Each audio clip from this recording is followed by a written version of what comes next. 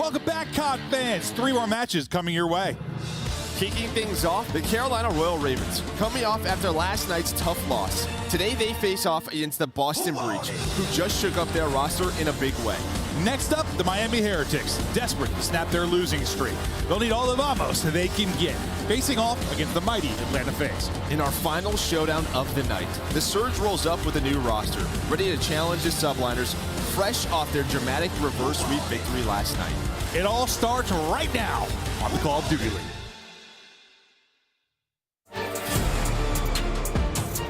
Ultra are your champions. Slams inside, the last man. Call of Duty timing at its finest. The 1v2 in Ace for Lins. All players everywhere. Close left. Slammed. Absolutely slammed. We are in for one hell of a season.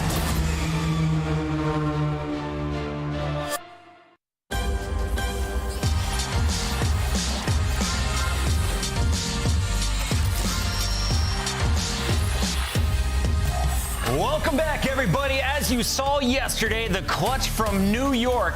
Match point for the Royal Ravens. Final round of control, and somehow New York came up clutch, Allie. Yeah, this was really painful if you were a Blue fan when it came to this series, because this was the start of the end to a reverse sweep. But what was really impressive was the fact that New York was able to take an offensive win in round number 5. Basically, they just put Carolina in the box. This spawn trap was disgusting, Ant. Yeah, it took some time for New York to get comfortable in this series, starting off, losing that sub base after being up a ton. That momentum goes to Carolina into that S&D, and you find yourself in a hole down 0-2 and then down in the control. And on this map, a lot of times, it's waiting for your opportunity. So who was it? It was Skies. Gets up close and personal, finds those kills. They bleed them out in their base in the spawn trap, and end up getting the life advantage, which then leads to a reverse sweep. So it's Subliners in Toronto, starting off perfect with 1-0 match records, but a Game 5 for Carolina, and they are back in action today. Chris Bucket, Alley Cat, and Name was here at the desk, and this is day 2 of our Major II Qualifiers, a 3-match day. Allie, what are you looking forward to? I'm looking forward to hopefully some longer games than yesterday. All right, I can feel that. Nameless, I think we might get some. Let's take a look here at the teams playing as we highlight our first squad. Carolina, playing last night, playing first today. Clayster painted his nails for this battle. The man is ready for war. Yeah, I think Carolina has looked really good. I think their search and destroy just needs a ton of work. We saw, Invasion's the only map they could win in S&D. Somehow made it through yesterday. But, looking at their games, you asked me before the segment, what's their record with Fellow? It's not exactly great, but their last 4 losses have been Game 5 losses. They keep losing those. So that has to be better today. And I think it comes with a lot of the opening duels, especially on their defenses. Allie, we talked about it after the match yesterday. Their defense on Karachi, non-existent. So for Carolina, that is the point of emphasis in today's match up against Boston. Yeah, just like Ann said, they're actually 11th overall when it comes to opening duel win rates. So for Carolina, search and destroy just really has not been there for them and been biting them in the butt. And today's match is really important. Why? Because Boston Breach is looking to overtake them when it comes to the standings for Major II. That's right. A 3rd match win will jump you all the way up to 9th place over Vegas Legion as we wait for Vegas to take the stage. But Boston is coming out swinging, and they have a fresh face in the lineup. Asim joining up in place of Capsule, and you got the 2 world champs ready for some revenge after a tough major.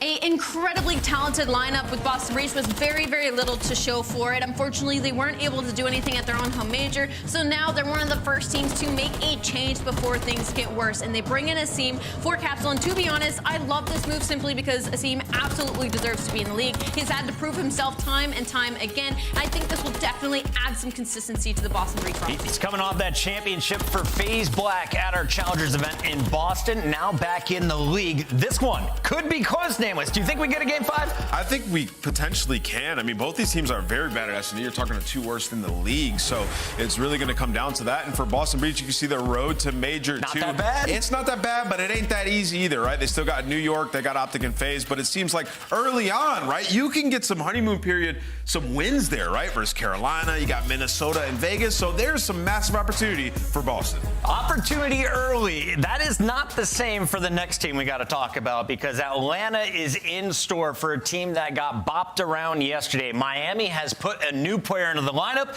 Eric Boom, welcome to the league. You're playing number 1 and number 2 seeds to kick things off. Yeah, and I think that's something we have to remind ourselves about when we did see that series yesterday is that he had to load in against our Major I winners. It's going to be tough today. Let's talk about that Atlanta squad and why they are so fierce. Whenever you're talking top tier, this team is always right there. Toronto, the only team that had their number in all of Boston, FaZe the clear favorites against everyone else in the league. Yeah, FaZe looked incredible throughout the tournament. I mean, S&D still remains extremely strong. Control is, they're not wavering there. The hard point is something that I think they're going to be focused on coming into this stage, sitting at 11-8. And, we were highlighting it throughout all last stage when they go up against the Torontos and the Optics that would be tough because they won a lot of narrow hard points by 30 or less points, and that definitely showed to be the case when we got to the finals. So for Atlanta FaZe, that's what they're focused on. They're still a championship caliber team, and all the teams that are bottom 6, they should wipe the floor with them. Absolutely. I think it's so funny when we talk about Atlanta FaZe because when we have to talk about things they need to fix, it's always just like a little tweak here and there because you're still top 3 and literally everything else. So for Atlanta,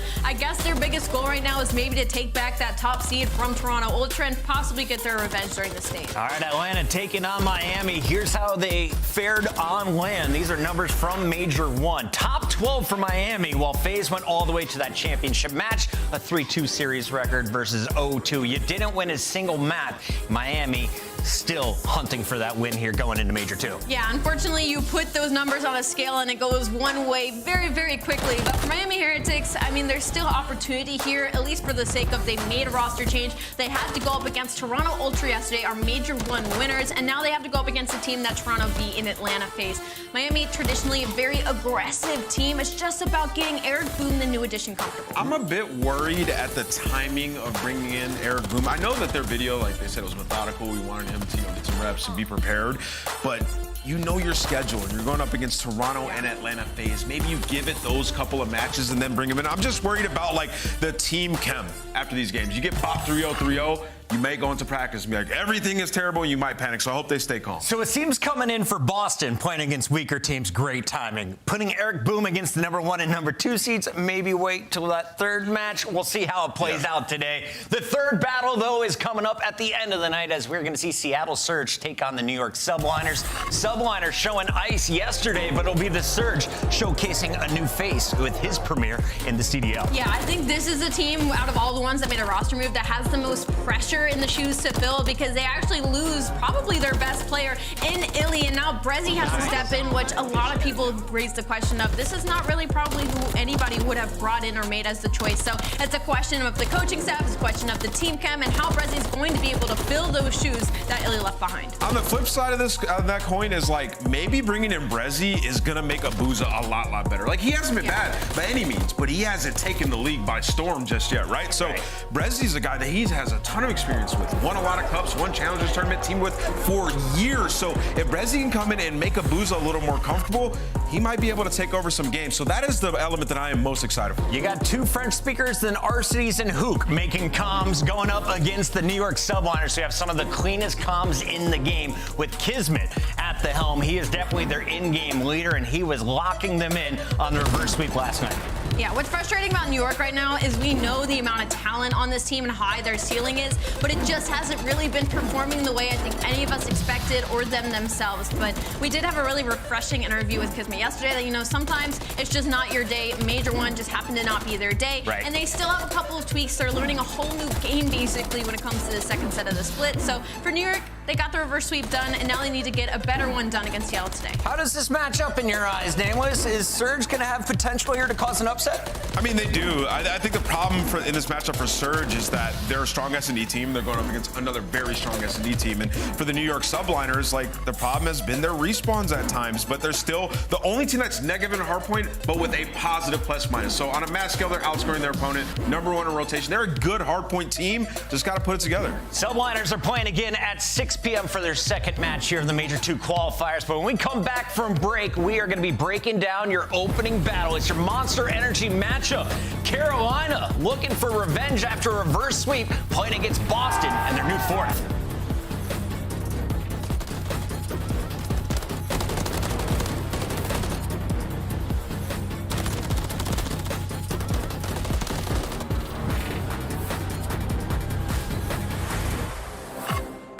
Slice up your competition with the Executive Chef Operator, now available in-game in the Call of Duty store.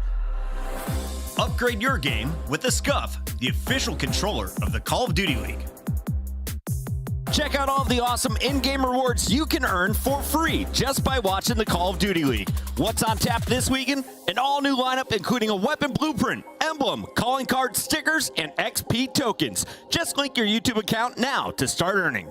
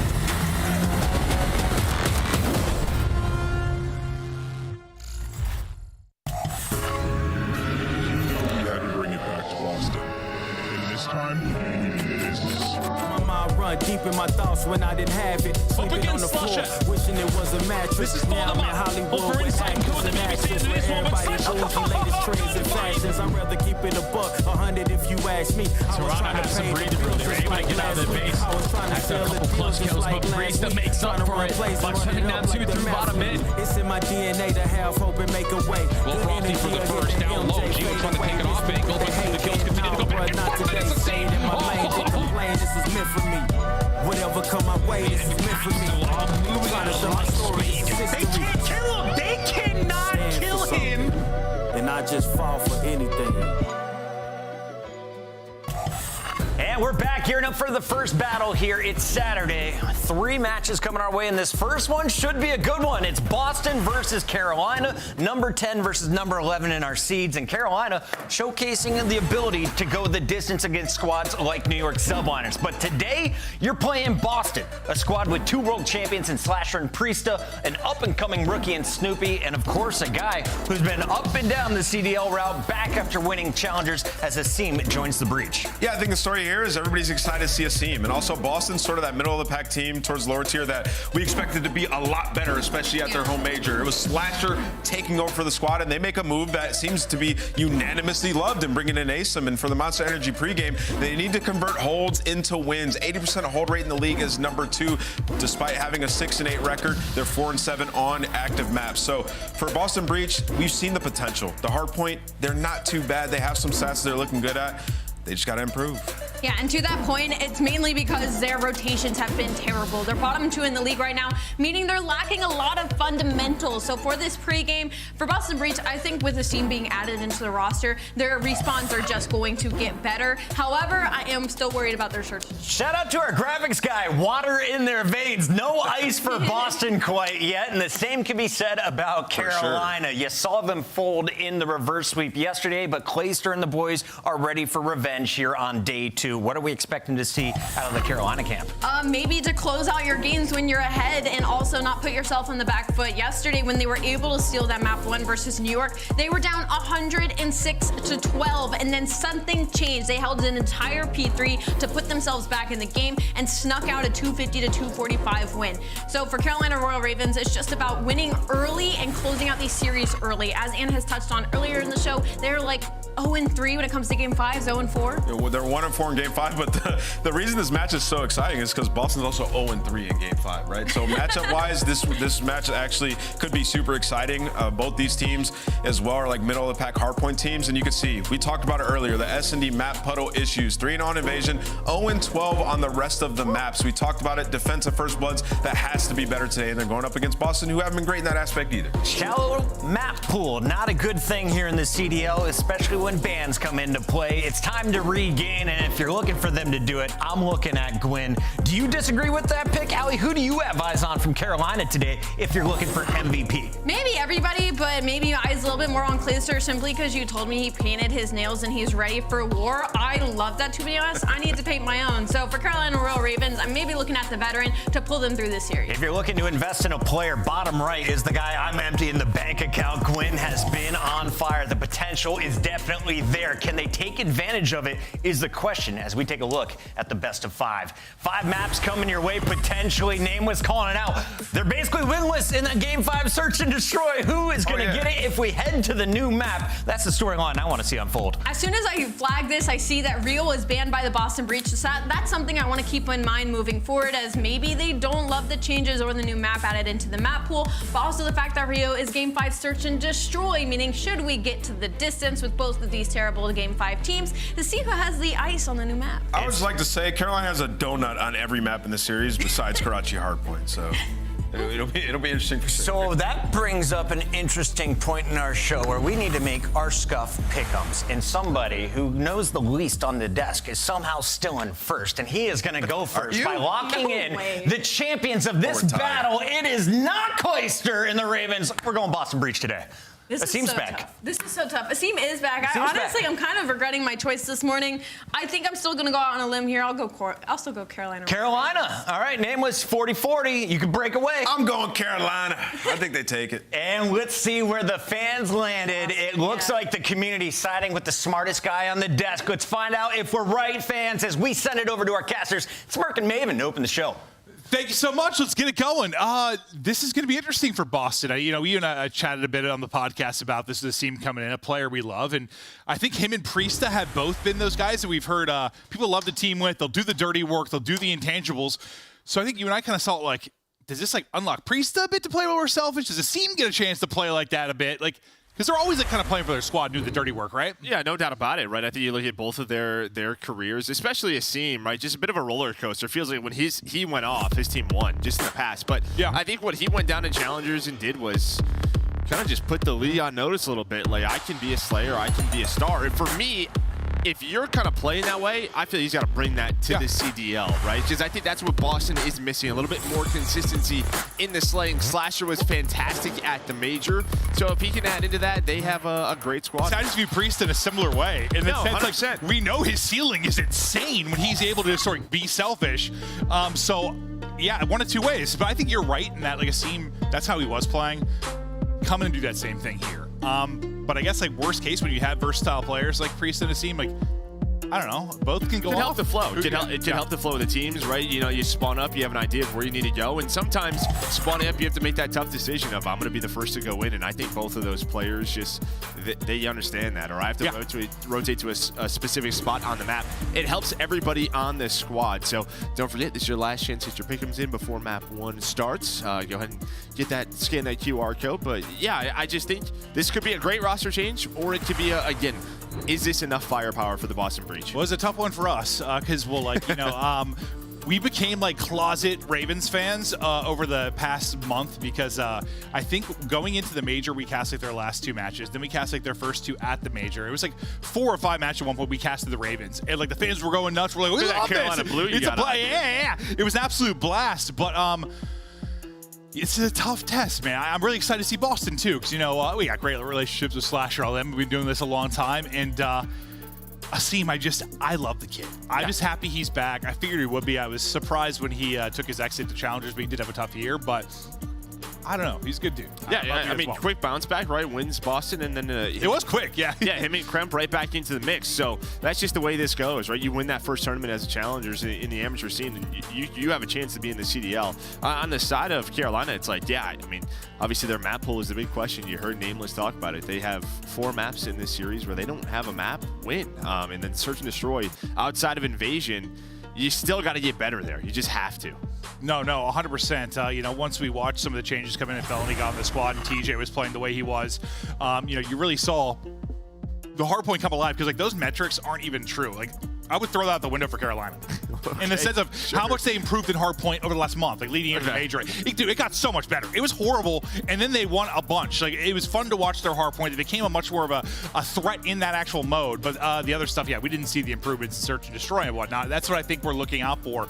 But as we talked about also on the podcast a couple weeks ago, was like when you improve in the improve in the search, when you put time into that, when you're trying to get better, do you have any kind of fall off in the hardpoint where you found success? Because we've seen teams do that. Yeah, well, I think map 1 yesterday kind of shows you their sub base is still fantastic. And then the map 4 in Invasion, I think they're 0-5 now on the year, and that's kind of map 1 here. So, again, map pool is going to be the big question for teams who are in 10th, in 11th, where they need to find some W's. And yeah. We saw that graphic, you know, coming up Carolina. This is a stretch.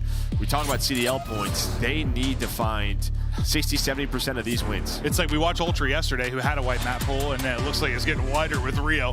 When you're on the bottom side of it, it's usually like, can we find any maps that we can get wind on? But at Major 1, Slasher and Hardpoint was a beast. You saw the stat there, but now into it we go. Breach, Royal Ravens battling at the bottom of the barrel, trying to get it going, and Clayster, he's watched that cross many a time. He's able to hit the shots. Yeah, and again, you know, if you didn't watch yesterday, you're just joining us. Obviously, the game changed a little bit. You had some hills move.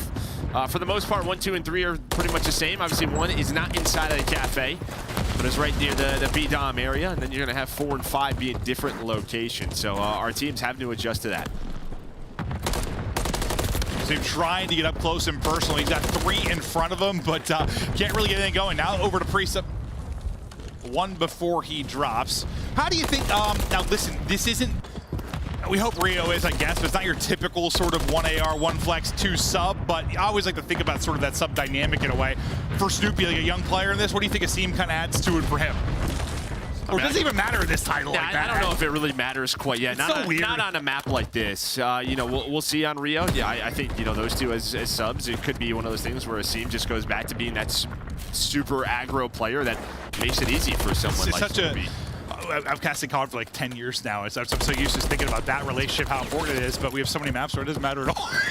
It really doesn't. Yeah, it's like the first, couple of months of AW where it was 4 battles. You kind of have that at moments with the MCW. You got to be able to use it all in Carolina. Able to get that flip, that spawn flip right there. They were trapped here for so long here at Palace versus New York, but not right now. It's Boston who's got to deal with this. Well, it's Gwen on 4 in a row as well. We'll see if he can keep that going up to 5 now. Looking to earn some streaks, a little more power now with the change that comes through. The pistol, though, I swear it feels like you have 1 to 2 pop, or you're shooting potatoes sometimes with the Renette. You can't quite get the kill. And I think nowadays, well, really on this patch, is on rotation to see him trying to win 1-on-2 to win spawns, but not going to happen. I think when you're on a 5 spree, you really should slow down. I think the cruise is way more important. It has a lot more impact. So I think when you get to that 5 spree, players need to be common with their teammates. Yo, get to me, bait for me. You know, like we've seen in the past with score streaks with Carolina. Yeah, it really didn't need to be a thing this year. Yeah, right. It's going to take a little bit, a bit of a habit. Obviously, Invasion may not be the best map for it, but it's just extra utility. 40-point advantage right now for Royal Ravens with the way the hardpoint has improved with this squad, but the changes that came through leading into the major. You really hope to get a map 1 dub here. Start to rally behind that with your struggles that you've had in Search and Destroy. And Clay trying to get the boys locked. 9 and 5 so far. Looking for the angle. Drop shots there. Slasher able to win it. Priest following up with it as well. So a couple kills through for Breach. Still going to be Carolina in the hardpoint, though. Yeah, big kills here, though, for Boston. I mean, trying to get out of Palace, and we're going to rotate on over towards B4, so they're going to find the final 10 seconds of scrap time. But over towards back parking lot, Carolina's going to spawn on up, and you kind of see Snoopy. He's obviously struggling here a little bit. Priest is just trying to find the spawners on your mini-map. Not going to do so, and Gwyn continues to win his ones. Gwen had a couple of terrific moments yesterday. How talented he can be. A little bit up and down at times. Gets hard. I feel like he's hard on himself sometimes on social media, but for a young player in the league, he has showed the talent. He's been playing out of his mind for the most part. We get right back to him now. To 9-6. Trying to give haircuts, but Priest is heady there. It's a nutty one. Yeah, I mean, nice shots from Priest, though, but getting some time was Fella, but there is the break, and now sort of this Palace setup. You have Snoopy, top American in a power spot, able to find the first, but he's just going to waste time here for Carolina. Clay's got to go on a long route, and you are earning much-needed time to get back into the game. Trying to claw back into it, just keep it close, see if he can make a run. So often this year, it comes down to what happens kind of your second set of rotation. That's really where the separation is. It's not a blowout early. So just keep it competitive till then. Try and see if you can get that swing. Snoopy, he's trying just to stay up right now. Rough start at 6-11, but an extended hunt and fight here with Gwen on the other side of it. Yeah, I mean, he was 2-8, and his stats have gotten a lot better since they've gotten out of that Palace trap, and now they're locking down this new P5. So they're only down 30 seconds. It was an 80-point lead for Carolina, but towards the end of that P3, you saw Boston Breach start to win that map control. So with the change to the hard point on this map, what do you think is like the biggest difference in how it plays? Anything stood out to you? I think P2 and P3 are just way more important because when you put those two together and you get that trap, it's like going over to P4, you would go to Treehouse and have a response. It is much more difficult because you're right back towards the middle of the map. So I look at that P2, P3 stretch as probably the keys here instead of having that Palace Hill. Slasher still hitting, another one in front, tries to maybe slide reposition the fight, not quite able to do it, and he will drop, but you've gotten back into this if you're Breach. Down 60-80. Now, trying to bring this within 20. The trade is through there for Slasher. And our next hard point is up. So far in it early will be Royal Ravens. Just hopping around different BOVs. We try to get to the action around the point, but it's a double there from Gwen as his game continues to get rolling. He's at 15-8. Yeah, nice aim so far. Not a ton of, well, I was going to say not a ton of time for the objective. I almost trolled you earlier. I was like, who's getting the objective time, Joe? Yeah, no, because I've looked to it like 3 times to say something. He's getting a slate done. Everybody is. That's what matters. He's got 3 minutes, Joe. Clay's got 6. Yeah, but some great time here for Carolina. And then over towards P2, you're going to have a big one-on-one. TJ versus Priest. TJ's able to win it. As both teams just fighting for some scrap time here. And on the other side on this rotation, Carolina get set up over towards P2. You see a lock pop, trophy out, set up now is Royal Ravens. You just talked about the P2 to P3 and how important that can be. So we'll pay attention to these next couple of minutes and see maybe what Royal Ravens is able to do with this stretch, or if you get a break, if you're Breach, and now you really rally back into it, maybe you get a lead for the first time in what seems to be forever. Trying to stay alive at the pillar right now is Gwen, who's been putting up some digits, and tough fight there with Slasher, but the damage getting through. Keep him at bay. Nice headshots onto Snoopy, helping alleviate pressure off of Clay inside the point, but Clay will get caught by Priesta, who gets the double, maybe the opening onto the point. That's a big moment here now for Boston Breach. Yeah, and that's it, right? You can kind of see Carolina Boston took their time. They made sure whoever spawned up, spawned over towards P5. They could start their push on up, and that's exactly what happened. They get the 3 dead. Not earning all of the time, but Carolina off a spawn as a team somehow wins that. That was not a pretty gunfight. No, it's right near a dumpster, so it was pretty stakey. But yeah, you see on this rotation over to P3, you do have Fellow there, but Boston, this is going to be their moment to get right back into the game. Dumpster a shield for Azim, but finally he's going to get taken out. Now this rally, 2-3, as you mentioned, a chance to get a big hold here, and maybe you're looking at a tie game or a lead change. Clay, though, Father Time looking to set up the push, but it's Breach that are trying to rally back in this. They've got control at 3. Let's go to listen to right now. Boston Breach. I can kind of watch you back. I can watch you back.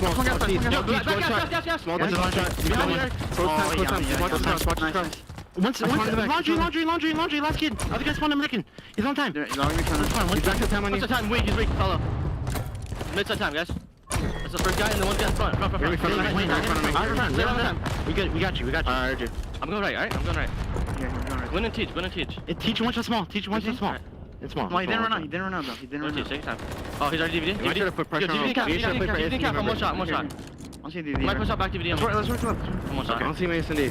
What could be deep left street though? Yeah, one shot. In mid-tank. When? One's low broken. Teacher's cafe. Bro, freeze. I think you push me. Nice. Appreciate that. Nice. One other play right. He's on me. A flat to ASD. Okay. Fellows deep right. P2 tank. ASD weak, bro. Where's he going? Link up. He's just holding P2 tank. He's holding P2 tank. Hello. I don't see him, bro. Might ASD. Maybe ASD. I spawned up behind him. Wait for my pinch. Wait for my pinch, guys. Make noise, though. He's in the default corner. Gwyn. Dead. Clear. Done. Nice. I got nade. Push you through. The comms are flowing here within 30. Nade able to hit, bails out Slasher as you try to make the rally. Now you're back into the point, a chance to tie up this game. Asim shooting everything but the player down below him, but he's able to get one. Gwyn walking through as well, and Prisa just tucked behind his trophy.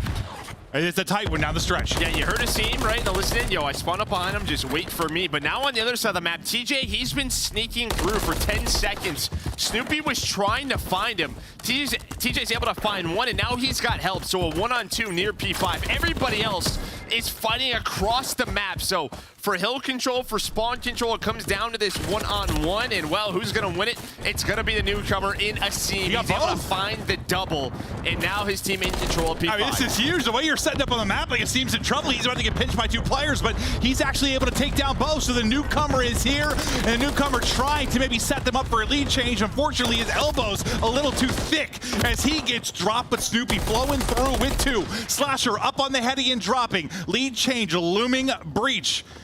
They've got control for now, but Gwyn is still lurking, being a nuisance, Joe. Yeah, that's really it. Can he get them off of the time? That is the question, but he does get taken down by Snoopy, so not worst case scenario for Carolina. Still, you know, lead change comes in for breach, and now just a fight for mid-map control. And Carolina at the last P1, they were able to find 20 to 30 seconds, so we'll see what happens. You know what Asim always said was back in there, the route man gets paid.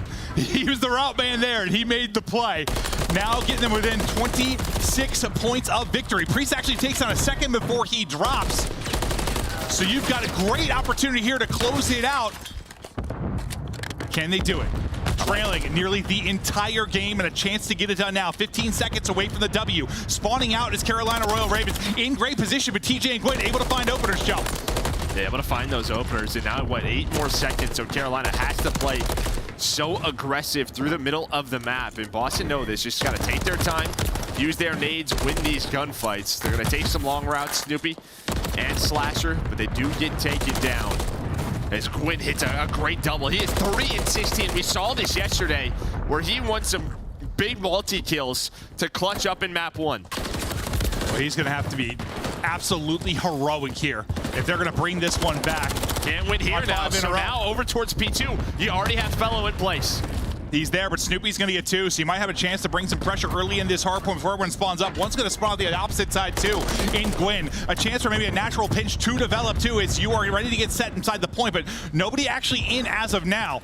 Well, they're worried, as you said. I think when Gwyn spawns up, he gives the comms, like, I spawned out. So they're kind of worried a pinch was happening. But now it's just this gunfight on the hill, and Asim's able to win it. The last player in position, TJ, not gonna get there, and Boston with the comeback in map 1. Yeah, I mean, they're down what? Like, anywhere from 40 to 80 or so throughout the entire game for the most part. Does it come down to the ability to get both kills if you're Asim late in the game? Oh, I think it helps. Yeah, I mean, obviously actually play out a lot. I mean, you lose that, you're in trouble. Yeah, you could be, but yeah, I mean, great plays from Asim, setting up that pinch at B4. Obviously, the spawns help on out. It was a very balanced effort there from Boston Breach. Took them a little bit to get going. Gwyn goes off for Carolina. They have that lead, but well, I think it's like 0-6 now on Invasion hardpoint, so some heartbreakers there. And then Asim and TJ's fight at the dumpster. That's maybe the first time I've seen 2 professional players almost extend their entire magazine and not get a kill. But he got at the tail end of it. But no, it was a fun one. An incredible comeback there from Breach. And now this kind of spells disaster for you if you're Royal Ravens, because hardpoints where you have improved, where you really look like a strong respawn team with Felny and TJ, the way they were performing. But the search has been so bad, you feel like Breach may have won the series there. Yeah, I mean, it just really comes down to the practice, right? A couple of weeks leading into this. Obviously, yesterday you were able to win that invasion search and destroy, but with what we talked about, that's the only place where they have wins. So that's going to get vetoed out. We're going to terminal. It's just a repetitions thing. I think if we're talking about it, that is absolutely their focal point coming into stage 2 is search and destroy. Well, now, I mean, you're struggling in some hard points, so yeah, I mean, usually There's a give and take when you're trying to work on one part of your game. And, you know, Search typically the hardest one to improve. You know, you're not necessarily playing it every single scrim, usually a little bit less time into it. But as the year goes on, you see typically teams improve drastically. I mean, you think of like a Thieves team over the past couple of years, like how much better they got. The reason they were able to win a championship some of these years was the S&D improvements in the long haul. We'll see if Carolina Royal Ravens can find some of that success, because they're going to need it now in this best of 5. Yeah, but I think throughout that, you kind of sprinkle in what you expect from a guy like Asim, right? Very vocal in the comms, setting up plays, understanding his positions, and it just feels like he's dialed in with this game. Has a great understanding, and you see that map flow. I mean, yeah, the lead kind of goes anywhere from 30 to 50. Carolina never really had it, and then over towards the back half of the game, Boston Breach able to run away with it. Yeah, I guess I lied at one point. They did have a lead at 17 to 13. I thought they trailed the entire game. They had a lead for just a moment. Nobody was going to correct you. Yeah. I just saw him like, oh, all right, my bad. But yeah, Terminal S and D up. And then high rise, Karachi and Rio is how it will continue. But so far, so good for Boston and the change. Yeah, I mean, it's one map, but it's exciting to see them performing, see them getting fired up in the comms and making them plays late down the stretch. Now we see if Royal Ravens can bounce back, because we were hyped about this Ravens team. It was nice. It's always nice when it's a team that's really struggling, and an organization has kind of been lackluster since the inception of the CDL. They finally seem to be improving, and they're improving quickly, and they were getting pumped up, and the fan base was too. It's like success you want to see, but I'm hoping it wasn't just like a blip on the radar and they can continue. Well, I think what we saw was sort of just their, I don't know, we were watching them live get better, right? Like you just tell with the team changes, they were getting better and better. But that only happens for a couple of weeks. Now teams are going to start studying you, right? Understand your vetoes, what to get rid of, and this is now going to start testing the waters. Yeah, I think when you're in the midst of that, you never know if it's like it's just like that little honeymoon period that people will talk about, or we actually have a shot here to be a good team. Like you don't know in the moment, so we'll see. But we're getting ready for Map 2. Just checking out our players as we get ready to go for the Search and Destroy. And it's one of those things with Royal Ravens that you just think, you feel like it should click when you think about the type of players you have, and TJ and Felony being some of the better Search and Destroy players on the planet at times. Clay's had his moments. Gwen, obviously new to league, but you think it should click a bit, but there's a lot more to it than just, oh, I was good at Search at some point. Yeah, I mean, same on the other side, right? With true. In Slasher, but you see, this is really where they have been struggling, both teams. But again, Carolina is 3-12. 3 of those wins are on base and Search and Destroy. That's it. So you are 0-12 everywhere else. Yeah, I mean, that's just one of those things where it's just funny. You know, we talk so much about map pool as the year goes on and how you have to widen it. I mean, I don't know if I'd say widen it. When you only have one map, you're hoping for 2. You just need you're hoping for a second one, because they could only veto one of them, right? That's really it. Yeah. I mean, look at their hard point. They're not playing sub base. At the core of it, in each mode, you need to have 2 you're okay at. So like. So you're not just being like banned out completely, like, well, crap. 2. Yeah. What we're looking for here. Second would help. I mean, in a perfect world, maybe you get to 5. But, you know, we'll take 2 for now. But again, even on the Boston side, their search has not been fantastic. Well, you're right. You nailed it, though, in the sense it's similar to what I was kind of saying on the other side. Like, you've got some good pedigree in search, just for whatever reason right now with this particular title and this composition of the squad, not working. See if it gets better. Obviously, you know, Terminal a little bit more basic. You look at our map pool, pretty standard how you want to play it, and it looks like it's going to be maybe a bit of an A-hit, but look at that 2-2 split. So you're going to have Clay and Fellow. They're going to find that first blood as they put pressure over towards B. Slasher will get one of his own. Slasher, a second. We know the threat he can be in search, and they're able to get 2, and suddenly Felony's first blood, a thing of distant past. Yeah, I mean, that's really it, right? You get a first blood, you're on offense, you have time to work with. You're just hoping to hit a bomb site together as a squad, but Slasher just doesn't allow that to happen. Clay, as he was rotating over, his teammates get picked apart. He's the strongest TSA agent of them all, Joe. Austin Litigout. Searching all your bags, cavities, making sure you got nothing. Well, Clay does find him, so. Yep, Clay was not happy with the cavity search, Joe. Had to get revenge. But now Clay's got, just a couple of seconds to get this bomb plan down. Snoopy says, not going to happen inside that plane. If Slasher can't check it, I will check it. Round over to Boston. And that's all on Slasher. Again, just the 2 he's able to get after you get man advantage. If you are Royal Ravens, things fall apart. Nice job from Slasher. We'll see the final moments here from Snoopy again, but just one of those ones where, yeah, you're frustrated probably if you're Ravens. Yeah, I mean, yeah, Clay's on the rotation over. Your 2 players just get picked inside the jetway, and just can't happen. It just feels like you know you have the numbers advantage somewhere on the map. You have to use it. Yeah, I assume when you're a struggling search and destroy team looking to get better, frustrating round 1 doesn't help. Yeah, wait for me. Wait for me. I'm pushed on over. Oh, I died. Wait for me. Oh, I died too. You didn't wait for me. All right, guys, never mind. Round 2, just go. Yep. Slasher drove the nade early, but still up. Not answering the phone, but getting tags into TJ. Trying to let his bomb carrier Nassim move up the map a bit. And maybe this will be a little bit of a change for him with Nassim coming in, carrying bomb. You know, experience doing that might change the vibe for them a little in search how they play around things. There's potential, TJ. Yeah, gonna spot him. I know how you are, though. You just want people to get bombs down, Joe. It definitely helps. It does help. But on a map like Terminal, a little different, yes. Yeah, a little different. Sometimes you watch Invasion, though, you're like, plant the bomb! Just trying to clear this out, but he is just getting smoked from under the plane. Now, 3 players of Carolina did rotate, so they have a very strong defense. They're going to try to push this on out. That's going to be the call, and Priest is going to open that up. Where was that from? From Book. So gives him that first blood, and TJ at least turns this into a 3-on-3. Nassim, no. We'll get 1, so unlike Royal Ravens, they kind of throw away that first blood. You're able to keep numbers now.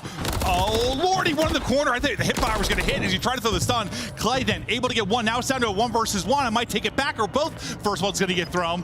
But the bomb gets planted. Now, 2 of the 2 oldest people in the league, I think, battle it out. It's the war of the grandfathers. Clay gets the win. Yeah, he has the nade, and the nade forces Slasher to have to readjust his angle. Clay able to spot him, maybe get a little bit of help from a little aim assist through that window. Clay ready for the gunfight, but a nice job there from Royal Ravens after losing that first blood to put that into a 1-on-1. That's all TJ. I don't think I made that up, right? Because when Clay was in Challenge, didn't Slasher become the oldest player in the league? I think so, yeah. You gotta trust that brain of yours sometimes. You know? No, I just say stuff and hope I'm right. Yeah. But that's now what? First blood's kind of meaning very little. As the team that's got it has thrown it away. I mean, it happens. But obviously you don't want that to be the trend over the course of the map. 3-1 start now for Clay. And a big clutch there against Slasher. He loves hitting shots on the cross, and he's able to do it there. I feel like any map, he just wants to get to his spot, catch someone trying to get to their position, and he's usually going to beam. He's been doing it for a long, long time. Yeah, that's just, I mean, you kind of heard his footsteps, right?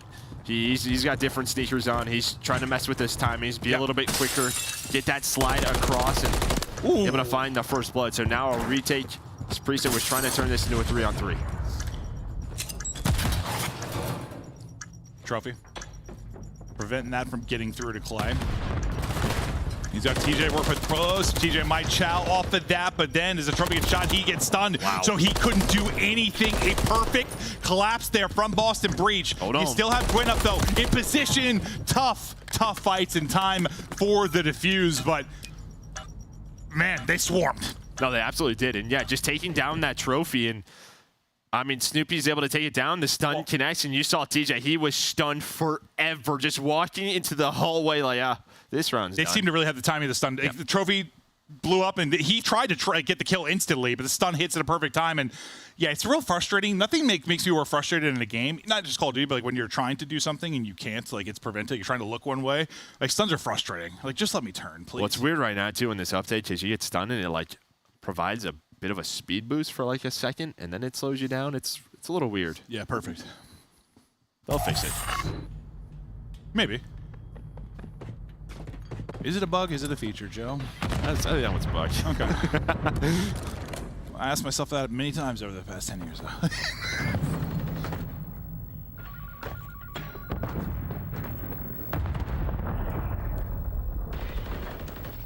Taking their time, setting up this push. I mean, you see Carolina, too. They're really not giving you anything. They're giving up B for free and pretty much saying, we'll play a retake or just playing for some info. They don't want to give up early numbers. Clay's just going to go for a peek. Slasher and Nassim just starting off with this hit. It's going to come down to TJ again. Gwyn's actually able to get the kill. TJ gets in the damage. Clay, he wins his one-on-one over towards B as well. Bomb now down. Able to get recouped, though, so Slasher and Snoopy. Now in a 2 versus 4. What do you try to do here, Joe? Well, that's a good start. Hey, just trying to find some pace, some angles. Able to do that on the fellow. 20 seconds. I kind of like this heads-up play from Slasher. He's going to have a one-on-one with Clay. If he wins that, he'll go over towards B. There is the one-on-one, but this time Clay able to win it again, and there we go, Carolina. Ooh. Able to win on defense. Will tie us up at 2-2. Yeah, it's just a battle of kind of two struggling search and destroy teams, both trying to find their rhythm in the league, and it just feels like if they're going to have a chance to kind of get out of the bottom of the barrel, it's going to come through improvements there. And I'll tell you what you need to do if you want to start improving is beat another team as bad at search, it would hope. Or it just ends up that neither have seen a lot of improvements. They're just going to battle out back and forth till we go to round 11. I mean, you know, Carolina switched it up a little bit. They've gone A, they've gone to B. Boston on the other side on their attack, just all towards the plane. A lot of times it could just come down to this guy on your screen. TJ playing over towards A. Saw him clutch up earlier in the game. But similar setup here from Boston. Got a presence at both sites right now if you're Royal Ravens. Clay and Fellow might start tracking back, or Clay might continue to lurk. We're going to see what the play call is going to end up being. That really made a decision where they're going to hit, but as they continue to back it up towards book and security, it looks like A is going to be the call. Gwen tagged up, but stays up. Same for Priest as he sit down to 31 HP, not finding an opening anywhere. And this is what we saw, round 1. So basically now you're going to have this 2-2 split. Clay and Fellow trying to work picks over towards B, and this may work out. Oh, I thought it would. Clay does find one, trying to find the second. Doesn't check the corner, but able to connect. Priest is still weak. Yeah, he's still so weak. Just had to probably get a bullet into him. That's not going to help the cockpit. A one-on-one there for TJ now into 2v1. Snoopy, last guy up, 6 and 3 for him. Eyes on both, and it's going to be tough when you're trying to retake this. You have a rival in hand. Maybe you find MCW to help with this.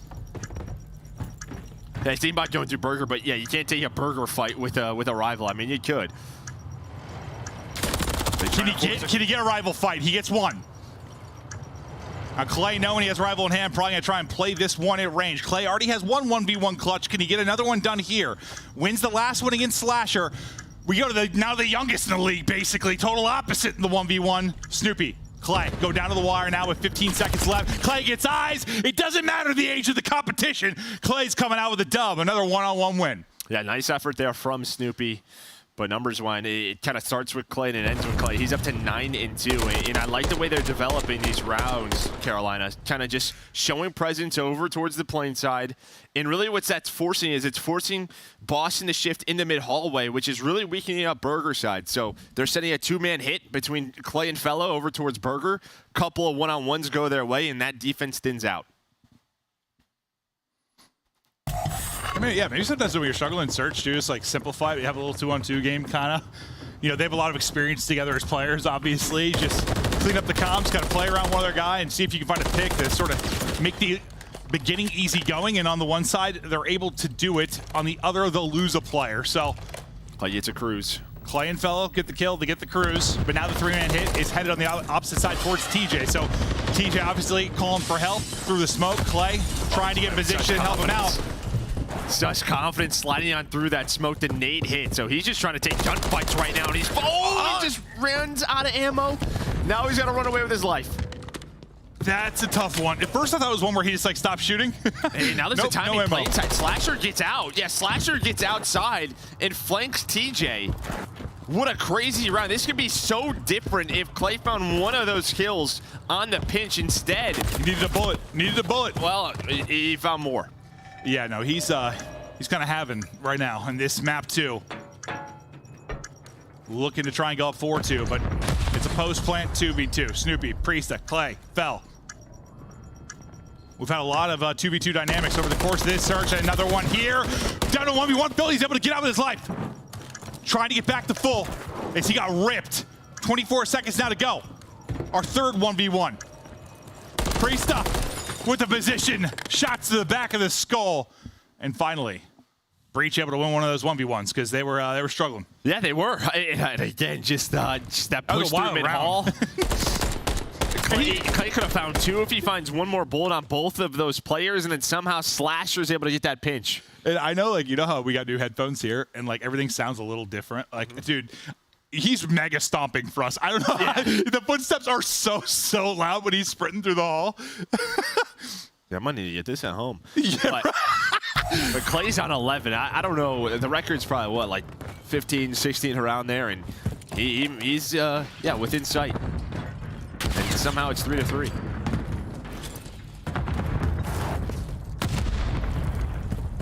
Asim had his moments in the hard point, but obviously the newcomer to the squad, not finding his rhythm yet in the search and destroy, at least in this map, but that'll take some time. But the rest of the teammates putting on as we're 3-3. Crew's now going to be called in. Trying to get information, trying to maybe get kills. Wanted to go in the window, just missed it. I can't say anything. I'm horrible with them.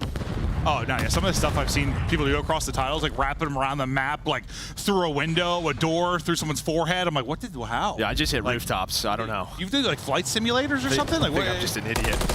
Clay doesn't need the missile. He's got the beamer right now. Finds the headshots. Bomb planted. 2-on-3 for Asim and Snoopy. Yeah, Clay is in his bag right now. Still got to win the map, though. And now it gets interesting. Another 2 versus 2. So many stressful rounds. Now down to Snoopy again. That's not Snoopy on the camera, but it's him with the gunny. There he is. Oh, welcome back. He's got 19 bullets in the clip, though. He's going to have 1-on-1-on-1. I thought for a second Clay just going to lay down. Got him. Let's go for the chow. Has a nade, but not a lot of time to work with. TJ knows this. He's just going to dip on out. Try to make you find the angle. TJ not going to give it to you, and then clutch on up. No time. He has a little more to work with. Maybe he got a shot to do it, but... And if there was more time, I mean, maybe there's a chance, like...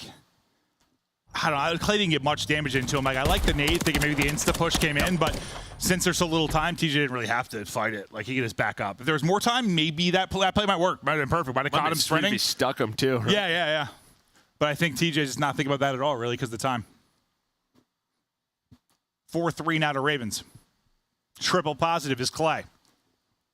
Yeah, Clay 12 with 12, and then Snoopy with 10. Doing a little bit differently, right? I mean, Clay just with the MCW, Snoopy, a lot of those with the rival. Yeah, and when Clay was first competing, Snoopy was probably hanging out and watching Snoopy. Yeah, probably. It's 3 in a row for TJ as he's just through smoke, fire, and flame, just waiting for info. Fell trying to avoid the nades as well, but he's gotten to a position back inside the plane to try and hold as the push starts to develop. It's been Slasher that's gotten around the backside of the plane and been able to find openings for this team. He's trying to do it again, but Gwyn is there. You know, it sounds like maybe they hurt each other potentially, but Slasher's gonna go. He's ready for the next one. The snap on to Gwyn, so a man advantage is gone as it's a 2-on-2. Another one of these small scenarios for both of these squads deep into the round. And this is when I don't even care about the map or what game. This one Search is fun, man. When it comes down to a lot of these small 2v2s and 1v1s, like, it's just so much more entertaining. And we've had that every round here. We've got 20 seconds to go in this one. TJ is on 5 in a row, making the plays on one side. Slasher has been the Reaper on the backside of the plane to try and find the kills. Felony gets 1. Slasher, another 1 versus 1, but there is no... And well, TJ, he's just going to play his life in another round. He just runs away, and they don't work the objective. So TJ clutches it. Yeah, I was just staring at the minimap. I thought maybe he'd get there. Like, yeah, it was close. I just don't think he started the plan. He was looking for the peak. But yeah, these rounds are just chaos. I kind of wish, like, in a couple of these 1v1s, we had a little more time. Like, the first 2 we kind of did, or they played out, not due to, like, time. But the last couple has just been, by the time it gets down to that, there's so little time to actually try and make a play. 5 in a row still for TJ, 3 for Slasher. 1 more round needed for Carolina Royal Ravens to get a search and destroy win on a map that is not Invasion. That's a cruise. We're talking history being made. Yeah, TJ, he's going to probably use this cruise to close this game out. Maybe now save it, right? You're in a 3-on-3. See what he opts to do. You're hoping that Clay doesn't get picked there, but okay, he's going to opt. I'm always of the opinion, go for it. Go for the jugular.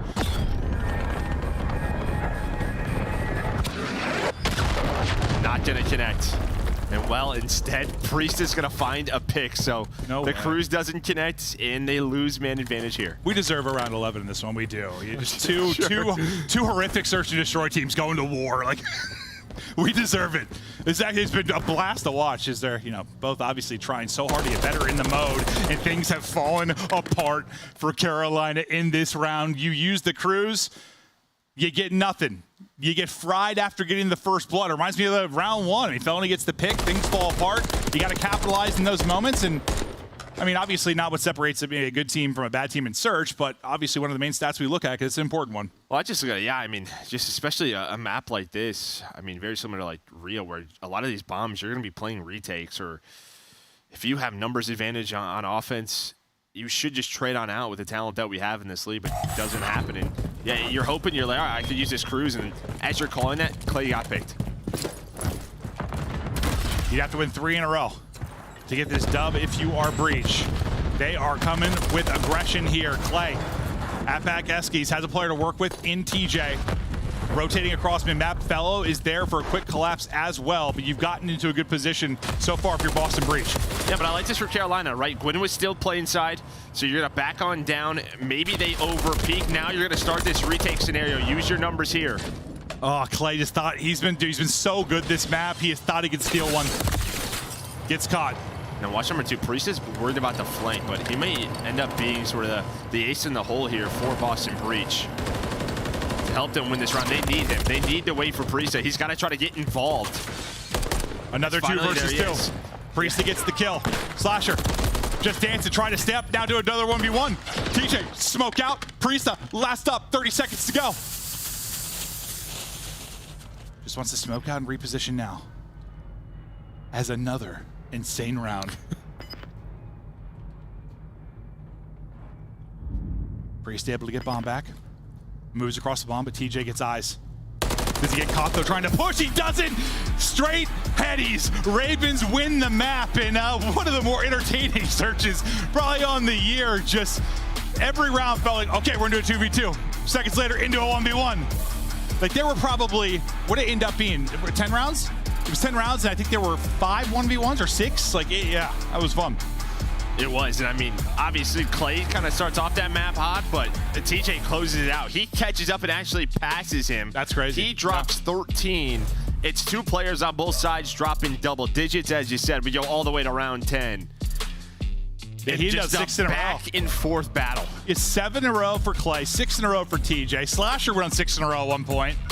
Streaks all over the place. I don't think he actually came through for kills. Because even though the trophy change happened, we still have a lot of maps that are, safe havens inside of buildings. But that was just, it was a fun one. It really was. Like, sometimes you're just like casting search and it's like, it's fast rounds and 4 people get smoked, or like even the 2v2s are like, I don't know, not like entertaining. That was fun. That was a blast. But yeah, I think you saw there a team 1-9. 600 damage, not a great map for him. Obviously, you're into a new system. You're trying to figure this out. They've only been a team for a couple of weeks. Going to take some time, but we're all tied up here at 1-1. Well, when you're like the new guy coming into a team in Search and Destroy, like, what do you even try to do? Like, guys, tell me where you want me. Yeah, but I feel like he should be the one like saying, this is where I've been playing. Again, he was a star in Challengers, right? Obviously, you want him to be comfortable here, but yeah obviously he's got to maybe carry that bomb, play at different spots. We'll see him improve. Yeah. It's probably tougher to come into a team that's not been great in search either, right? You're not just getting slotted in. But we're getting ready to head to break. This is tied up at 1-1. For the Ravens, you get a win on a map that is not invasion, search, and destroy. There are parties happening all over North Carolina, South Carolina. All the Carolinas on the world are celebrating the search and destroy win. It's a party, Joe. Clayster, TJ dialing it back and dropping bombs in the map too. They tie us up. We're getting ready to go to the control. We'll be there after this quick break. Slice up your competition with the Executive Chef Operator. Now available in-game in the Call of Duty store. Upgrade your game with the Scuff, the official controller of the Call of Duty League.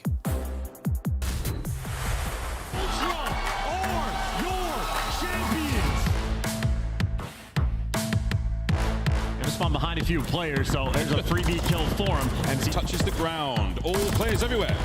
Close left. Slammed! And absolutely slammed. 1v2 and the ace is what's going to be the requirement. Fame at the very least going to spot him on the cross or give away the freebie. 1v1. Call of Duty timing at its finest.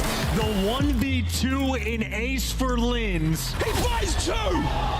Abizi somehow finds 2. Can someone make it here in 10 seconds? Selling, there's one. The second. Slams in sight. Guns are there. The last man. FaZe somehow pull out a win there. FaZe with a couple of key eliminations. Here comes Cellium from the front. Kenny! Oh! It's all dead! Atlanta cannot get back into the hard point! You want to make 5? You got it! The bomb planted. For maybe the last time. With 32 left on the clock, it's scrapped. And Sanford trying to pierce it. He kicked it done.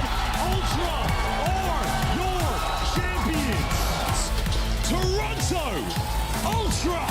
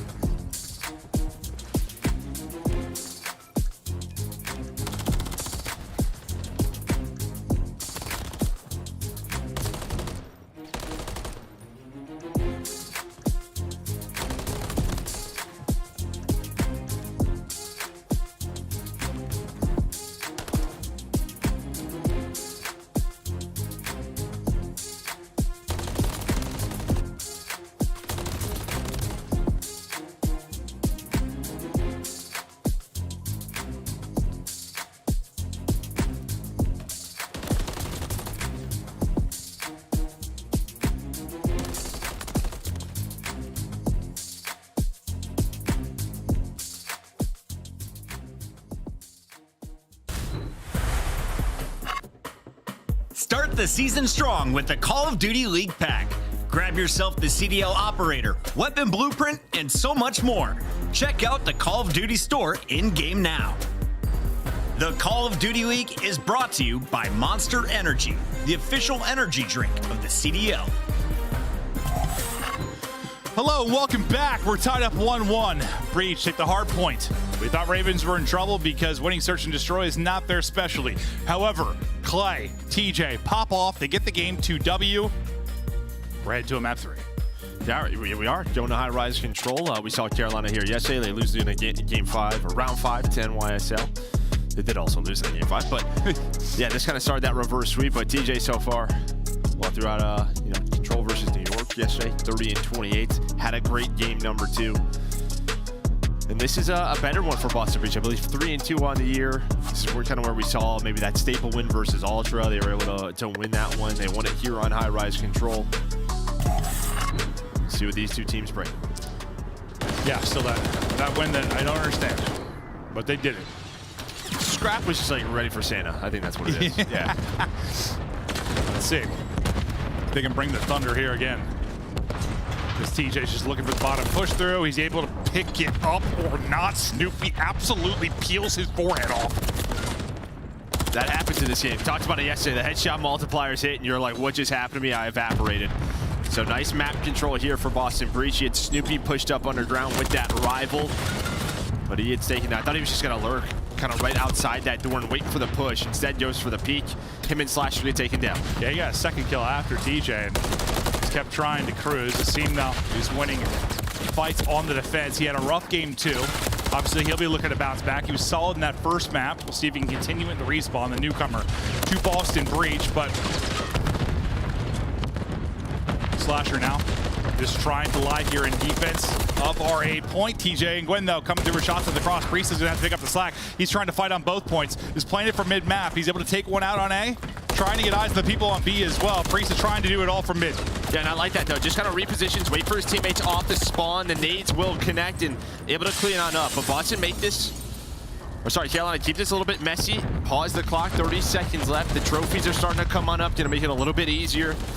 As over towards this B point, it is just, yeah, nade connects, and you're all getting hit by it. But a 1 life advantage here for Carolina.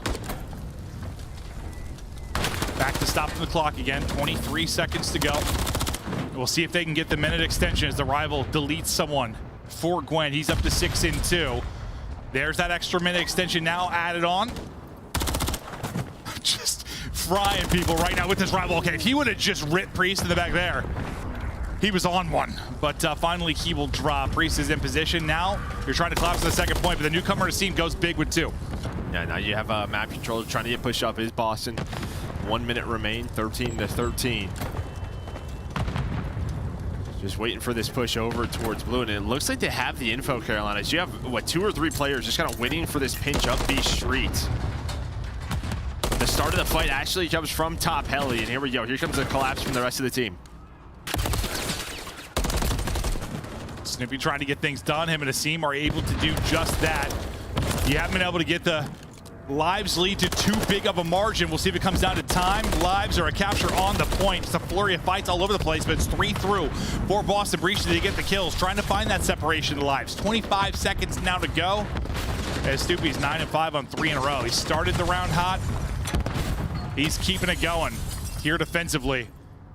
Is now they've got them pinned back a bit, and not the time you want that to happen when you've got 20 seconds to work with. I'm not sure you're going to get to the point. No, I don't think so. And Snoopy just kind of lurking, waiting for his time to come out of the hut and find some freebies. Does connect with one even through the stun. 7 versus 3, so Boston holds on. And I think, yeah, it's with that double. It starts with Asim's double, gives them map control, and then they never really let go. As Carolina could not get out of that base. Yeah, I feel like always on his map plays, like either side. It's funny that it can take like a double. Like usually it's like a 3 or 4 down in a control. You might get pinned a little bit, but here, well, that double turned into a 3. That's true. That's really what it was. Yeah. Is you're hoping. I forgot somebody else got one like at that same moment. You're hoping to at least have like a top propane player, just some presence, just to slow down the defensive team from really pushing on up towards the windows where you're just trapped. Yeah, it was so late in the round they got trapped too. Yeah. So it's just like, okay, well I guess we're not really going to get a shot at this second point, but you do get one done. Now we'll see offensively what Boston Breach are able to do. Gwen, his rival, is still winning openers. Yeah, I was going to say. That's all the rival hit. Just nice shots from Gwen. Slasher taken down again. Gwen, not the best map in Search and Destroy, but he has been so good for them in Respawn. And I feel like, I mean, you can have that dynamic. All right, if you're going to have Clay and TJ pop it off in Search, all right, give me those numbers down the Respawn. Step up in that moment, but they're down 1-0 on this map.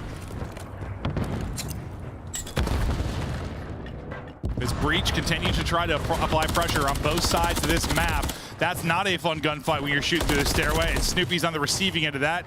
You wonder, are you going to hit the player? Are you going to get bullet rag? Are you going to get aim assist? Are you going to hit metal? Nobody knows. Yeah, it's like even the bullets you do hit, half of them feel like they go into the stairs, and then it's just like, yeah. It's a bit of a mess, but... So Snoopy gets taken down, and then the rest of his team gets taken down as Gwyn with another double in that rival. Yeah, are you shocked that his rival had no problem with the stairs? Because I'm not, the way he's been shooting this thing. Clay lurks up to the point, unfortunately down the lane. Slasher has eyes. You haven't been able to capture anything yet, but this is pretty similar time to when you got it. It was about 22 seconds left or something that Carolina got it. You got about 20 here, so if you can get this done, pretty similar position, but you want to try and at least get this point if you can. Fortunately, Fellow's on 5 in a row. Clay's got you cleared off the point, and he's doing pull-ups. Yeah, this has been way more dominant. I think just map controlled. I mean, kills-wise was very back and forth in round 1. Carolina, they are dominating on defense, only giving up 1 tick. So round 1 looks a lot better after this round number 2. Yeah, no, that's very, very comfortable. But no, I totally agree. It felt a little frustrating for them after round 1. Now you're like, okay, all right. Got him on lock. Nice shots there from Fellow to the tail end of this. He's 13 and 9. Did he end up getting, he was on 5, right? Did he end up getting number 6? Guess we'll see. I don't know. That's what we'll see, but I think Gwyn really just had some standout moments throughout that round. So no, I think he does get taken down earlier. No cruise for Fellow. Back on the attack. Let's see if they took any learnings away from that first time. Well, I guess trying to go 3 down and get penalty screen. Helps when you have trophies off the start too. Yeah, that is always, I mean, first round offense. That's true. The fact you get a point, that's props to you. Yeah, good point. Especially like you said, just think B is like, literally it's like a big bucket. Hey, just throw him in. As a seam, that's a triple for him. He was 6 and 8, I think, after that first round. He's now brought to 13 and 11. He's on 4. Let's see if he can get a streak potentially. Tough shots to hit through Gwyn, I believe, on the cross. Seam, okay, he's just getting kills handed to him now. Now just needs 1 more. Yeah, the bullets, yeah, they hit the barrel, so he's going to find that kill on a Gwyn. So, yeah, 5 in a row here. That's one player comedy. DJ. There it is. There is the cruise for a seam. Popping off after struggle in map 2.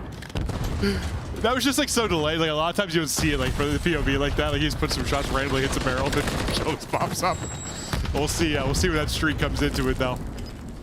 It's been all about these breakoffs. Finally, Carolina going to get out. Dude, what is going on with it? It was 22 seconds to get out of the first round. It was what, like 19 here, now 22. Like it's taken the entire round to get onto B. And then you have another double come through as it seems leading the way. The nade connects. No trophy was down. The 3 ticks could be the difference that Carolina got in round number 1. I'm not sure if they're going to get any more here. Maybe a chance, but it's really just a 1-on-2 because you're trapped between multiple players and you get nothing.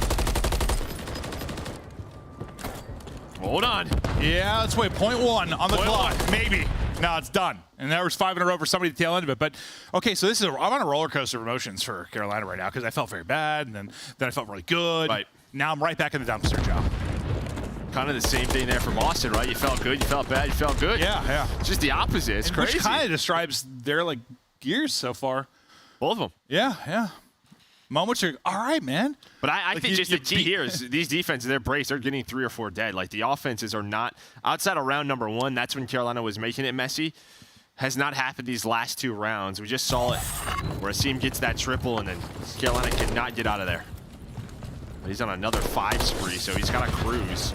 Do you maybe use the cruise to get another cruise? He was 6 and 8, I think. The last I saw it, so he's gone. Yeah, he's thinking what I'm thinking. Let's use the cruise to get another cruise. 14 and 4 since that point. Cruise for a cruise. Get Papa Asim, get another one in the window. That'll be 2. A drop. He'll earn another. Big chance now for Breach to do some damage, you would think. Oh, wait, he's got to get another one with his gun, so there we go. Oh, yeah, good point. I was in the same spot. Set you up there for failure. That's my bad, but that cruise I was in the same spot. Takes that down, and now they're getting progress over towards B.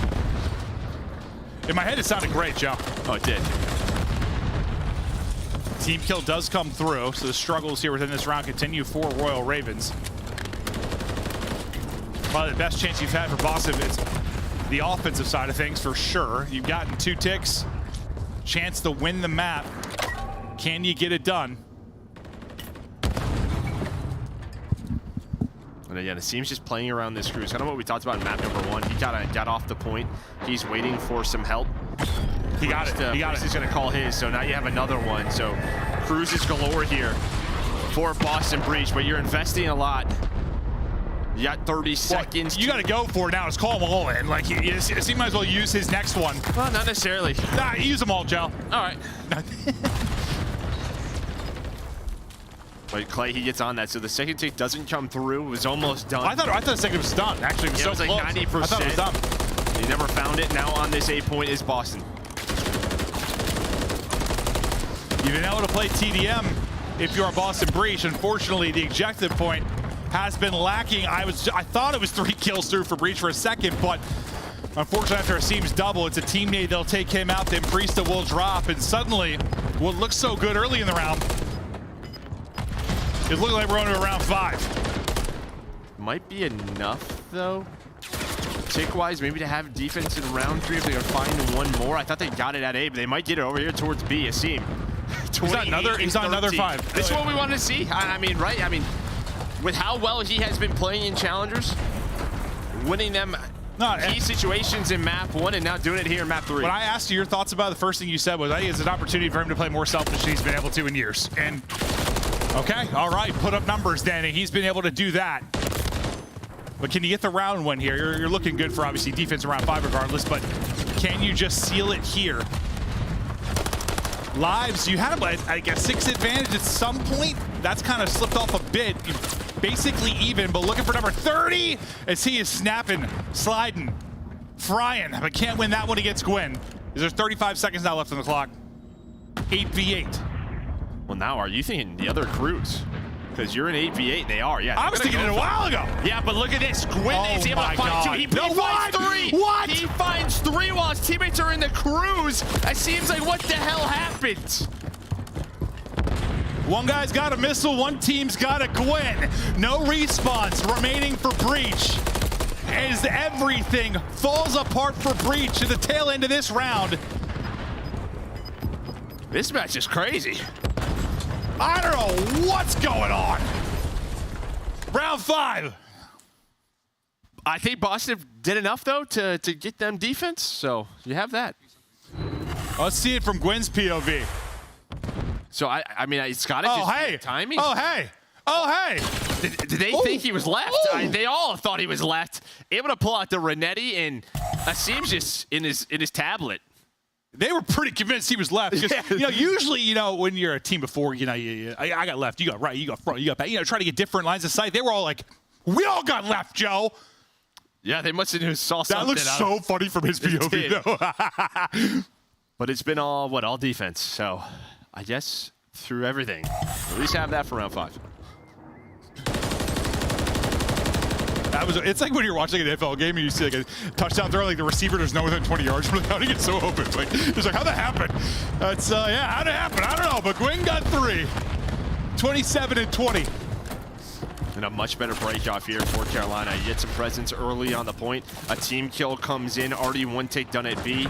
Trying to find an extension here, so round 5 should be a little weird at times, and you might have that. They always are. Round 5 is always different than the rest of the rounds were before. Just always. And what do you know?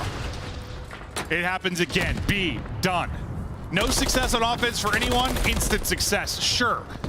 I think Clay did that have to get A. One. That would be the transition point over towards A, but doesn't get it. You still have a life advantage, 2 minutes to work with. Instead of, usually it's been like just over a minute if you even got the point. TJ able to snap back and get the seam, but we'll see if Asim slows down. He was on a burner. He's at 30. We'll see if he can start to pick it up and continue the hot stretch here in round 5. Because they're going to need him to go big defensively. As Priesta's worked all the way around, trying to come up behind Fell, or maybe catch people off a spawn. Seam spots one through the stairs. Yeah, and with Priesta, you can obviously, Felony's like, all right, we got to get him out of our base. On the other side, Clay, he's going for a long route. You can kind of see the way Asim's playing. The comms are like, we got to find Clay. Where is he? We know he was top heli at some point, but with the underground, it can get weird. And now at 2 dead, you rely on Slasher in Asim to get this, make this a little bit messy for Carolina, but it's not turning out that way so far. How long can Clay stay up? How many kills can he get? Maybe, but Snoopy deletes him there. TJ in an aggressive spot as well, just keeps on shooting, gets the kill through before Asim Simtex does connect. Gwyn also up to 30. Asim just ahead of him. little under a minute to play. No progress really done yet at A. You've got basically everybody here defensively for Breach, but Gwen trying to open him like a can of tuna. This is just both teams fighting for map control back and forth. You have another situation where Boston has 4 up, but the first 2 kills go the way of Carolina. And then off a spawn, here comes Slasher and Priesta. It was a crazy game number 2. We had a crazy game number 3 here. Maybe didn't expect this one to be as entertaining as it was, or as it has been. Play with a crazy gunfight with him. Yeah, what the hell is that gunfight? Snoopy just gets deleted. Under 30 now to go. And Boston have been able to get aggressive here defensively. Again, the drop shot won't hit. Gwen's able to get 2. Will this be enough? This is going to be your last chance to really go. Snoopy, though, Daddy Pop, he is hunting. Awkward timing there. His felony gets through, able to snap back, but can't quite get the kill. 8 seconds now to go. And the only one really lurking close is TJ. Oh. TJ's dead, and that should do it. A heroic effort at the beginning of round 1 for Royal Ravens is snuffed out as Boston Breach able to fight back. A crazy map 3. A scene goes from a slow start to basically a 5 spree every time the guy was up. I think he used 3 cruises over the course of that game. Yeah, he's just hoping his teammates didn't die while he was calling that in. Yeah. That was a weird one. A back and forth battle, but it's all defense. These games are stressful, I think, for both of our fan bases here. Yeah. Throughout this series. Had a close map number 1, come down to the wire, all the 1v1s, the 2v2s in map 2, and then this round 5, and we still got more. I swear, like, usually I think like that, you know, you can take what you want from various stats that we'll have, but like the highest streak sometimes will sort of tell the picture if someone's fine. But like it seems like 6 is really, he had like 4 of them. He had like 4 6 sprees. Like, oh, it's insane. He was erupting at moments. And Priesta also had 30 throughout that map, so he steps up when they needed him. Some of the highlights throughout it, it seemed that was that triple. Open things up, and I thought throughout that round 5, Carolina was doing enough. But Boston always found 1 or 2 kills to make it a little bit messy, get themselves out of their spawn. You had Clay inside of the spawn in that round 5. He gets picked.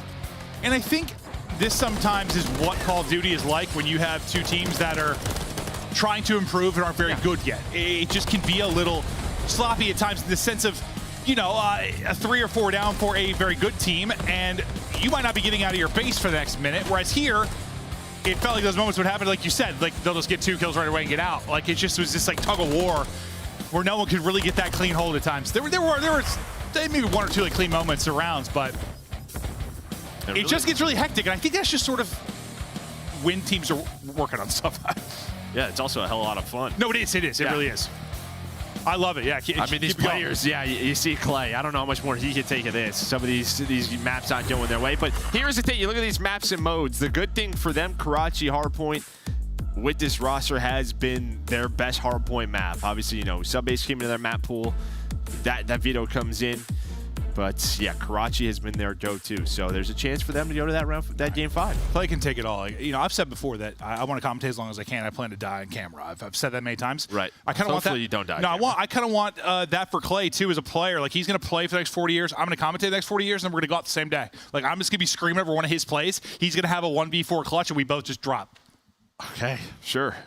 I mean, maybe. Let's hope that doesn't happen. Well, everybody has to die someday, Joe. I'm talking like 40 years from now. Okay. I'd be 79. And you would just like turn into dust and fly away. Yep. Same for Clay. We both got the same moment. Okay, sounds good. Okay. You guys should have that packed. Maybe get like a tattoo or something. Yeah, we said the paint my nails. Okay, but they're down 2-1. Yes, they are. Down 2-1. Trying to bring it back in. I'm honestly, like, listen, there are days you commentate. I've been doing it for so long that there are days that aren't as fun as others, just due to matches or, you know, you're just not feeling as great. I came in today, feel a bit tired, and then this match started. I'm like, I'm having a blast. It's been so much fun. But now to map 4, we'll see how it goes. Yeah, Karachi Hardpoint again. Yeah, one of the best for Carolina since this new lineup. How they, you know, won some of the hardpoints against a team like New York was winning here. Yeah, I don't know. It's like part of me thinks like with how it's been, we deserve a game 5. Like get us to a final search. And yeah, Rio, which neither team has played yet. Right? Obviously, just comes into the map pool. Yeah, I think that's what I want to happen. But we'll see if Breach can maybe get it done here, or if you're on the other side of it, like if you're Carolina, you know. really your glue, whatever. What clicked for you was the hard point when this team came together. You look so strong that you could beat anyone at any given moment. Okay, show it here. Because you're not going to do anything in this league right now if you're Carolina if you can't win a hard point in a match. Like, you're done. Yeah, see, fellow struggled yesterday versus New York. We'll see if he can step it up. Have a better map here, but yeah, I mean, just feels like throughout this match, there's just been so many small moments, and who's going to take advantage of it? I think really the keys throughout these respawns, a seam on one side, win on the other. Will it be someone else's turn? Someone like TJ, who's incredible in map 2. Who's going to be the hero? Who get the last laugh in this series? Is both teams just need these CDL points as we continue into this year. Rival nearly getting 2, but he smoked one off the rip with the headshots. He'll be on the receiving end to follow that from Clay. Yeah, so kind of be your first look at that sort of sub-duo between Asim and Snoopy. We'll see how they perform, but Clay just locking down the point. Carolina just not overextending to the objective quite yet, but going off a spawn, the nades, the stun starting to connect. Slasher only had 6 in the clip, so not going to be getting a kill there yet, but he'll hit the reload. We'll go to Asim, who's picking one out of the point. Slasher gets the reload. Slasher gets back into the action, but so far it's kind of a flurry of trades, and well, oftentimes that's how it'll be in the first hard point. It's a mixy one. Yeah, another map, a couple of hill changes here, P4, P5 in different spots. See those when we get there, but Carolina end up with 22 seconds, and on rotation, Fellow was able to take down one, but not this second. So inside a cafe, you do have Asim finding the time for Boston. Yeah, you won some key rotation fights, specifically Asim at the tail end of that invasion. We'll see if Breach can maybe get the advantage there again.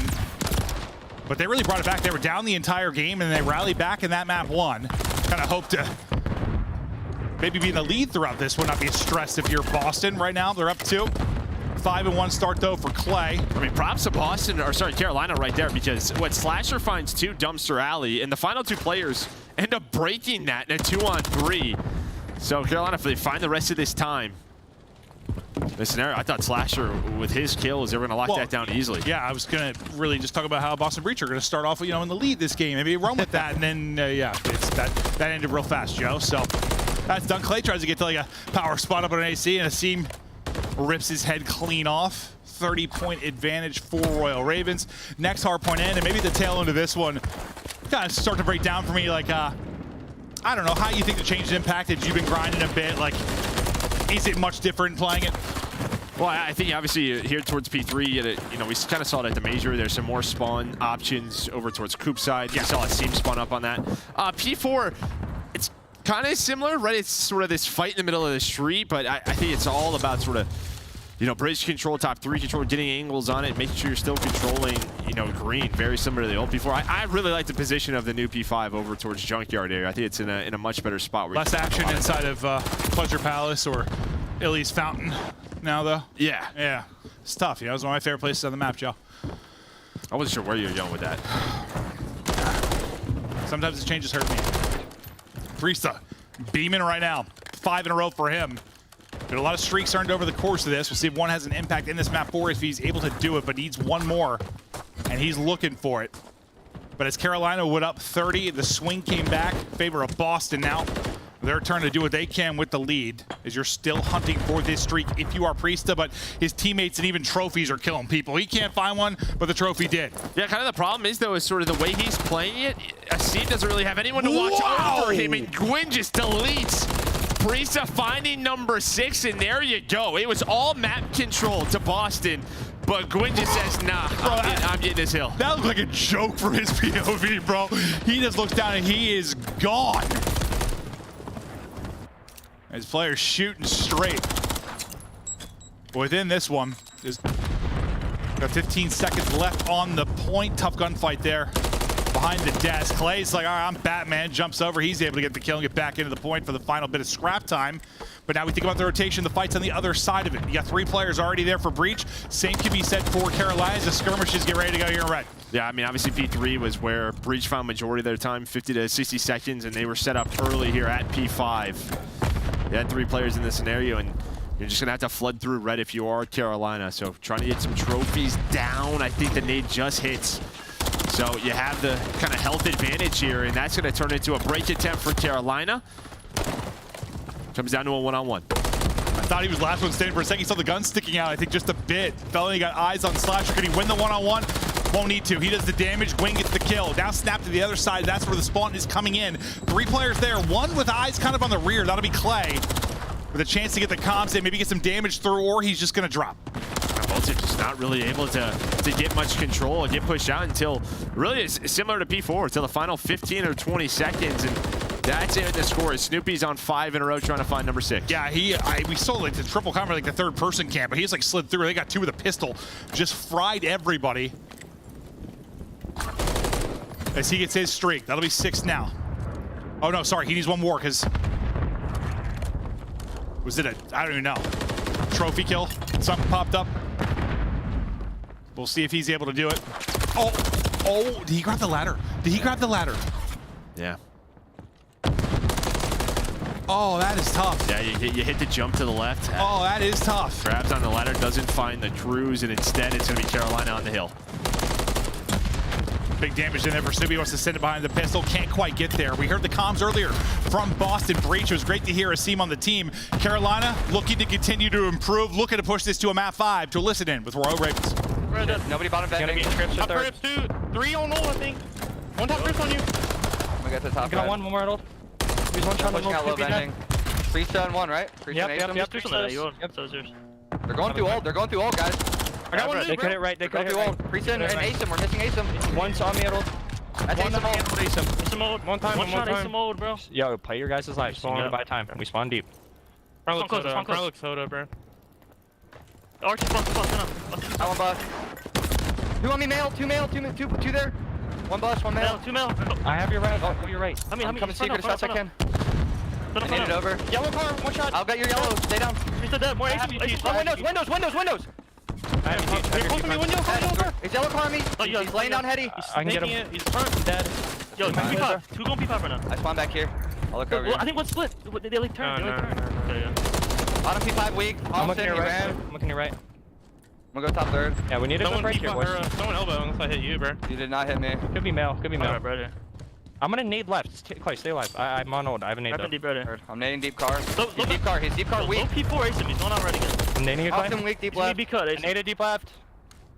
He's on that car. He might fight your red. He's soda to red. I just saw him soda. Top red. I can't deal with this guy Felony. You know, we've heard him forever. He used to have those crazy frantic comms, called him the motor mouth. He sounds like I don't even know, like a principal of a high school. Like, hello guys, let's just go ahead and make sure we slow it down here and value our lives, gentlemen. Who the hell is that? That's a new fellow, dude. He's been that way for a couple of years. I know, but like it's still so weird to hear sometimes when you think of how he used to be. It's nuts. Well, he's up to 18 and 14, and Boston trying to convert another P3 rotation into a lead change for them.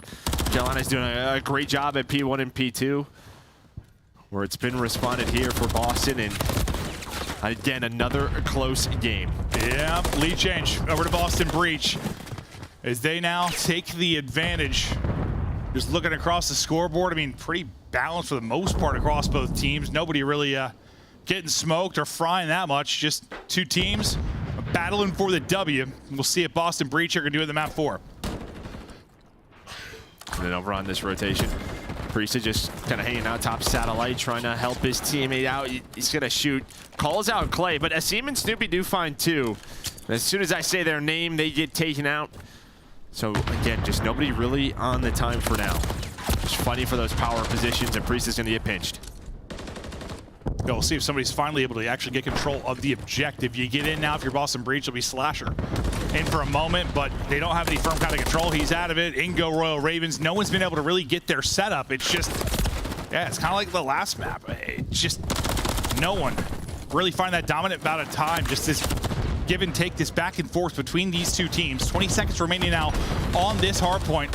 Well, you gotta convert this. Last time here over towards P5, Breach, they did not turn this into time, and TJ's gonna find the timing. He's gonna make this messy because you gave up 25 seconds as Priest is gonna rotate back. Now they're gonna get their setup, but this needs to be a better P5 hold here for Breach. Let's see if they can make it better.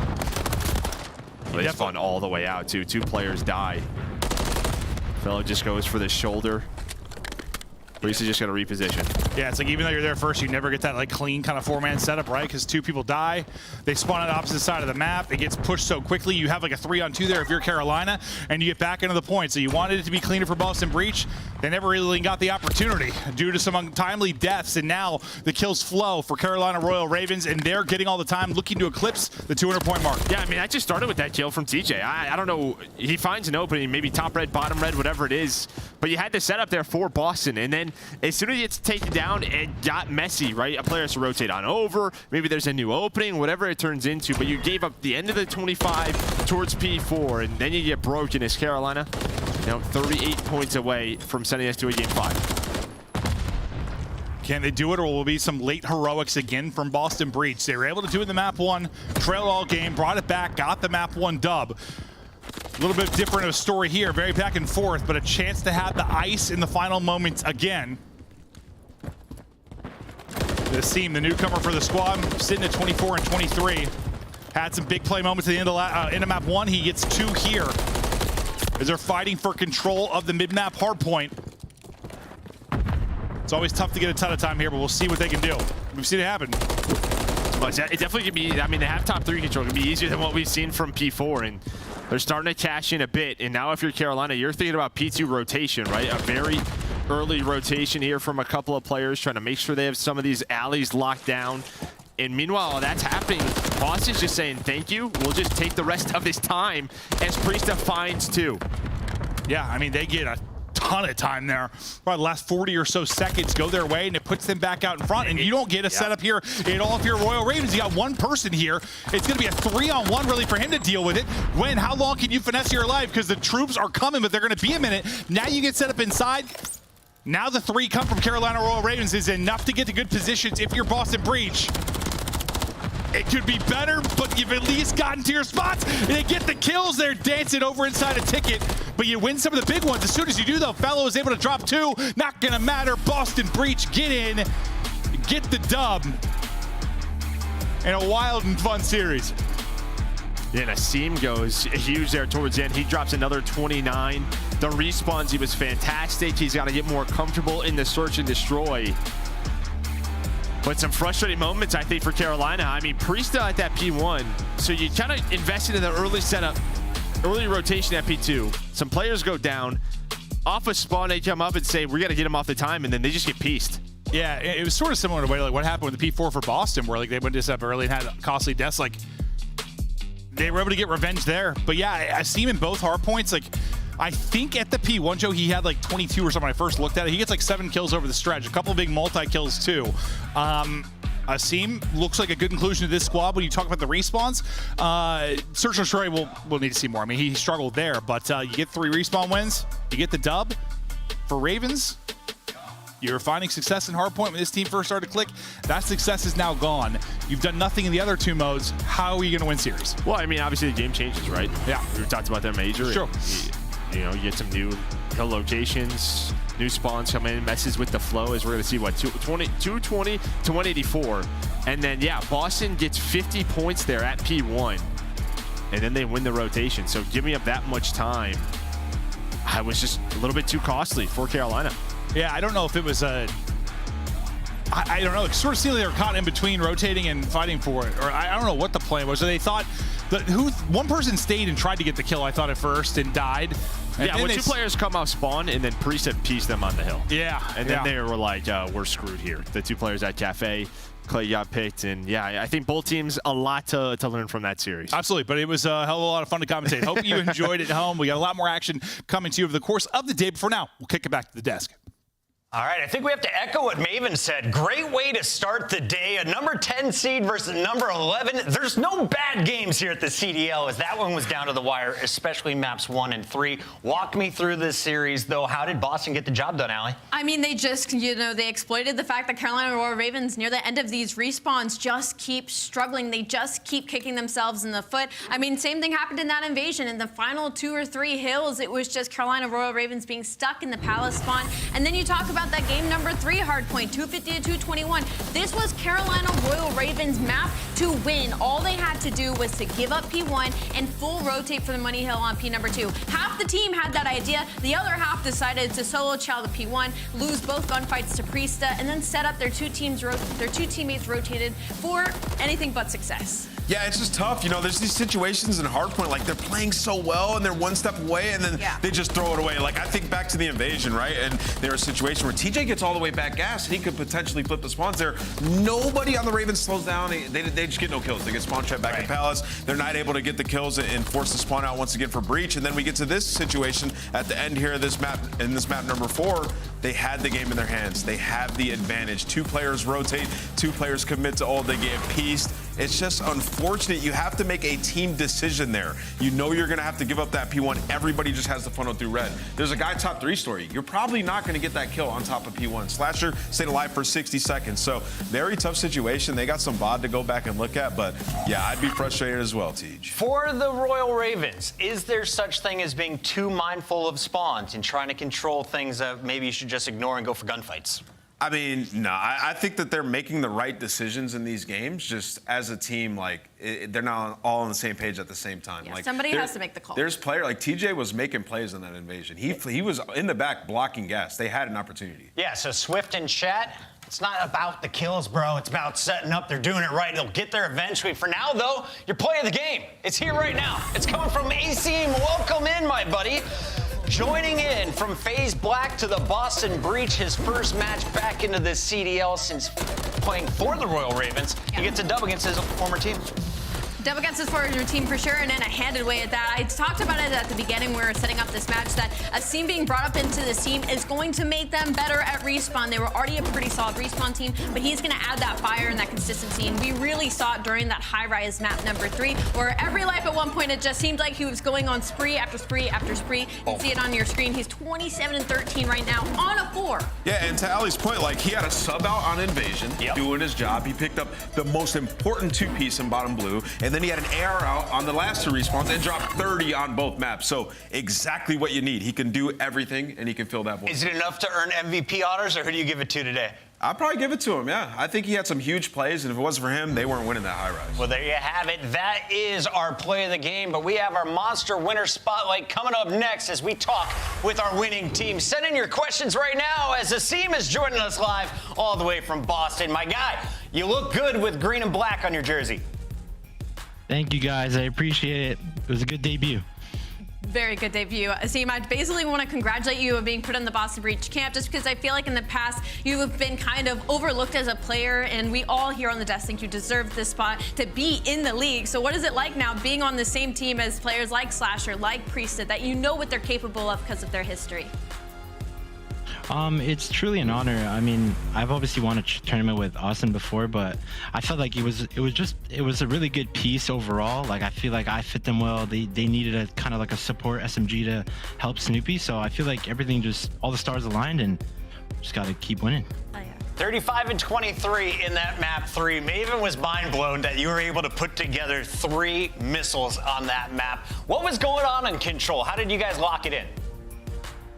Honestly, I just felt like for me, like I kind of took a deep breath, and like going after the map 2, I felt like I was a little too antsy and a little too frantic. So I just calmed myself down, and like I feel like for me, whenever I'm like calm and like leading the team and like in game, it like just kind of translates to me playing better.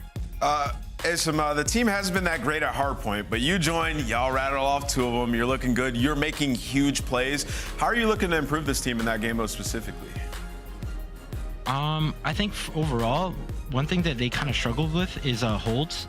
I think everyone's rotating and everyone's like going to the right spots, but I noticed like we kind of like in general kind of force fights or like get caught sprinting. So I think if we really lock in on just like keeping our gun up and like using our gun skill and not actually just sprinting at people, like the hardpoints will be much cleaner. And I feel like even in the map 1, I was sprinting a little bit too much, so it was a little too antsy, but that map 4, I feel like that was a clean dub, even though the score was kind of close. We're looking forward to your evolution as a team. Before you go, quick shout out to all of the Challengers players. You got a chance to play alongside them back in Boston. You won it for FaZe Black, and now we see a number of players getting scooped up into the CDL. Who do you think that has recently risen to CDL that the rest of the community should be watching? I mean, honestly, I think it's just attributed to our other two FaZe Black members, Brack and Exceed, man. They're really good players. I know they've shown it in the past, and just like me last year, if you're put in a tough circumstance, you're not really gonna do well in the league. And I feel like for them, they just need another shot, man. Like they might not be young and cracked, but they're veterans. So I think they deserve it. They're fucking good. I knew where you were going with that one. That is the Seam joining us live. Congratulations on Boston's win tonight. Thank you, guys. Love that guy. Love seeing him back in the CDL. And you get a chance to see Boston later this week. And for now, we have 2 more matches coming up. And if you don't know about them, it's probably because you haven't synced your calendar, Allie. Yep, it's because you haven't synced it. I don't know how many times I gotta remind you, but I'll do it as much as it takes. Never miss a match of your favorite teams with the Call of Duty League calendar sync. And here's the fun part. When you add a calendar, you'll also receive a squad up calling card you can use in-game. Scan the QR code or go to that link on your screen. Atlanta versus Miami. It's a battle of the East Coast coming up when we come back. Is Atlanta able to climb to the top of the leaderboard right there with Ultra? We find out next.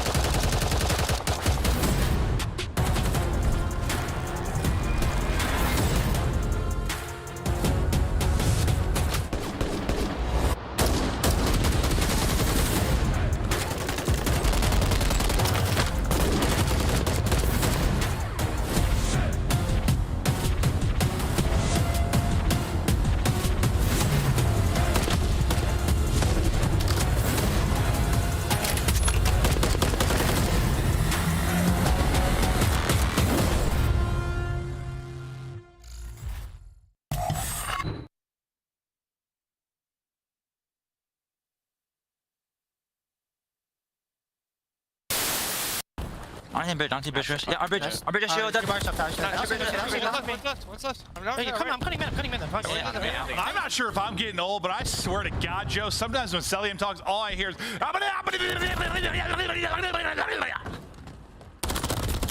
Yeah. Reinforcements are here now. Attached. Here we go. He flies on now. And able to find a second one. Progress being made. All of the Rocker members here now. They can stack this, and it's going to go quickly. Ultra have to fly, but Brisa already there on the cuts. Fans, he's going to die to a trophy. It could be the Major 5 trophy that just blew him up, but Attached trying to hold on. 3 bucks over 4 as well. Attached with the pistol. Standing follows it up, and there. They're playing my court. They have to play. They are both water. One shot. There's two water. They went red. They went red, Clay. Did they? Yeah, they went red. Both red. Both inside red. Both inside red. They went front door. He's hopping. Watch me tank. Watch your water. I had your water. Back door. They didn't see you yet. Nice! Let's go, Clay. Yes, sir. Oh my God! You gotta be kidding me! Look at that line of sight. Kenny has absolutely no idea. Look how long that is. Look at the size of that thing. Oh, Kenny's got to get off the bomb now. He's petrified. Wait, is he going to stick it? Time's ticking. Kenny's holding the line. If he gets the kill, that's one thing, but oh my, insight pulling out. Red dot, and he's going to chase it. Hungry for the streak. Checks it. God, gets 2. Come on, son. You cannot ask for more than that. The 3rd kill for Fame as well. Give me the AC screams in the player cam.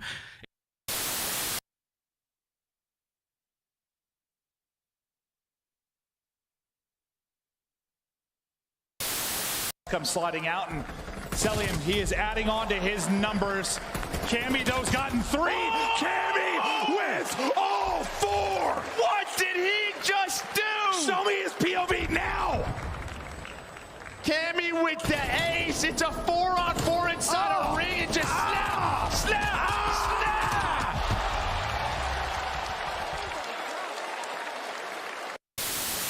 Did you feel bad about eliminating Vegas Legion from Champs? Yes and no, but yes. They're seeing them like, ugh. I don't know, actually. You are lying. I'm lying? him, guys. Yeah. My bad, Clay. Keep You have both players from LA Thieves trying to attack this from the middle of the map, but this might play right into Shotzi's hand. They're going to get completely caught off guard, and the bomb is going to be able to go down at B. LA Thieves, let's see how quick they do realize this. Dashy just fell off the map.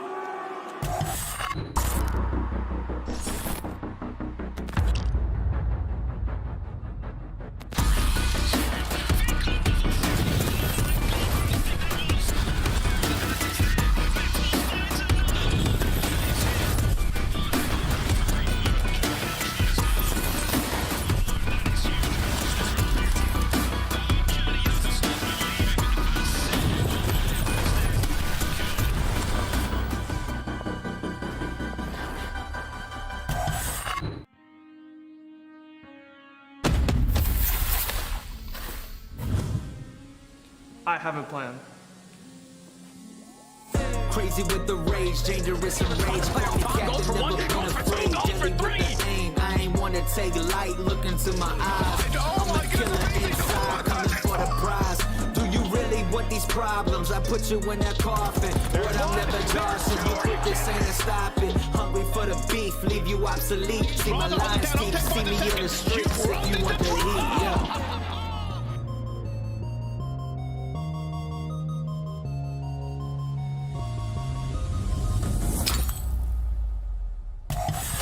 Welcome back in, everybody. It's the only successful team competing in Atlanta, taking on the Miami Heretics. This should be a good one, as the FaZe are looking for a DoorDash challenge, according to the chat. Allie, is it as one-sided as the chat is saying it could be? Probably simply because of what we've already seen from Miami Heretics yesterday, the fact that they just could not really hold their own against Toronto Ultra and now have to face the number 2 seed in Atlanta FaZe. Game is almost ready, so we're jumping right into maps and modes, Nameless. Break this one down for me. Are we getting 2 Game 5s here on a Saturday?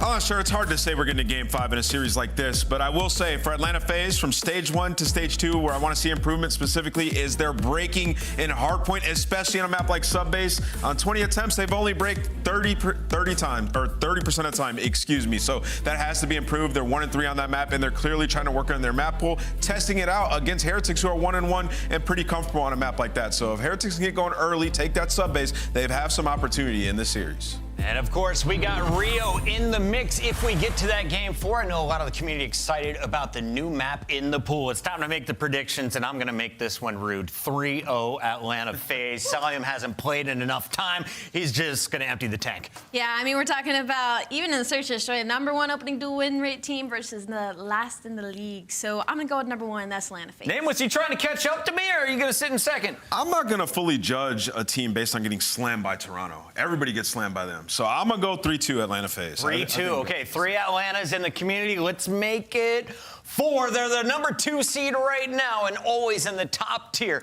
We find out if they can stay pure against a team from Miami as we send it over to the casters. It's Bryce and Chance. Gentlemen, take it away.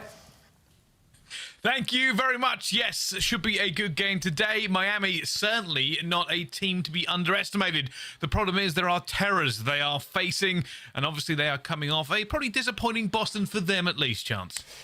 Very disappointing Boston, I would say. And yeah, you go through a very difficult Boston, you make a roster change, and then you get thrown straight into the gauntlet. Like, Scrap's tweet yesterday was perfect of like, hey, welcome to the league, Eric Boom. And then the follow-up the day after you get fed to Atlanta FaZe. So they got at least a repetition in, right? They've had a little bit of time now together. They get the match jitters out of the way. Atlanta FaZe, also a very tough task. But if you're Miami, you want to strike first right here on Subbase. This has been a map that Atlanta FaZe has struggled on a little bit. 1-3 record overall.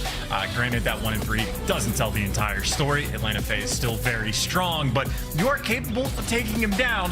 And I know Miami is currently on a pretty noticeable map loss streak. They're just looking to get one on the board.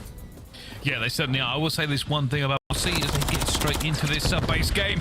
It is obviously going to be difficult facing the 1 and 2 straight off the back of LAN, but we'll see how they perform and how this shift has gone for them. Hey, look, you know, talking about sub-base, obviously the record for Atlanta FaZe gets mentioned. Keep in mind, Metals has been a player that has absolutely fried as well. So the guy opens up the map with a 2-piece, gets inside the time, and he has been accruing all of said time while getting the kills. So Metals, a lethal threat. Got to pay attention to him, because in the meantime, Miami are stacking the top side of the map to lock down P1 time, even have potential on this rotation. Vikul right now being the cutoff man, doing a great job of being annoying, and you can see his teammates, as soon as Vikul is slowing these players for Atlanta down, his teammates now have enough time to wrap back and get that rotation. So Heretics right now are on point. And this is beautiful, and then they are hungry for everything they can get out of this. Obviously defeat yesterday, but they are moving. Miami still got this hold, waiting for the players from Atlanta FaZe to make a move. Lucky will be the first one there and takes down Sim, not the second though. Beasy for a 1 versus 1, but has to back off with that health.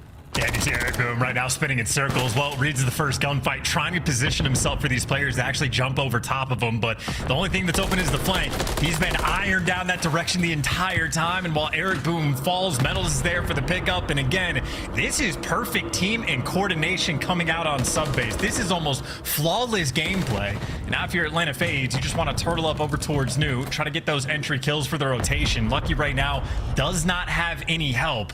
Maybe he wants to make the play, or maybe he wants to wait for his right moment to strike it. Talk about the right moment. Wins a free one, gets over towards the back, blocks these spawns, or at least potentially blocks them. Atlanta FaZe is going to be potentially quick to hunt him back down.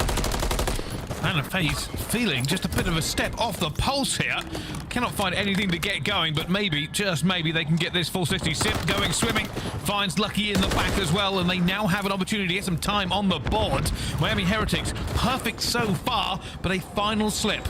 Well, you can see, though, at least like Lucky drags enough attention that, yeah, no Atlanta FaZe players were able to push out and really get into position. So Draza a bit late to the fight, ends up picking up a big 2 kills just to slow it down. But that is certainly an opportunity for Miami to keep things mixy. This has not been good time coming in from Atlanta. Even big gunfights again being won by Lucky just to keep these players out of time. And I know the final 22 seconds going to go Atlanta's way, but that was far from the full 60 they were looking for. Heretics might not have gotten the break, but certainly did some damage on the way out. And of course, on the rotation, they are completely set up for New. They have so much of the map pushed out. Heretics not taking their foot off the gas even a little bit against this team, even feeling confident as they are. Just 34 seconds on the board here for Atlanta FaZe. Miami Heretics already locked in with this rotation. It is a hard break at the best of times. Atlanta FaZe have to go all the way across the map. Yeah, and they're going to have to win some very difficult gunfights as well. Unless Sim can maybe catch a timing and shoot some players in the back, but he's waiting for the map to sort of fall into place for him. A bunch of trades coming through. Finally, Sim is going to make his move, but Heretics players already off respawn. There are no open avenues of attack. Right now, they are keeping it on lock, and Metals continues to perform. This is a dangerous time for Atlanta FaZe. I don't know whether they're cold or whether they just weren't expecting this level of resistance. But Miami Heretics are gapping them at the moment. Celium trying to do everything he can as he flies about, but nothing for them. And this has gone from bad to worse. It's going to be over 100-point difference as we hit this rotation. And here comes Eric Boom. Yeah, I was going to say it's going to get worse. He just caught some fantastic timing on the backside.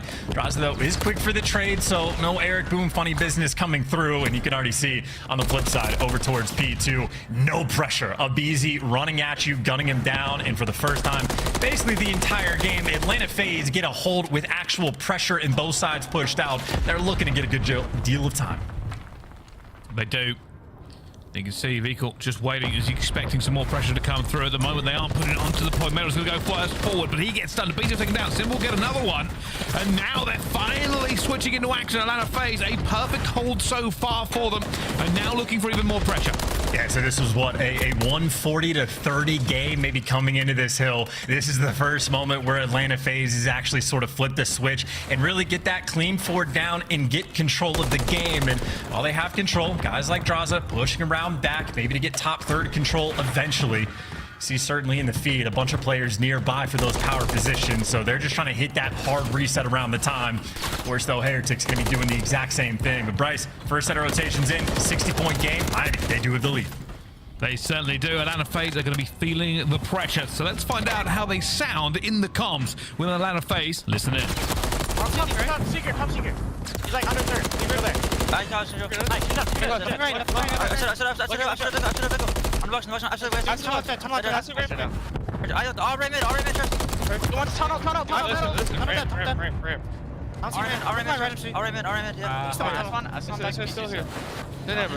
It's lucky. Run me, I think Snow dropped. Eric Boom's right. I'm trying to go pick up. Help me too. This is third. Take to the back. Yo, one to the back on me. I'm probably dead, guys. Just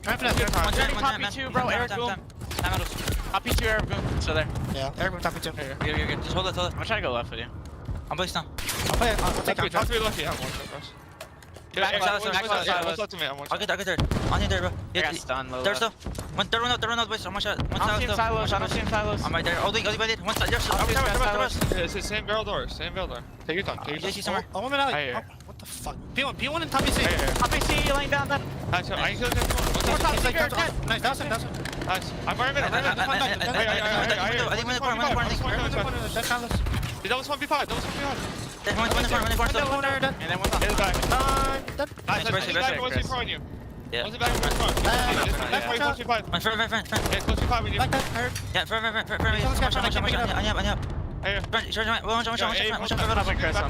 One shot. Nice, he was front. Other one behind me. Nice.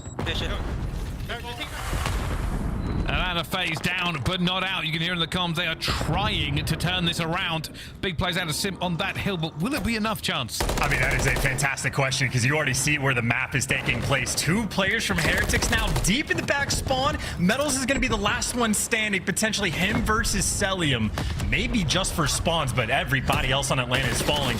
Great news from Atlanta. They just spawn up right on top of that new time, though. They do clear out the back and again able to stabilize. Still down by 70 points, though.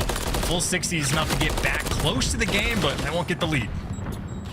Celium getting out of there as well. That is a tricky play from him, but still will be caught. Outnumbered now. Atlanta FaZe lucky from behind. Will find this last one. Gonna get him as well. It's Simp still staying alive. That's another 2 beats from Simp. Surely not a 30. Oh, no. Simp, unbelievable play to stay alive for his team as long as he can. It might not be enough, even with the 3, but Atlanta FaZe trying to seize onto the little bit of hope that he's given them. I mean, still, though, one of the tricky things about this hill is even with the 3-piece, it is just that deep water route to actually go and get those spawns.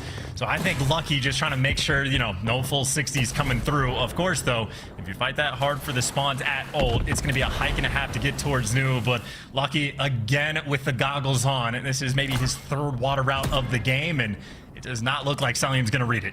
Celium isn't going to as well, and he might get the 2nd one as well. Draza staying alive, stunned into the water. Those fish are going to be concussed for a while, but Lucky is still staying here. They're going to have to deal with him eventually. I mean, he's just, again, just dragging away time and dragging away attention, so the players inside the hill have to look too many directions. Simp, though, doesn't care, or maybe he does because Eric Boom is sent in for the wipe. And again, it is the water route, it is the spawns getting flipped, and you just have Miami doing the annoying things right to make sure they stay in control of this game. 30 seconds, and they walk away with game number 1. They can't do it here, but my God, do they have control. And they have come to play. They are playing this map perfectly. Atlanta FaZe are being pulled apart at the seams. And now Miami Heretics, they're within striking distance of getting this one done. Eric Boom, 26-19. He has put the hurt on. He has taken it personal from yesterday. Yeah, nah, him and Metals are having an absolute field day right now on sub base. 7 more seconds, and Miami get their first map win since prior to Boston. So we're going to be excited for it once they lock it down. P5, though, this has been the only hill Atlanta's been successful on, but bad news now, you're getting flanked. Here comes Eric Boom, just sent in for the kill. Might get traded out, but that is the damn thing broken. Miami can collect his time. And now we'll get a little bit of gun from Abazi, but they just have bodies to throw at this and 3 seconds left to go. And Drata trying desperately to keep this one alive. Vico looks for the wrong corner to begin with. Doesn't matter. Teammates get the kill. And Miami Heretics takes the hard point against Atlanta FaZe. Yeah, vamos indeed. That is a nice little battle cry roar coming out there from Metals. Able to sort of wipe off the match they had yesterday and, again, get a little bit of, wind in their sails. Eric Boom, I know, faced a little bit of criticism for his performance, but it's against Toronto, and that's day 1 for him. Well, on day 2, after 1 against Atlanta, played fantastic through and through. And frankly, Miami just did as a team. I mean, they had the 1P5 hill the first go around, and that was the only hill they struggled on. Otherwise, they got every single break that they needed. Any opportunity to lock something down for a good chunk of time, they were successful. The number of water routes they took just to be annoying. I mean, look, sub-base can be a difficult map to orchestrate. Miami did it nearly flawlessly. Yeah, I also say I think realistically Atlanta FaZe, I don't know what it was, but a stay off the pace, at least in the first couple of hills as well, really set the tone for it. Maybe, just maybe, if they were better off that break, they could have had a little bit more wiggle room to come back into this game. As you can see there, as we go through the highlights, almost the entire time trailing and never really able to get any kills until this hill. I mean, and even then, I mean, there's two different moments, I'd say, for Simp, where he is literally popping, like, by himself just about solo 3 pieces, but the way that, like, Miami were playing the map, they made it almost ineffectual. Like, you had Simp doing that at, like, the, you know, the new back P3 hill, but Miami just put in enough effort to get the close spawns that it just doesn't matter if you're getting 3-piece, because you're going to be so close nearby. So I think Miami just, again, straight up played the map better. Even right from the jump, like that play where they were basically triple stacking P1. Vikul is the only man responsible for watching Warehouse on the rotation of P2. That's a big moment where if Atlanta FaZe kill him and get out, you just win the rotation. You trade away P1 time to get that new hill. But instead, Vikul slows him down enough for his teammate to get back in position. And like, yeah, Heretics, again, just straight up ahead of the game the entire time. And that is something we're going to have to keep an eye on as well. And we talk about vetoes and the changes to these maps after the patch chance. You know, everybody's kind of reworking their map pool. For Miami Heretics, that'll be one that they certainly try to keep in the locker as much as possible. Maybe not so much for Atlanta FaZe. But the map pool, yes. So the high-rise S&D, as soon as the map gets finished and played, Miami is going to be the first team in the league to have actually played every single map. So in a sense, they might have the deepest map pool possible. And that, by the way, is not including Rio, because obviously a ton of new teams haven't had the opportunity to play a Rio Hardpoint or Search and Destroy yet. So not counting Rio, Miami is the first to play all of them. But then keep in mind, they've also played both the new maps. Miami yesterday, the first thing they did was get a rep on the Rio Hardpoint and the Rio Search and Destroy. So whichever way you look at it, Miami is working incredibly hard to have the deepest map pool in the game. Yeah, and I think that's the way that they approach all their games. One of the things I've really liked about the Heretics, and when we've watched them in the CDL, is just how serious they take every single game. The team meetings, the passion is overflowing from the beginning. And again, maybe that's why, you know, they come out of the gates firing on all cylinders every single time. It is not an easy game against them, even though yesterday, obviously, Ultra took them to task. But that is the #1 team in the game right now, so it's not always a fair judge. No, 100%. Like, you know, the top teams in the league right now are just clearly, like, stacked with talent. Like, you know, the Toronto, Atlanta, and Optic, it's basically superstars across the board. So other teams that are not in the top 3, top 4 mix are going to have to do so much extra to be competitive. And Miami Heretics, as you pointed out, are doing everything extra that they possibly can. I mean, again, on a teamwork front, they're trying to be as on point as they possibly can, to the point where I think even Vikul at times has been like, you know, we're actually trying to play too perfectly. We just need to chow a little bit more. But I mean, the teamwork aspect is there. The team chemistry in and out of game is going to be there as well. Of course, the early S&D rounds have been very punishing. They have the worst opening duel win rate percentage in the league. So that is going to be a focal point here on High Rise, the First Bloods. Can that be something Miami also can try to compensate for? Well, a little bit of confidence, I think, is probably the key for them here. It's never easy going up against the big dogs in the CDL, but a win on Hardpoint like that, I'll give them confidence in what they're doing is correct. Everything they've practiced, everything they have worked towards. A disappointing Boston, but it is only the first major of the season. A lot to go, and now we're on the road to Miami. And that is going to be their home crowd. And the home crowd is going to be, it's always interesting as well, of like how hard they're going to go for cheering for the new home team. So I'm excited to see it. And of course, we're going to be seeing in this match. I know that Des touched on it quite a bit. We brought up how you have what Miami Heretics worst overall opening duel percentage when it comes to Search and Destroy. On the flip side, of course, for Atlanta FaZe, the best. You have the Beezy on your team. It is the expectation that he is going to be that First Blood king. So you're going toe to toe to see if they make those improvements. Nades already going out. Got to bear in mind, no trophies for this. And all the propane on this map, a little bit explosive. So you can see some of them already taken out there. That means players can now safely go in those areas. And and safely taking care of those is going to be a pretty big benefit to the squad, especially because it is almost random on A where it'll just team kill you. So make sure if you want to make that approach, got to do the little things correctly. Atlanta FaZe doing that off the jump, but 35 seconds in, a kill has not been rung out. Metals and Simp nearby each other on the mini-map, but one up top, one below. The approach is on B. Metals is in that corner. Simp and Metals, Metals hasn't seen Simp. Simp has definitely seen him as well, but that pole is always a nightmare of a gunfight, but Abizi will get that first blood. Lucky coming to reinforce, doesn't matter, gets caught climbing the ladder. Vehicle gonna go in now. One by one they fly, but Vehicle actually in a really good place. I don't know if he'll get out of this after he makes the kill. And he doesn't. Abizi will catch him. 1 versus 3 for Boom. What can the rookie do? He knows the bomb's going to be down on B. But now he's spotted, now he's trapped, and you're going to have every angle to deal with. And Abizi just jump on him from the hill. So first round there to Atlanta. And you see the way, by the way, that first blood just went down.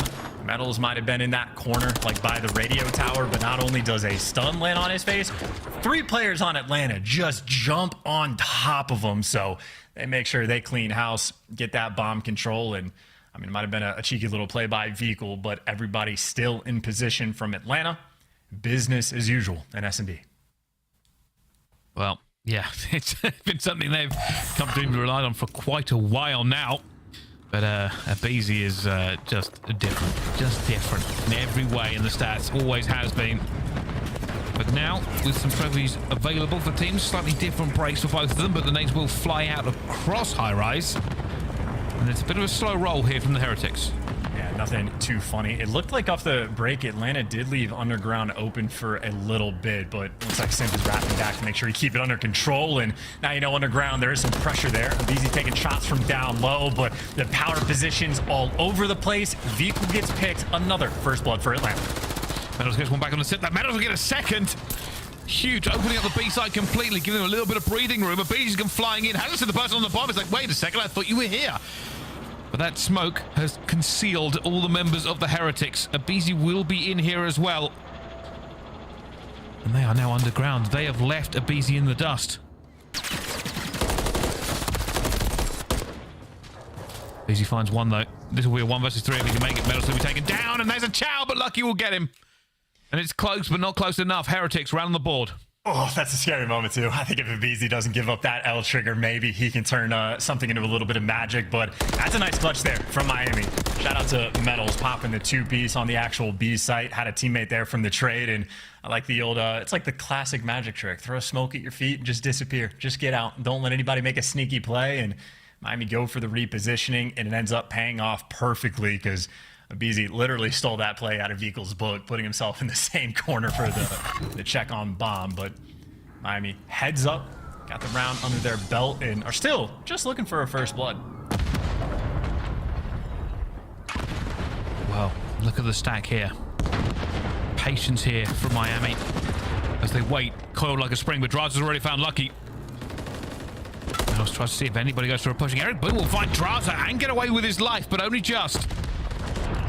Now shots ricochet down that B corridor. Oh, that's a nice angle too. Not an easy gunfight to win for either player. And the pressure down the B street, there it is. You called out Bryce, that stack they had on the B street. The extra men there are enough to take down Simp. And Abizi didn't get spotted, actually. The timing goes perfectly. Metals doesn't catch him on the cross, so we got a true 2v2. And Metals is tagged up. I think Cell there from downrange gets him with the wall bang, and Cell with the ego as well. He wants to take down Eric Boom, but get out of dodge. 35 seconds to play with. Good news, though, for Eric Boom. The bomb is near him, so Atlanta FaZe, it's not the ideal situation. Oh, Eric just saw set in for a second. Tries to stay alive. Surely not for Eric Boom. It won't be the Cinderella story. He will not go to the ball. The glass slipper does not fit in that scenario. And a FaZe pulled out of the fire. Yeah, no, that's just, that is Call of Duty timing on a few different fronts. A little bit weird timing towards the end there from Eric Boom, but just the fact that Abizi is able to make it out on that cross to the back window and get that freebie kill, I think maybe just super unfortunate timing there for Metals, but it is the little things that'll get you. Atlanta FaZe, another round on the board, and still 3 for 3 on the first blood front. That is dangerous in S&D. Suddenly got to stop giving those away. Just changes everything to set up as well, but a bit of an aggressive push here. already going straight through. I don't know if they're going to be caught or seen. You can see Celium is going to be jumping that window looking for it. The stuns are going to fly out as well. Abizi putting the nades down. Player's still alive. First blood Abizi.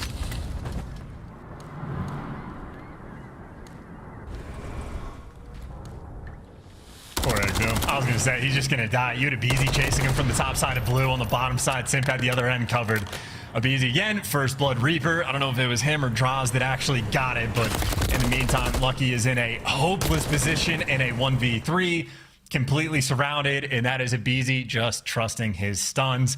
Use the stun to clear out, like, you know someone's over by A. He naded basically the back barrels, didn't connect with the hit marker, so he just knows there has to be a guy on this close box. Fries him for absolutely free.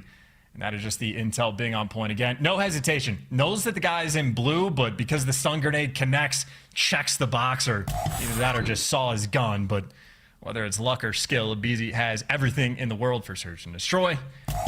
And we are now 4 for 4 for Atlanta FaZe on the first blood front. Like I said, that's the terrifying thing here. Like, there's just no real dealing with Abizi.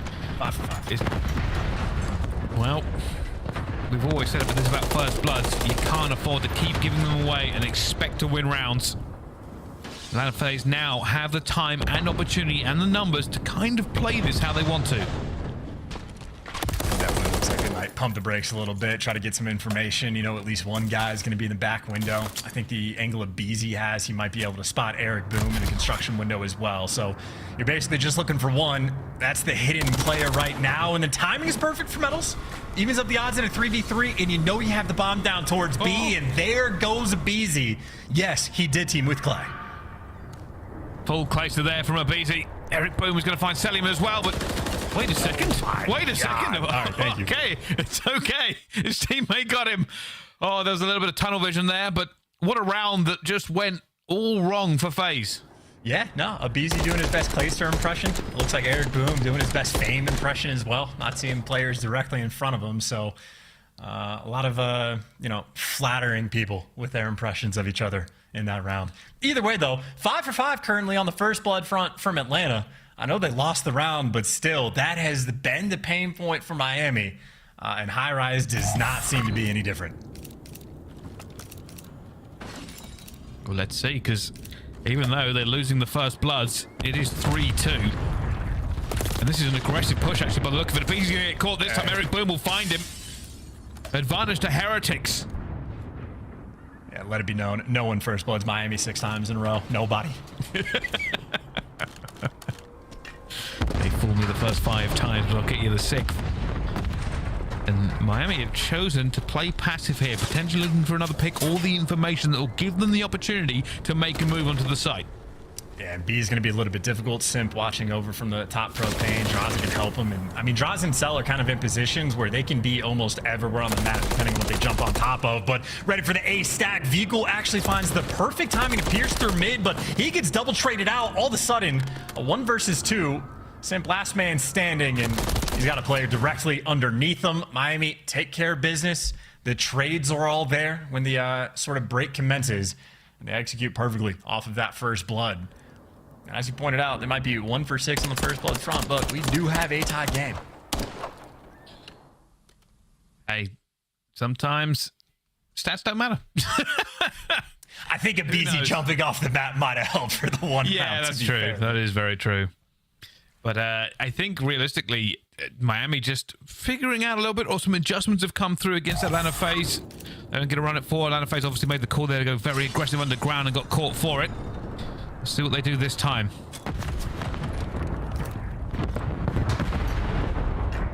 Once again, a massive stack by Miami towards B. The nades are going to pan off as well, so they do get the first blood, man advantage, but around the site, Abizi ready to jump, but it's a couple different corners. Eric Boom out on B Street.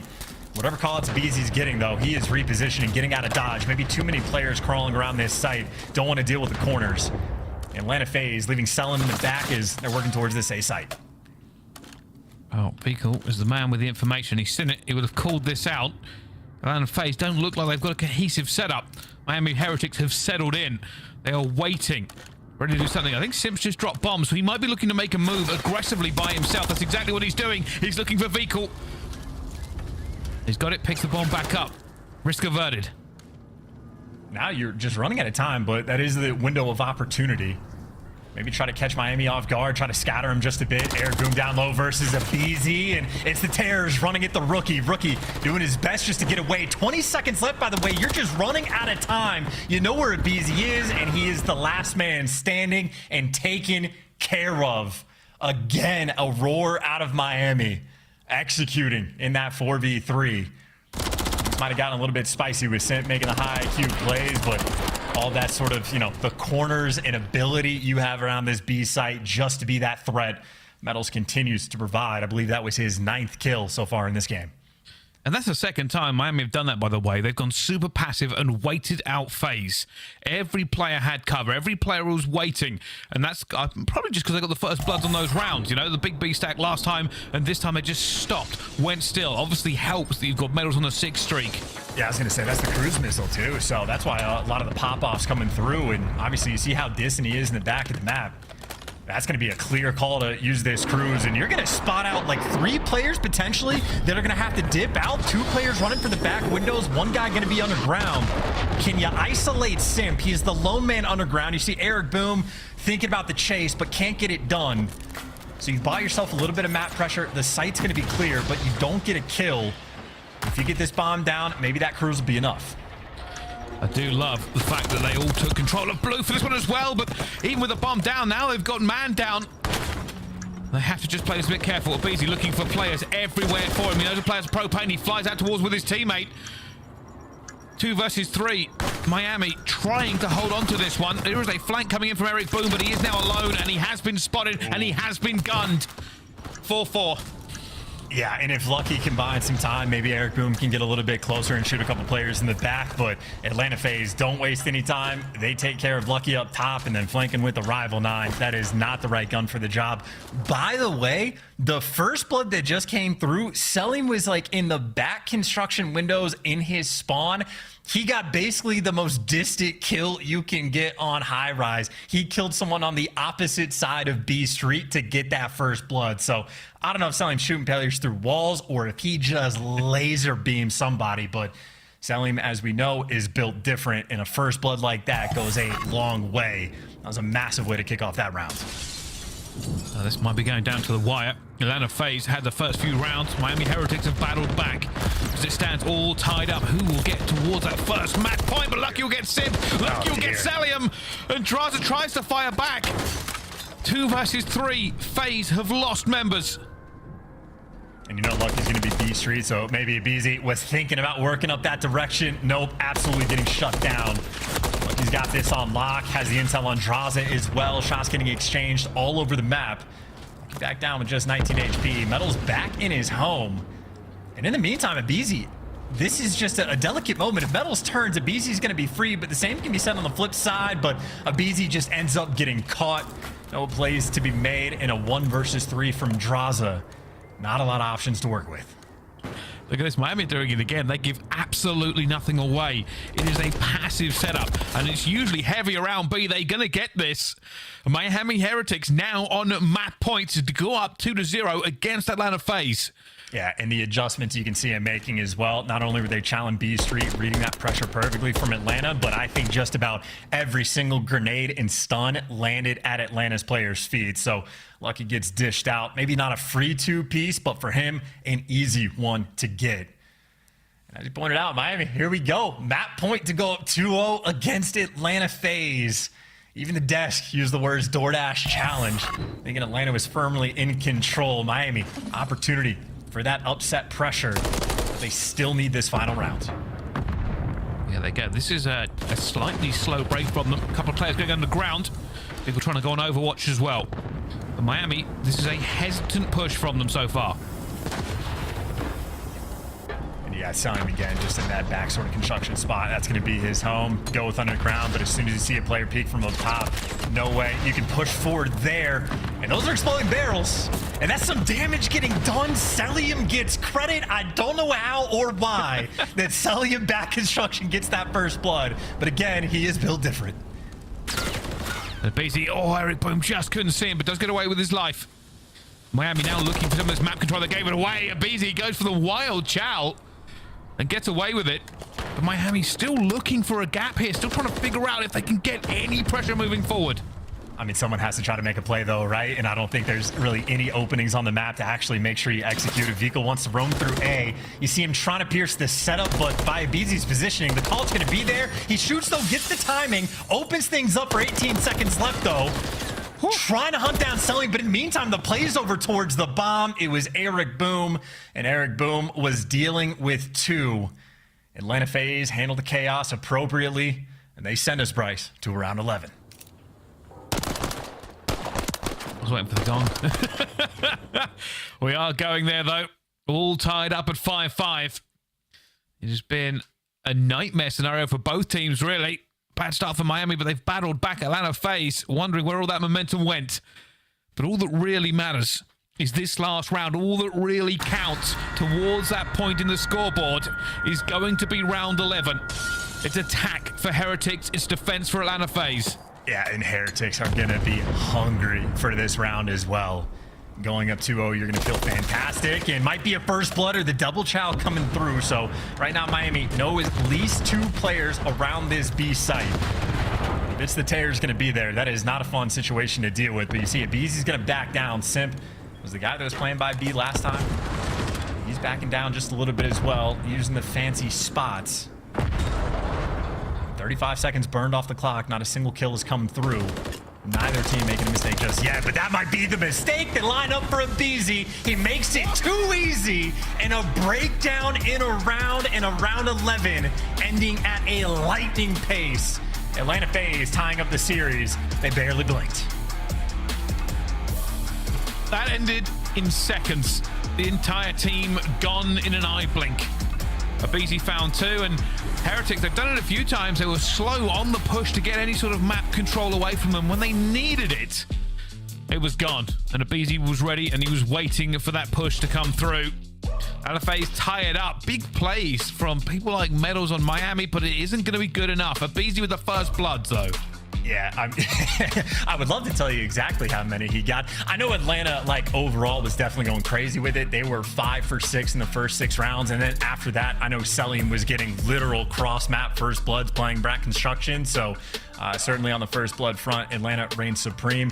They trolled the 1 round where Abizi fell off the map. But I think what we just saw in the round 11 is Miami just a little bit too fast before the smoke actually comes out. So I think if they wait an extra maybe split second, the round plays out differently, but that is not the case. Call of Duty, a battle of milliseconds, and that is enough for Atlanta FaZe again to tie up the series, get that clutch round 11 win. But Miami, again, that's the first look we've seen them on high rise. They're going against one of the best S&D teams in the world, and I think you'll take that. Not a fun loss, but you were competitive.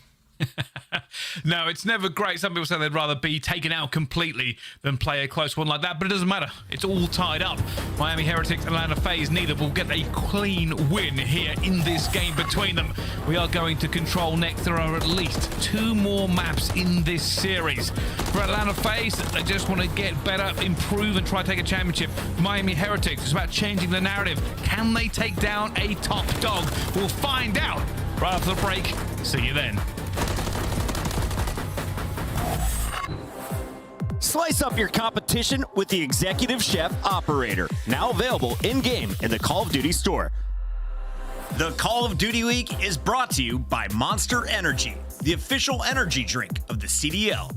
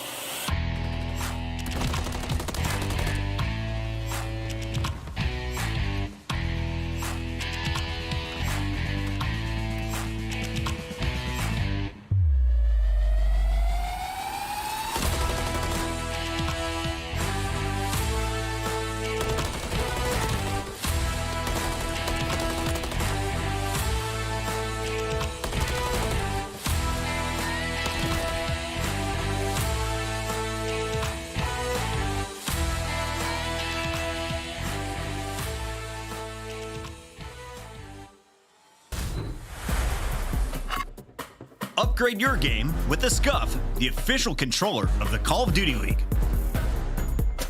Start the season strong with the Call of Duty League pack. Grab yourself the CDL Operator, Weapon Blueprint, and so much more. Check out the Call of Duty store in-game now. Ladies and gentlemen, welcome back to the Call of Duty League. We have Miami Heretics versus Atlanta FaZe, and we are all tied up after a tight couple of games. Who comes out ahead on the control? Chance, tell me the truth. Well, I mean, Atlanta FaZe is spooky, right? Like, there's some base they haven't been, like, overly fantastic on, but now you get the round 11 win, get some momentum in their sails. Like, most of the First Bloods were rolling their way anyway, so very high expectations for these guys on control. And I mean, I know, you know, Simp back in Cold War was like the clear-cut best controlled player in the game. Obviously, on a KD front, Selim is going to be topping the leaderboards in pretty much every game mode in a 1.45. That's absurd. Like, that is genuinely insane, and that is, like, you know, in large part, Selim is just a gross player, but he also does play for the stats, and when you have stats that are that high, it's a combination. That means his team is also playing fantastically well in the game mode, and I think we saw Draza also had like the 3rd highest overall control KD. So the ARs absolutely feasting, doing their jobs, dishing out the damage, and just playing that sort of like overseer sort of role and letting the Terrors go to town. So it's Karachi, a lot of close range gunfights, Metals and Eric Boom, fantastic map number 1. They got to bring the same pace here on Karachi. Well, let's see. Metals there opens up proceedings against a BZ. Sim's already going to be on this point, but he gets cut down. It's always horrible to get first into there. You're relying on your teammates to cover you. Again, these are that sort of battles. That is Selim's job. Get to a power position and just live. Make sure that you always are keeping the pressure up on the map.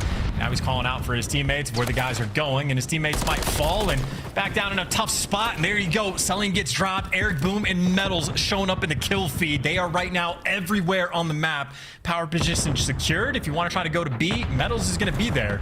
So Atlanta FaZe stuck in your spawn. They're going to be working through Coop, but they're going to have to take their time. And they just need a few kills to break this momentum.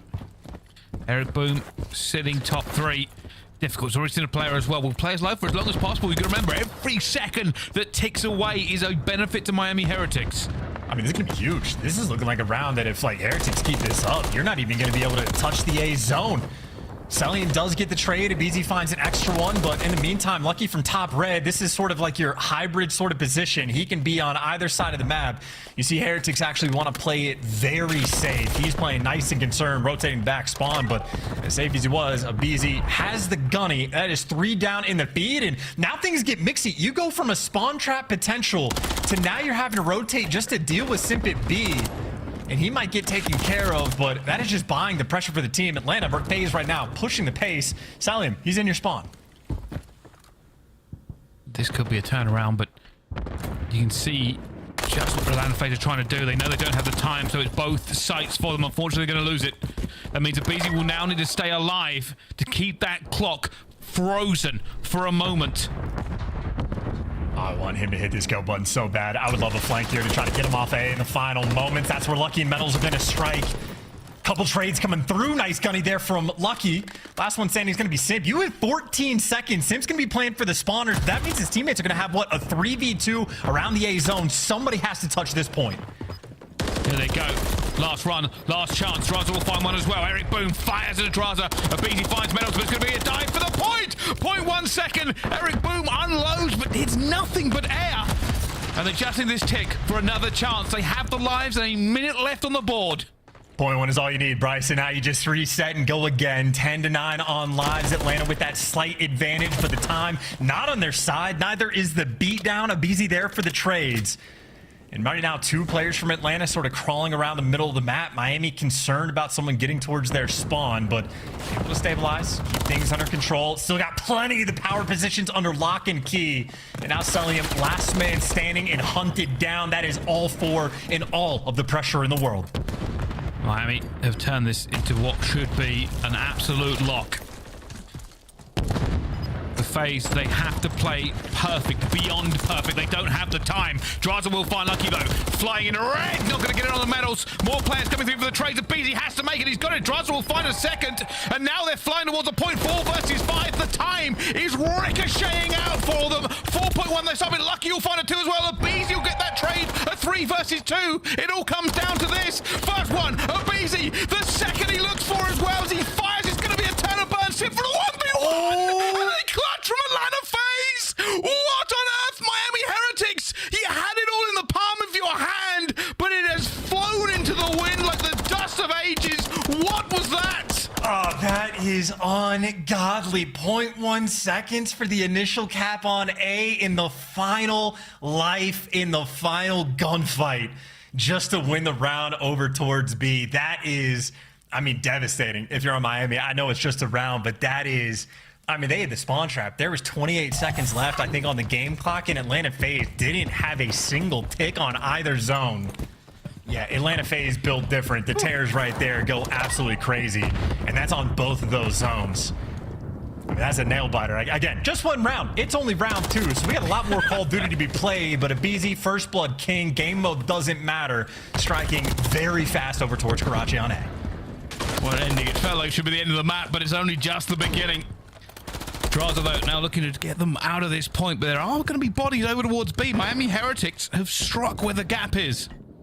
I mean, what was the theme for like round 1? Atlanta almost biting off more than they can chew. They tried to work towards B before they secured A. It almost punished them, and now they leave the B zone a little bit open on defense for Miami to create that opportunity. So Atlanta FaZe opening up the map for these opportunities, but they've been clutch at dealing with it, and it comes down to a 1v1 gunfight again. Eric Boom and Draza. Draza does not waste any time. Clean shop and all of that just for a tick over towards B. So it's nice to have, but you still got a long way to go. It all goes a bit quiet, all goes a bit still. Miami now need to make the moves. Vika will kill Eric Boom. Draza's still alive. I don't even think he got hit. He's chasing him down. He's going to find Vehicle. 52 seconds on the clock. Miami will be looking to get A converted. I gotta say, that was almost 200 IQ out of vehicles for the team kill, because that stopped Draza from getting the cruise, but Draza in the next gunfight ended up at 1 HP, but secures it. So now you get a cruise missile on defense on Karachi. That A zone impossible to capture, and if the cruise wasn't bad enough, the spawn trap might be worse. Abizi's just gonna be a menace on the map. There's nowhere you can go. Abizi gets dealt with, but it is just, I mean, you're stuck. You're done. Good luck. Pray for this one. The blender is fully in operation, and this one has an extra smooth setting. Atlanta FaZe are punishing them back into the spawn now. One last roll of the dice, but they've got nowhere to go. Abizi and Draza, they hold all the doors. Draza finds another kill. There will be one for Metals, but he doesn't have a jetpack. He's not finding his way into that point, and that'll be over. FaZe 2-0.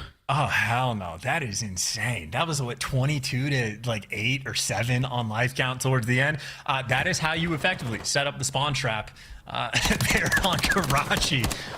You had Miami creating like vaguely the same opportunities, but that was executed incredibly well by Atlanta.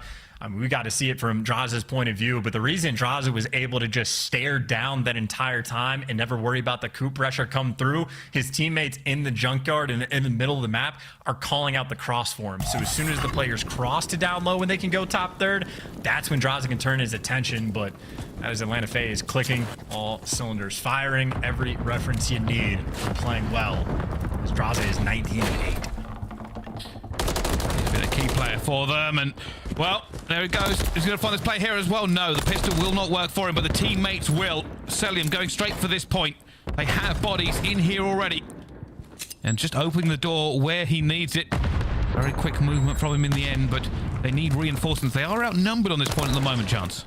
I love how even when he's just opening and closing doors, you can just see he's twisted. Like, that is the most aggressively quick way to get that done, but they're still having all the pressure on B. I mean, this is the final tick nearly through. Heretics players are here in corners being annoying. Abizi with a quick little flank, doing the little dance around the zone. It's enough to get his teammates in the mix, and his teammates are there for all of the trades. B zone should be secured. Draza make that 23-9. He might be the KD leader after this map. We'll have to see, and it's just gone from bad to worse. You can already know that Atlanta FaZe are turning up. Confidence is flowing through their veins. For Miami Heretics, they need a breath. They need a second to breathe to bring this back under control, as the A zone is now in control of Atlanta FaZe again. This is just just where Atlanta's at their best, though, right? I mean, you got the Terrors on time. You got Selim by the bridge, and Selim is one of the most annoying positions in the game. You can see in the feed he's picking up 2, and inside of the time, this is an SMG player's dream. That's all 4. That is a double stack. That is the A zone captured in the round done. Atlanta FaZe not making any mistakes. That is aggressive on Karachi. No time wasted. It went from a 1v1 with almost no time remaining in the first round to Atlanta FaZe flexing the muscles, hopping out of the shirts. 2-1 Atlanta FaZe. Yeah, this is, again, scary hours right there. As soon as that first round happens in a fashion like that, like, Miami is not a team that I think, like, tilts and, like, loses full or anything like that, but there are some rounds that are just too difficult to come back from, and Atlanta FaZe, followed that up with a choke slamming on defense for round number 2, so that switch absolutely got flipped. Atlanta FaZe now on that point. Certainly not going to be a 3-0, but on a momentum's front, Atlanta FaZe much happier to be playing, I think, the Rio hardpoint compared to the sub-base. It's an interesting one as we move forward because Atlanta FaZe, that was a different gear. And I know if you are Miami Heretics or a Miami Heretics fan, map 2 and 3 are going to sting. You had it in the first round of Control. You could have had the S&D. But it is not to be, and it will not be written into the history books. They're only saving grace if they can win 2 more maps, Chance. No one will remember this. No, not at all. And let's take a look at some of the highlights. I think it might be a bit of a Draza montage as well. You saw the scoreboard towards the end. 25 kills for Draza, and there was 2 players on Miami that were not even able to get to double digits. So Draza absolutely feasted. I know in the first round, it was pretty much simple and easy, taking turns, making the pop-off plays around the objective, but sort of that overwhelming force. I mean, Draza in this moment, by the way, after round 1, I think just finished at 7-7, and then he just turns that into an immediate cruise missile, 13-7, and he just never slows down and never looks back. So electric stuff on offense, and then again, this is just the slammage going through. Also a 10 spree at least that he goes on. He might have gotten a 11 before he falls.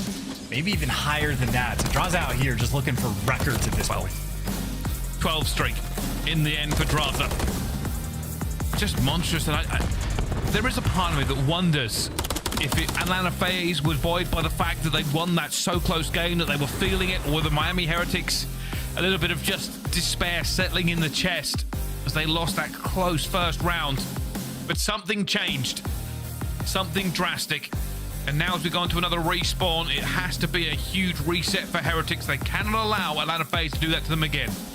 And this is going to be a very interesting map to see that sort of disallowment potentially coming through from Miami, because they are, them and Toronto, the only team in the game that has a single rep in this type of environment on Rio. I know there was a good bit of discussion about Miami was running 3 ARs for them, or sorry, it was like a 2-2 split. They're going 2 ARs, 2 SMGs, and then Ultra typically were sticking with the 3 SMGs. Scrap ran a rival pretty much the entire time. So Toronto brought a little bit of extra pace to the map.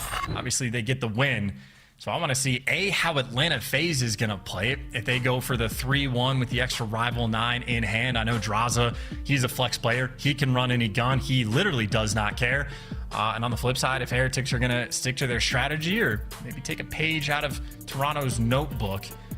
But either way, Miami, they've seen this map on this type of environment. Maybe not going to be too upset about seeing it again for a map 4. Well, let's find out. Draza. Big smile on his face for good reason. Incredible control. They look a little bit more settled than Miami Heretics on the other side.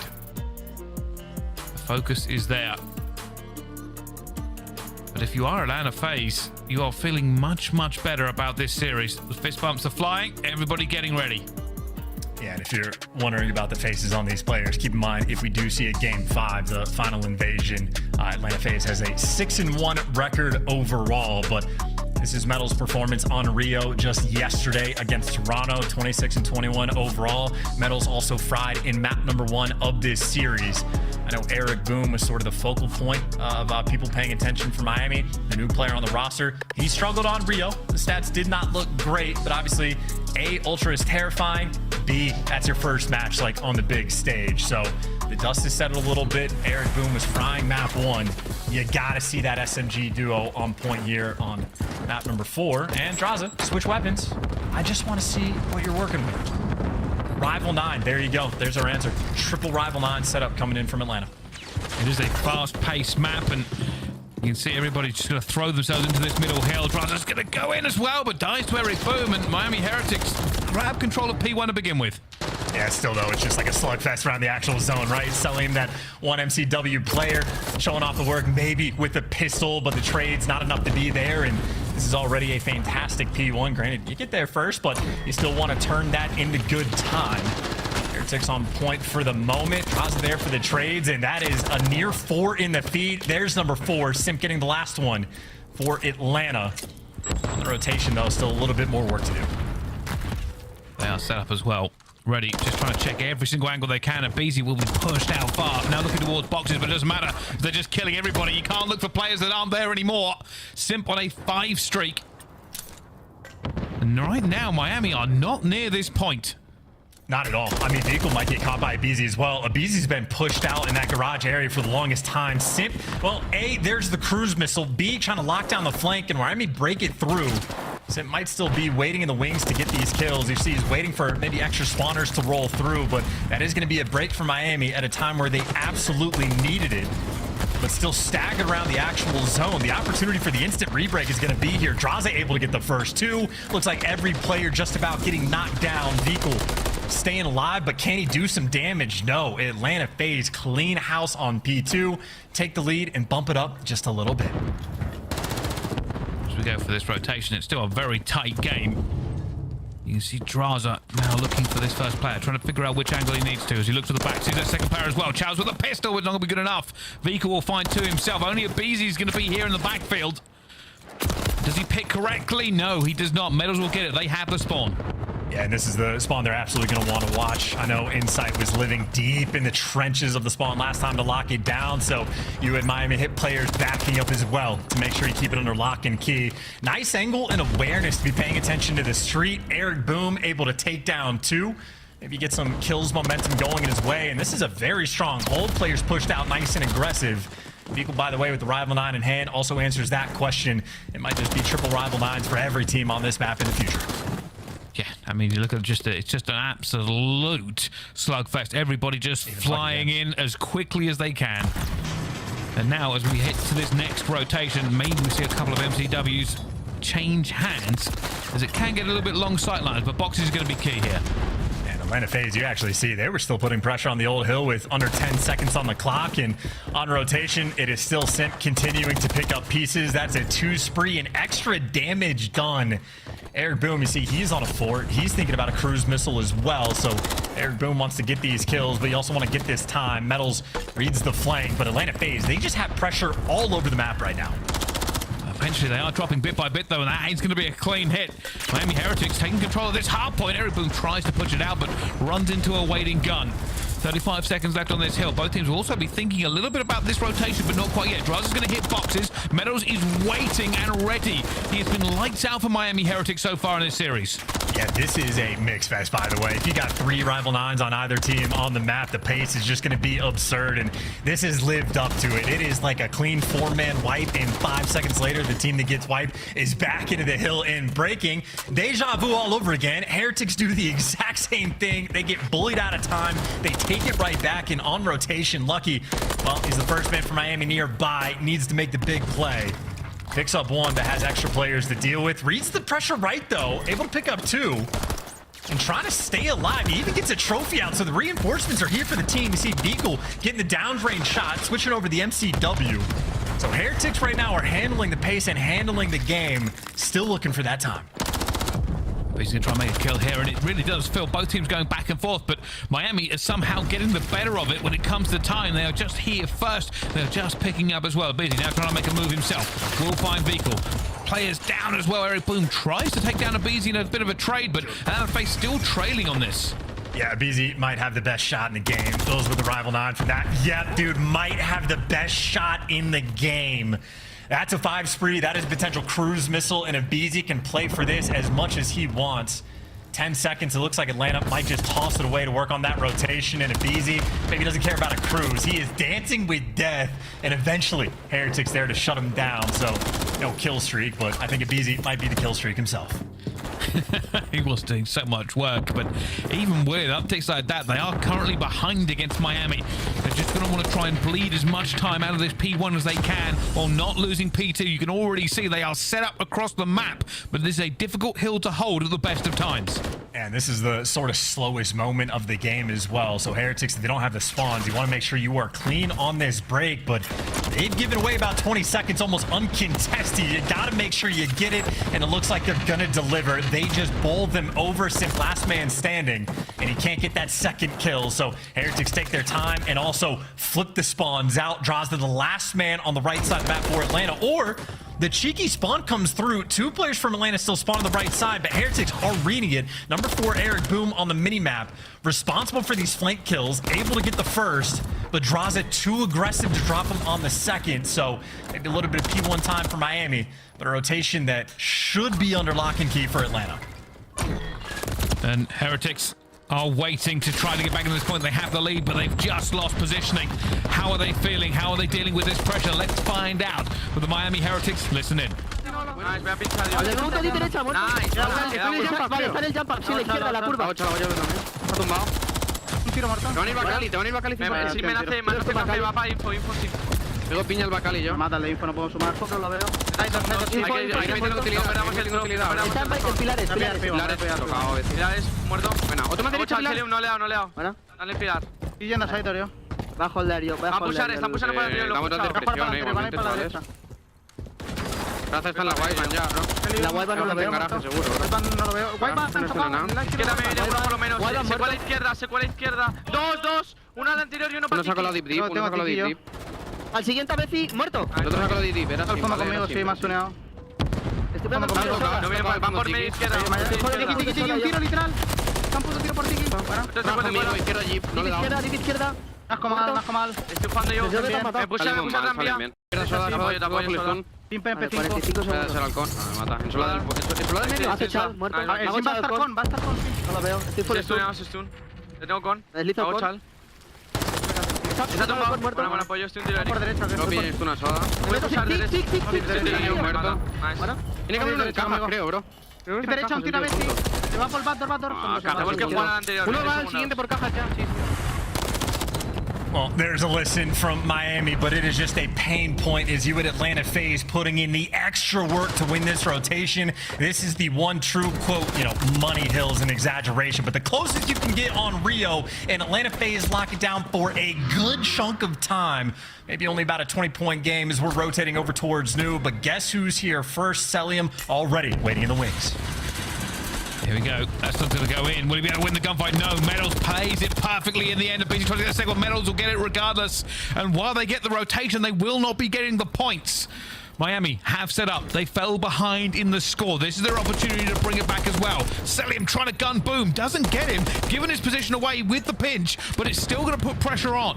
Yeah, dude, these spawns are very difficult to keep track of, too, because Celium basically just spawns out from a typical COD perspective, no reason. But in this game, it will happen. Miami trying to be heads up about it, but you see that break eventually going to roll through. And Atlanta FaZe back inside, continue to collect it. I don't know how Abizi can see people, but Abizi consistently pulling off some magic. Getting out of there as well, but still getting the points. Medals to try and challenge him again, and Abizi will win the gunfight. I don't know how he's 21-10. He is shooting lasers on this map. But with the rotation imminent, Eric Boom commits, kills a team member as well. And now that means there's only one player here set up ready for Miami Heretics. Simple call on his own. Oh yeah, here comes the Boom on the flip side. And those players getting forced to scatter. They get picked off when they're trying to run. And that is a clean 4 down from Atlanta. A 30-point lead in the moment. And even Abizi, there's a cruise missile again if they needed the extra one. But right now, this is time for spawn kills. This is time for Abizi to show off the shot. This is Abizi. They are barely shooting back. Again, might have the best shot in the world, Bryce. That's Rival 9. That is not easy to do. My Rival 9 doesn't do that. That is ridiculous for every sense of the word. I've got MCWs that don't shoot as straight as that, but yeah, Atlanta FaZe have moved this into lethal range. They have an opportunity to start thinking about ending this game. For Miami Heretics, it is the back foot. They have not got a lot of points in the last few hills, and they need it now desperately. Yeah, and now you're trying to set up around P1, but you got to read this pressure, right? Might be Eric Boomer's responsibility to pick up this wide flank, as Simp is doing it with dead silence. Doesn't get picked up, and the timing for Simp is perfect. His teammates do fall, though, so he's trying to be a distraction, but because of the flank and the spawns, you have 4 players on every corner of this new hill. You get to hit it from all angles. That is impossible to keep track of. Miami, there's nothing you can do about that. That hill's going to get broken. Yeah, I think Atlanta FaZe will just continue to bleed this for as long as possible. You've got to remember, there still should be a cruise missile on the map for them, and Simp will get 2, but not anymore. Miami, they don't have to commit to this. They aren't going to lose it on this hill, but they don't want to give this away in case of a potential break on that next one. Oh, God, maybe just not even like breaks we have to think about now. We got to think about Abizi more so, just dancing with the devil right now. He's stunned up, tagged up, dragging a lot of pressure his way, and it's Simp and Sully in that clean house. Good final 10 seconds to get. Atlanta FaZe can obviously win it on the new hill, and they are applying so much pressure. Heretics cannot breathe out of their spawn. Busy continuing his reign of terror, but it is not tiny.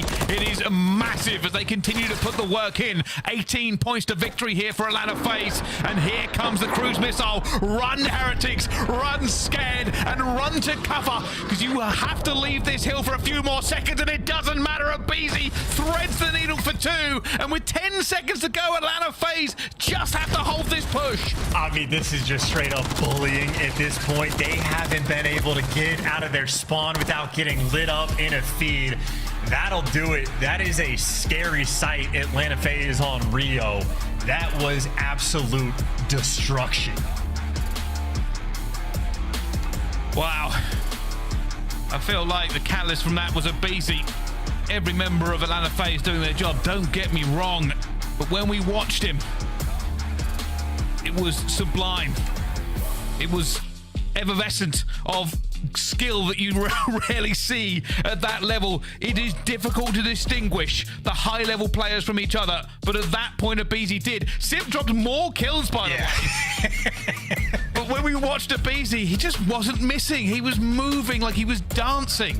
I feel like I need to watch more Simp as well, but that was just devastation on an unprecedented scale towards the end. Man, I tell you, like, we have to see Atlanta and Toronto play a real hard point. Whoever wins it, it's just an auto veto against that team for the rest of the year. Like, whoever comes out on top, I would never want to deal with Simp and Abizi as a duo. And keep in mind, on the damage front, Drossel was literally right there. So the third SMG, the guy that's running an MCW 100% of the time when he plays this game outside of this map, did perfectly fine. And of course, Celium, there you see the time in the hill, over 2 minutes collected. So out of the scoreboard, 251.84 looks close, but I disagree. That seemed to me like an absolute beatdown. Simp completely on point. Abizi, maybe 2 separate top 5 plays of the week in a single map. I don't know. I don't have to make that decision, but see, on that second rotation, eventually Atlanta FaZe got momentum and they just never slowed down. Yeah, it was almost like they took a few seconds to adjust to the pace, because that game was full throttle from the off. Everybody just hurling themselves to the point over and over again, and then Atlanta FaZe looked comfortable at that speed. And once they hit it, it was cruise control. It was not a sprint. And yeah, what a game. That was heavy on the interactions, Chance. Yeah, that would be insane. Maybe throw Optic in the mix, by the way, to see how they're going to look on a real hard point for those 3 teams to battle out. But yeah, that is a terrifying sight. That is Atlanta FaZe at their best. And good looks for Miami again. They got that high rise in. They played every map in the game. They have a deep map pool, but there's still more for that team to strive for.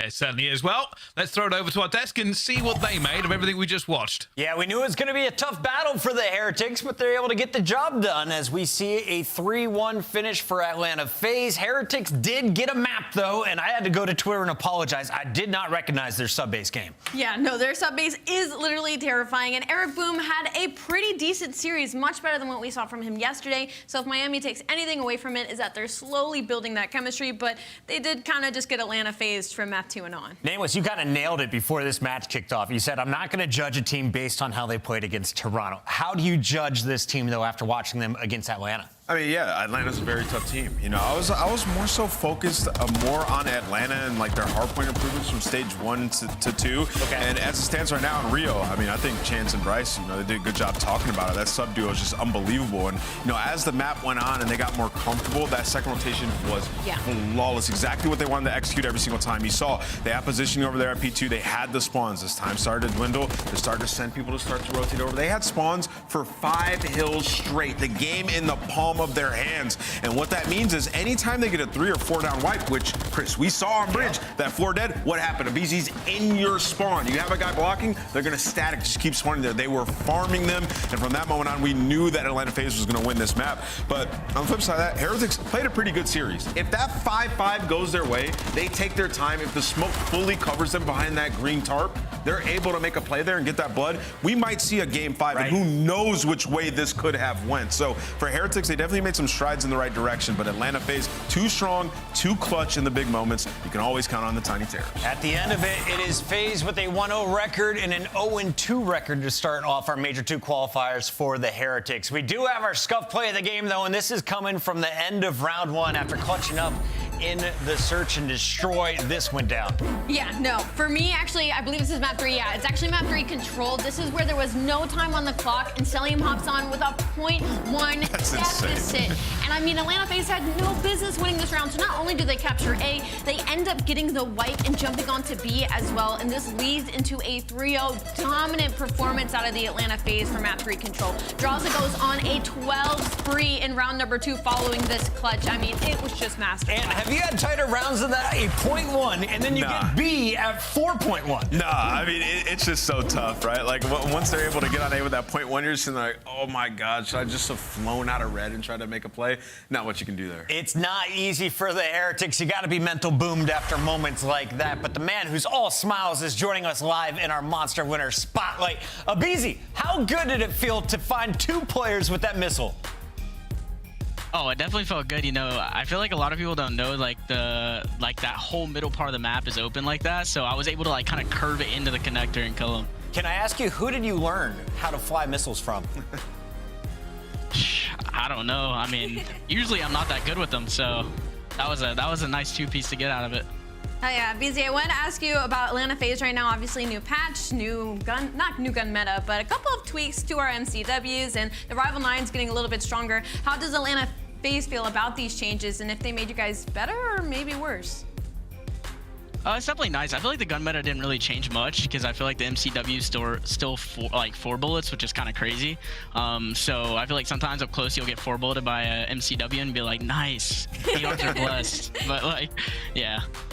BZ, congrats on the win. You're looking fantastic out there. 5-5 plays, hardpoint plays. But talking about that hardpoint, what do you feel like has been, I guess, the issue? You guys haven't been as dominant as you have been in years prior.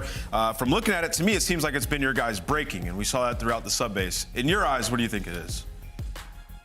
I mean, I just think it's like some little things, especially with sub base. It's kind of like a cruddy map in a way with the way you have to play it. So, I mean, we're just gonna get back to the drawing board, and you know, we're gonna get way better. So. Fair enough. Last question for you. What went wrong in Boston, and what is it going to take the throne back from Toronto? I mean, I think we really just like made like throughout all those hard points, I think 2 of the hard points were super winnable. I think it came down to a bunch of like little mistakes. So like I said, like we're working on it in a hard point. So once we get there, you know, I think we'll be able to, you know, take them out. Do you want a rematch? Oh, of course. Love it. There you go. Abizi, the Tiny Terrors dropping 67 together in that map for victory. We'll catch you guys later next week. All right. Thank you.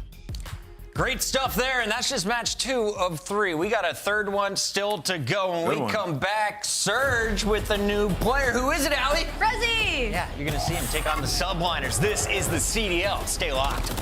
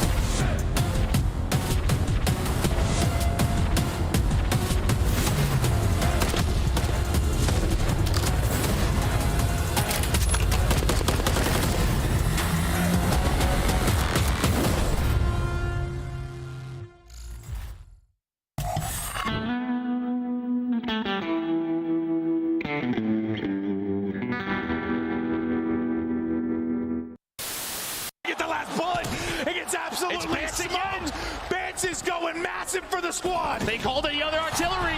That's all the streaks gone. Now they're straight down to the guns. Bans with 5 in a row. Bans! What is that Herculean effort from Bans to make the plays when they matter most? Picking up Zig as you watch the white arrow start to funnel out. Simp and RCs have that crossfire. It's a lot for Simp to deal with, and he is dealing with it. 4-0 start. Just sensational. And he gets stuck. That was directly to his forehead, I think. Yeah, Toronto Ultra trying to get water side to, flip spawns for the second hill. We're going to head towards the left side of your mini-map. Dude. Over towards Kitchen. All right, but at least they're sticking them. Was that deja vu? It's like 4 in a row.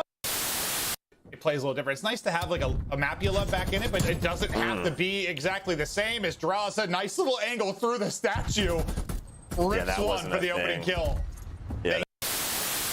Oh, take a look at this rush. Take a look at this aggressive play from Minnesota. They make their way in through middle. They instantly hop into this B zone. Standing with a nice little angle. Oh, what a play! Oh, it finds 3. Eli with the snapper. Congratulations, Alley Cat, Forbes 30 Under 30 award winner.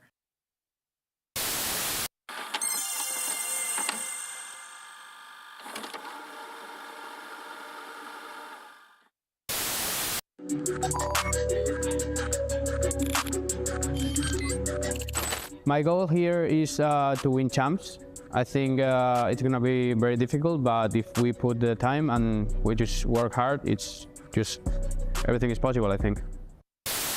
Stops the clock. You have to do a selling on the top side of the plat. Does indeed. That's good. Oh, the snap! Max stays alive. Another for Mac. That's unreal. 23 seconds. Pause.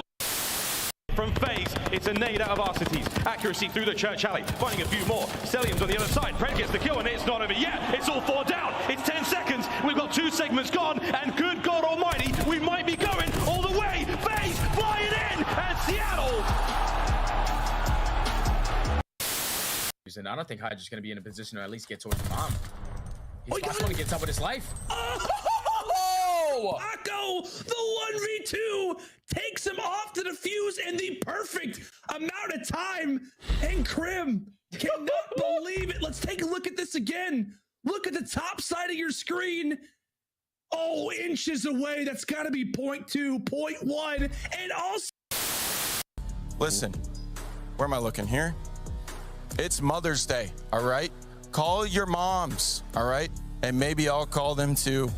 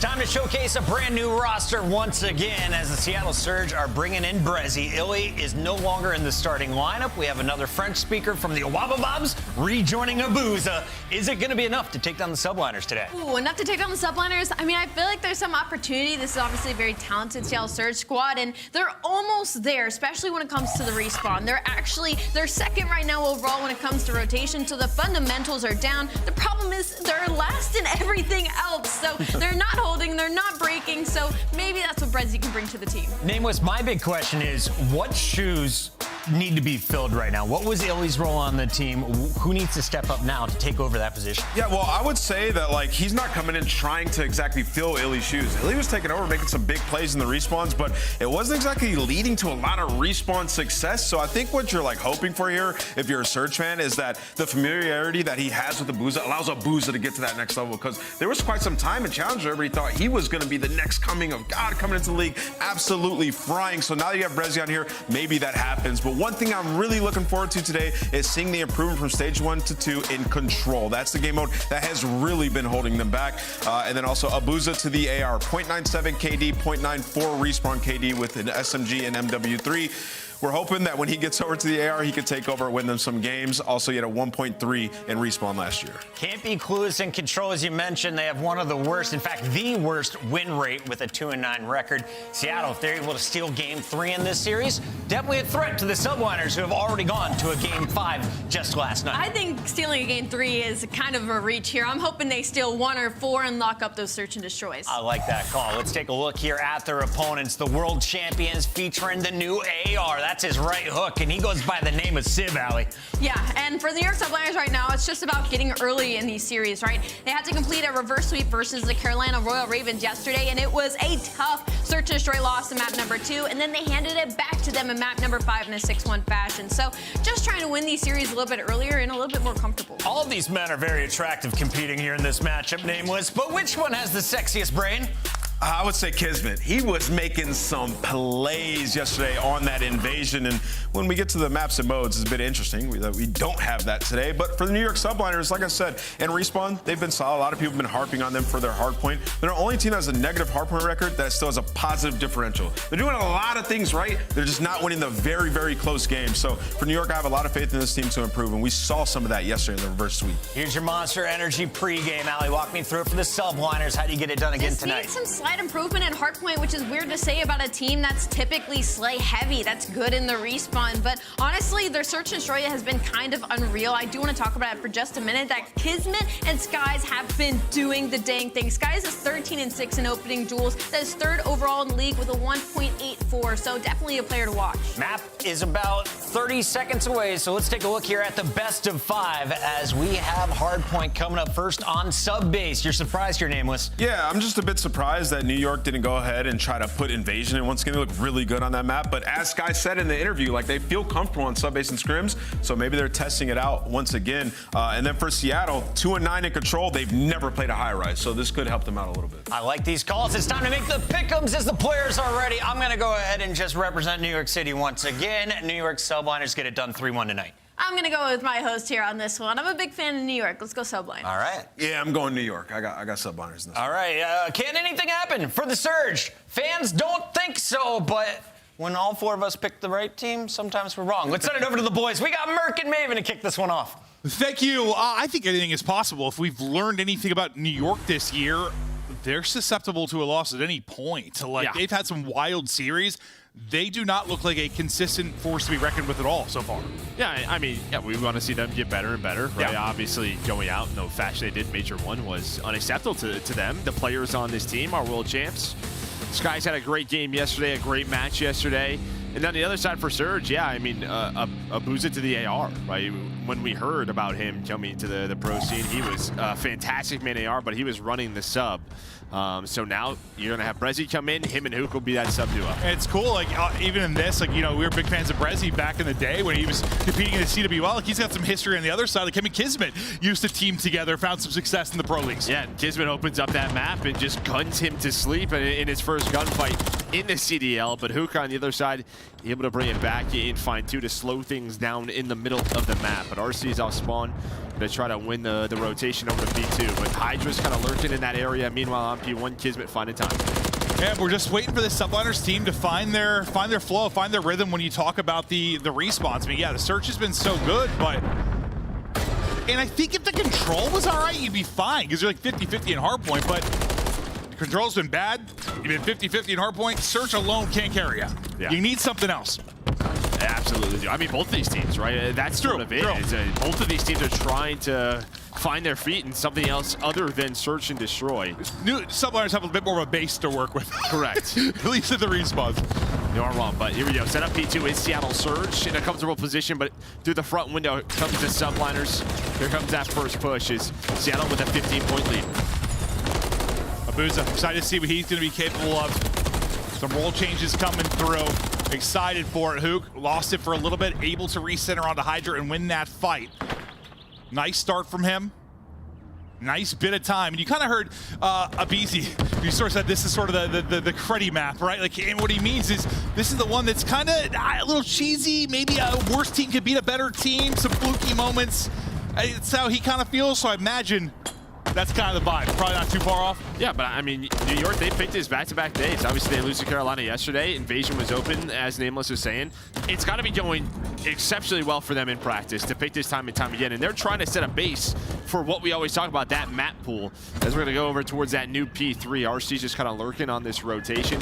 He's going to have a one-on-one versus Kismet. Kismet does take down Prezi, but hello, his RC's, and now he's just going to play his life.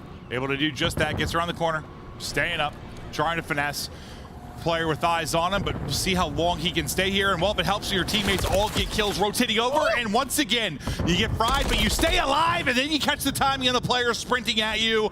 Beautiful play and patience there from RC. Yeah, RC's off to a great start, right? 8-3. Obviously, when you talk about Illy, the numbers he put up, I mean, there was just not a lot of consistency outside of Illy in the slaying column. So everyone's got to step up here, and that's what you're getting. You're getting a very balanced effort as Abuza looking for number 6, trying to get pushed out through the middle of the map, but the timing doesn't go his way. But a great start here through these first couple of hills. And, you know, it's one of those things, you know, when you kind of like the change with Standy, change with Illy, like as they're getting kills on the map, but obviously something's not going right at a more of a team level. You make some changes at positions, you try to fix it. We'll see if they can do it here. Yeah, that's really, I mean, these guys are world champions. They're great Call of Duty players, vets. They know what it takes to win. You have the great coaching staff over there as well. So obviously big question marks, but we'll see how it goes with Prezi as he's going on a long route through the water. Trying to get this one player off of the hill, but it's going to be, what, Kismet and Skies. Great series yesterday, and it's actually 2 players hitting water routes, and that could be tough to deal with, but Skies is going to find the first. Is he ready for the second? Looks like the comms are going to come on through, and he's able to find him. I thought for a second it might catch him on guard. Yeah, not thinking about it, but Skies is still getting kills. Able to take out Alec as well. Now you're rallying back into this one. If you are subliners, 15 left to go on the hard point. Basically gets you to about a tie game. We'll see if Skies can keep rocking on this 3 spree as they look to climb back into it. Hydra. Man, he could be a talent to watch. Well, absolutely is. I mean, yeah, sort of the end of that hill. Surge were like, all right, like, cool, like, or sorry, New York were like, cool, we'll just give up this time and start to rotate over towards P5, and they do just that. Now you have Hydra on the hill getting time, map control top snow over to Kismet. There's 1 player left, but now you have them in the trap. So the rotation as a squad working out as Seattle. A couple of players spawn out, and now they got to deal with this push. They got him trapped. Can they keep him pinned? Trying to push through this garage door. Kismet, eyes through the catwalk, damage through the catwalk. Trying to do the comms in for the team. He just gets picked from the window though, and 3 will drop for Seattle Surge, but they're still racking up time on the other end. If you're New York, you get the lead change. Now thinking about the rotation with 15 left. Yeah, I mean, that's it. I mean, just with that rotation from P4 to P5, you're going all the way around is Seattle Surge. All 4 players trying to flip this map for P1 and P2. But New York are ready for it for now. Kismet's going to find the first snaps, almost hits it. I think missed maybe like a bullet on the first burst, which term. Yeah, it looked pretty clean. Yeah, like considering it looked good, but that's just how it could be with burst guns. But Brezi's able to find it. So Surge, I guess, do a good job. But considering the lead that they had, New York now, first set of hills with a 30-point lead. And Sib, look at it going. I mean, he was struggling. He's 6-10. He's on 4 in a row. So until this spree, 2-10 really to get going. We'll see if maybe he's able to get a streak, you know, individually how talented he can be. It comes down to a melee fight, and RC's got the bigger fist. Drops him. His Sib's streak will end. No streak coming through for him. We're getting back into this one. Yeah, just fighting for mid-map control. New York already thinking about P2, getting them off the hill. Sim's gonna try to find pre-fire onto Hook, able to connect. It's a little bit hairy, but he's able to play his life. And then inside of P2 already is Skies on these barrels. 15 and 7 out of Skies. A great game so far for him. But Abuza with another multi-kill to set them up here. There's one player left in Hydra. He's gonna get taken out. Yeah, tries to get eyes for a second, not gonna do much with it. Sib gets dropped. Arseny's making plays. Skies though right back into it with a double. Continues his hot start, but no one able to find any kind of separation in this one. Skies, good job just finessing out. Hook forgets about him or thinks he repositions, worries about another fight, and lets Skies now get to 4 in a row. Now he's thinking it's time to soak up some of this time. Yeah, now they know there's one player left in Brezzy who found a kill. So you see everyone kind of trying to find him as the rest of Seattle Surge spawn out towards the front. Kismet locking down this window. Hoping to find one, at least does. Here come the trades. It's a 2 for 2 so far. But there is the break from Seattle Surge, and that'll pretty much tie up the game. Okay, so we'll start to think about the next hard point as subliners get ready to go. We start thinking about the second half of this game. How familiar is this to so many hard points we've casted this year? Just about even to about 150, and usually somebody makes an adjustment, somebody makes a rally.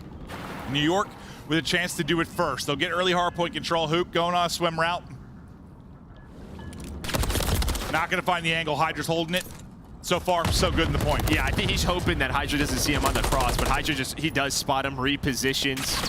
And now you have just all the map control in the world, does New York. This first 25 seconds has been so clean for them. Set up at this P3.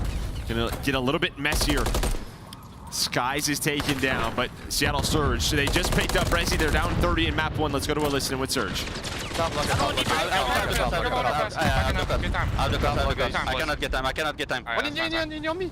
Stop. I'm here. Underpass, one shot. This one new. We're gonna flip. We're gonna get through. Go. We have map. Get map. Big fucking burger here, okay? Yeah. Take your time. Go. Top B2, P5 dead. Nice job. How many people? Dante can be top like 8-2 or something. He's top 8-2?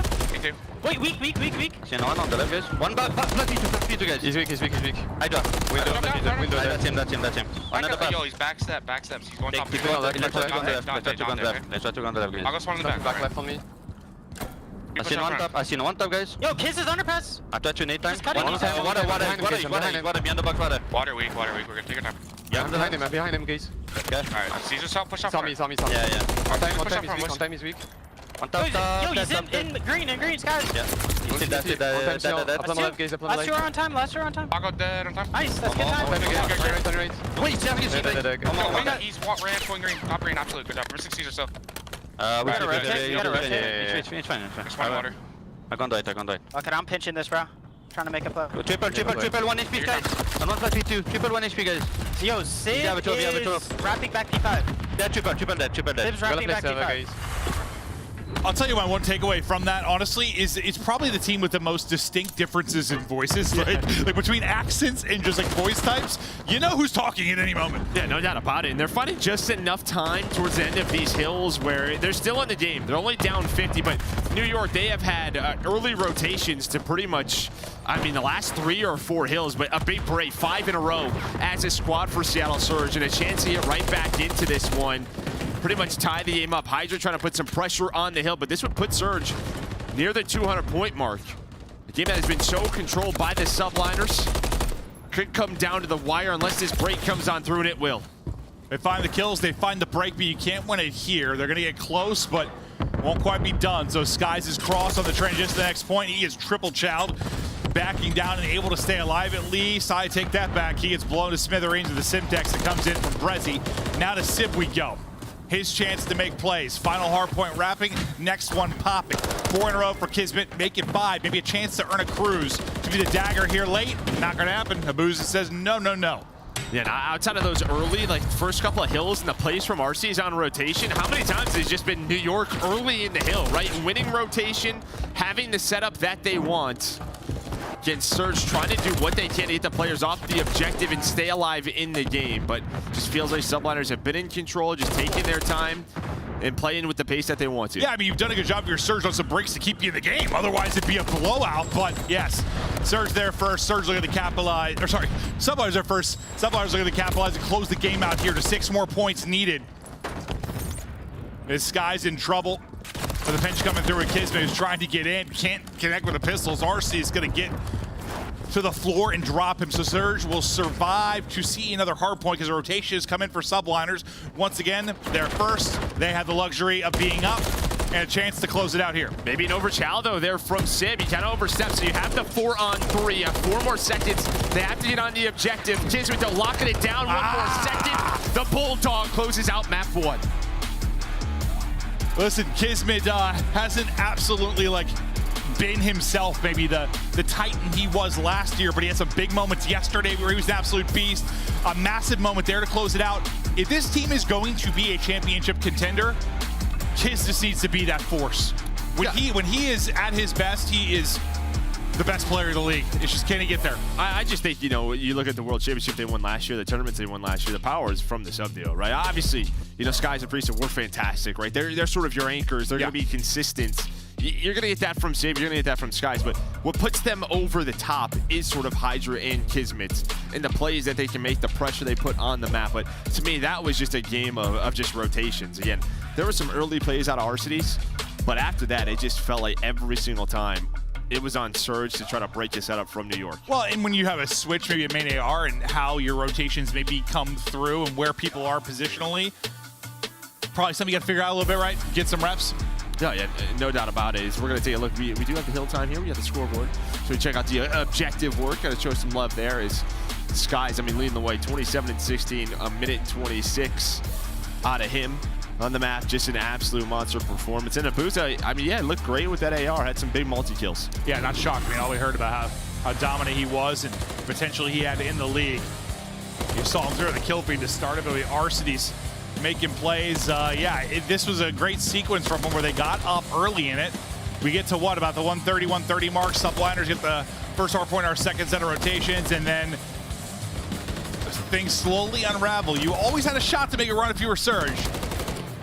Just never able to string together a couple good moments in a row. Yeah, and the end of the first rotation, P4 and P5 got New York back into the game, and it felt like since that moment, they kind of calmed down a little bit, started to win a lot more of those rotations, and that's when you're going to see that lead never really go away. Yeah, as you said, it was 130 to 130, and New York just a little bit too good the rest of that map. And I guess what's scary for Surge is we talked about how great their S&D was, but on the other side, that's kind of been New York's backbone, right? It's what they have relied on throughout this year. And also, Illy, a lot of times, is the one leading the way in Search and Destroy. He was the guy putting up 10 to 15 kills. Yeah. So that's going to be an adjustment as well. Do I still think they could be a solid Surge team? 100%. I don't think you lose that necessarily losing one player, but you make a good point in that you're going up against one of the better Surge teams in the league. Yeah, so we'll see how they bounce back here. I think we got Terminal S&D. Again, this is just one where New York just trying to find their footing, get that map pool, get comfortable. Surge trying to get back into the series. It just feels like New York are so close to getting back there. It's not a lot of improvements. They just have to find that consistency. Figuring out with Sib still. He's been the damage dealer. I feel like every single map. I spilled water on myself as I took a drink. Do you see it? Yeah, we all see it. That's I dribbled all over myself. That's okay. It happens. I was very, very thirsty. Sometimes you just miss your mouth. Very thirsty. It's hard to miss my mouth too because it's giant. True. Yeah, no, it's very dry here. All this snow, right? So you got to stay hydrated, man. That's true. Stay hydrated. We got what, 4 to 6 inches last night? So I moved from Texas to Columbus. 4 inches of snow last night. And it's and it snowed once. That was the first time we got snow. I expected it to be like this winter wonderland. It snowed one time. Yeah, no. Joe had to shovel snow for hours. We made a snowman? Oh, where's this from? Here, obviously. We made a snowman here? Yeah. Oh, it's beautiful. Did you make a snowman with your son last night? No, he was in bed when it snowed. Oh, okay. Yeah. No, that didn't happen. I didn't even know it was snowing. Joe, he texted me that he'd been shoveling snow for an hour. I had done a Peloton workout and took a shower. Athlete. Didn't even know it was snowing outside. I opened my blinds and saw it was snowing very hard. You're my weatherman, my meteorologist, my lover. As you can see here is a no. Yeah, you'd be so good at it though, bro. No, but back into it again. Terminal S&D. You're like Italian Yannette, dude. True. Maybe. Peace and love. Peace and love. We get ready now for Terminal. See if Surge can answer now with the search and destroy. When they made their run at Major 1, it was behind the search. They find a way to win one respawn, whether it was a control, a hard point. They get that done. They win 2 searches, they'd move on. We thought after their loss to Toronto, they were done, but they rallied. But now, a terrific search team in New York look to go up 2-0. Yeah, we talked about just sort of their map pool in New York. They have only played this once. They are 1-0. On the other side for Seattle, I think this is one of the ones they've struggled at times. Maybe that was Terminal hard points. Yeah, they've usually been solid here. They played it quite a bit. Yeah. Hook. Look at alert. But it's Hydra with the opener. What a playmaker He's he still can fighting. be. He's still just going for it, huh? Some tags from Hook, but one left in the clip. He's going to have to back up. We see both POVs of that gunfight. Kismet gets one, traded out instantly. 2 versus 3 now. Hook and Abuza. Yeah, I mean, bring it back. All Kismet saw was his elbow. That tough gunfight, but able to connect on to Brezzy. So 3 on 2. And it has been Mixie on Terminal, and Hook able to pull out that gunfight. Has the rival. And does Sky spot Abuza? He does, but a nice slide from Abuza keeps him up. We had so many crazy 2v2s, 1v1s, etc. earlier. We're right back into the mix. Right, we'll see if we can get right back into it. His time is dwindling. Hook is searching. Gets the kill. Hook is clutched up. Back-to-back kills to give them advantage now. Sky's last up. Man's looking for the ace, but he doesn't find the ace. His teammate finds the kill. So 3 in the round and just all individual gunfights. I mean, he gets the first trade and then somehow gets that kill onto Sib. It looked like Sib just had him dialed. Yeah, it looked like he hit his head on the plane, like tried to slide. I think Hook drop shotted quick and he kind of lost him a little bit. And the collision didn't help, but I think he sort of drop shot just fried him with the rivals. What it kind of looked like. Yeah, it feels like at times like you're putting 5 to 6 shots in, and other times it's just like I don't even know what happened to me. No, yeah, it's one of those MCW. You can feel like a pea shooter or a shotgun. I don't know, a bit of both. Well, that's a nade spot. As RC's, he just tries to hop up, get info, instead gets a couple of grenades to his face. Yeah. No info, just blown to pieces across the map. RC's out of it. Kismet trying to get involved. Hook, again, it's similar. He gets a little drop shot. Well, it turns into 2 because there's a team kill, so it was pretty much a 1-on-2 that he comes out on top of. And now it's down to Sib. Yeah, Hook's just had the movement in some of these fights. Yeah, some of these crazy fights, and he's just coming out on top, staying calm. These very chaotic scenarios.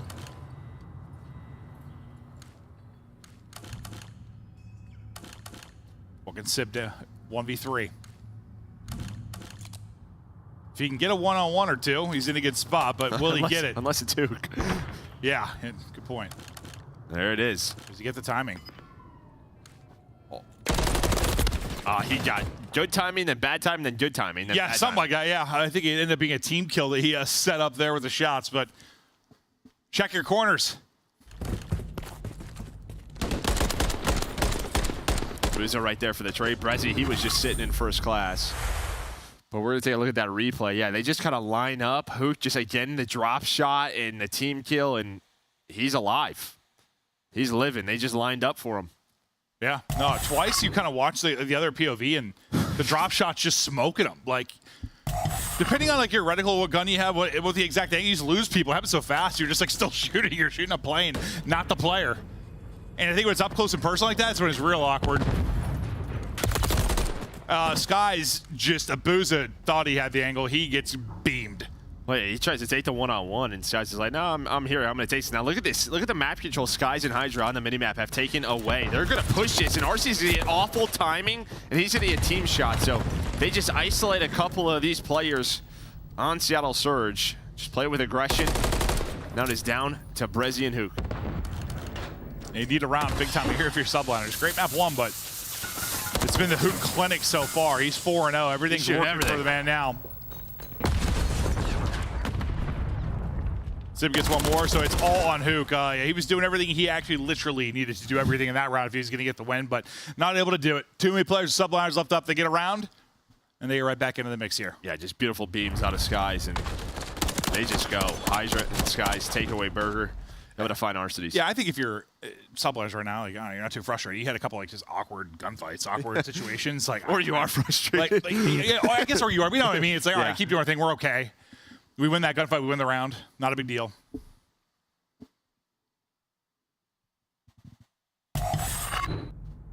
Skies with a fantastic first blood the last round.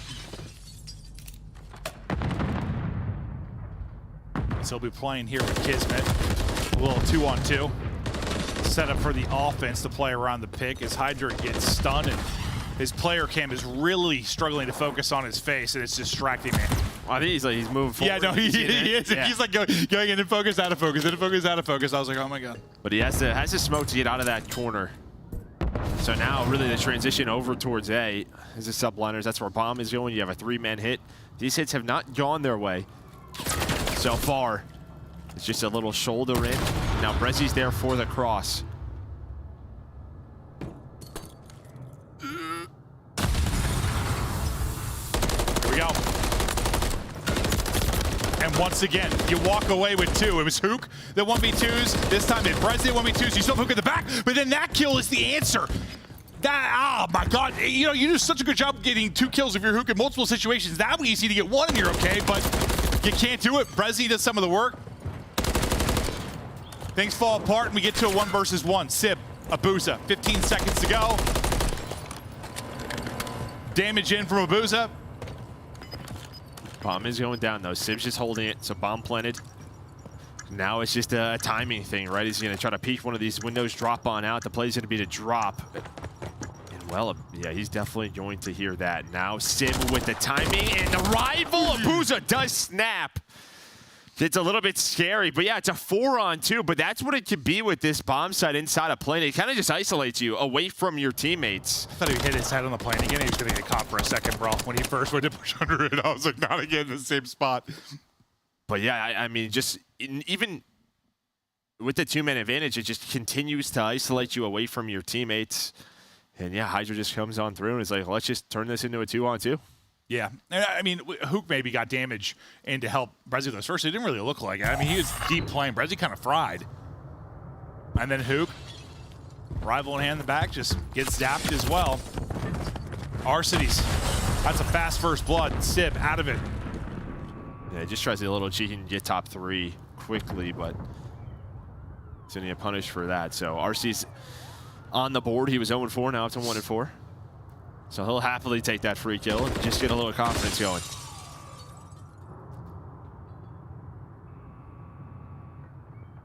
Bomb starting to wrap back over towards B.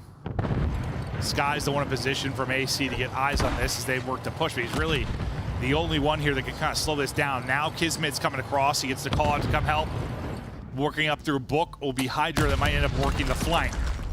Let's see what Skies can do. Oh, it is Hydra through Book that actually gets that first pick. So great job quickly repositioning if you're subliners. And they're trading so far. Now you just gotta wait for Hydra. You have to wait for Hydra if you are Skies. And there we go. Arcides, he is all alone in this gunfight. Hook's just got a rival now. He's gonna spot him, and Sky stays top 3 this entire time. Helping out his teammates, getting those trades. Here comes the challenge. The gunfight is in. Great teamwork out of subliners. Yeah, I mean, fantastic job. You had nobody really there, but Sky's top AC. Quick rotations through. Hydra gets a pick, and you collapse. And really, the first one from Hydra gave him the best chance. Just yeah, and then you had the nade connect onto Brezzy, so Kismet had an idea where he was. Skies is looking over him. That sort of forces the 2-on-2. Yeah. And then Hydra's just so quick on the pinch. Well, the nade just kind of takes somebody out of a gunfight, too. He has to stay down. He's weak, right? So even before they killed him there, he turned it into a 2v2.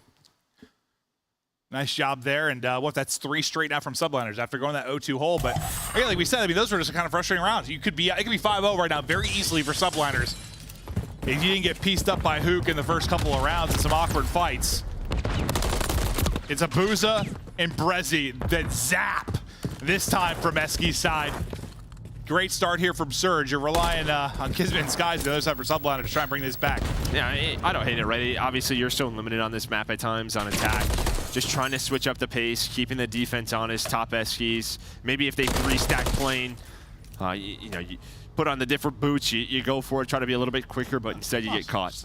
Yeah, run the ball sometimes. You gotta keep honest, Joe. Yeah, that's it. Gotta do that B hit. Skies, 1v3.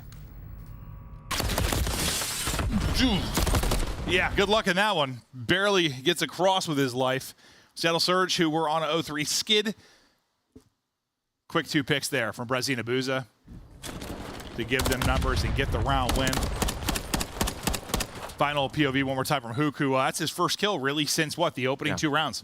And they've kind of avoided playing a bit, or at least taking it a little bit slower, not had to deal with Hook in that spot. But now Surge back on attack, and they had a free first blood last round on the Civ, but just not able to convert it into a round win. We'll see what they opt to do this time.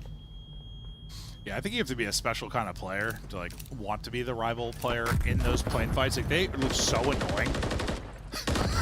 like I feel like Hydra wants to like get loose, work flanks, find picks. Like no one wants to take that fight in the corner. I mean, it's just not fun.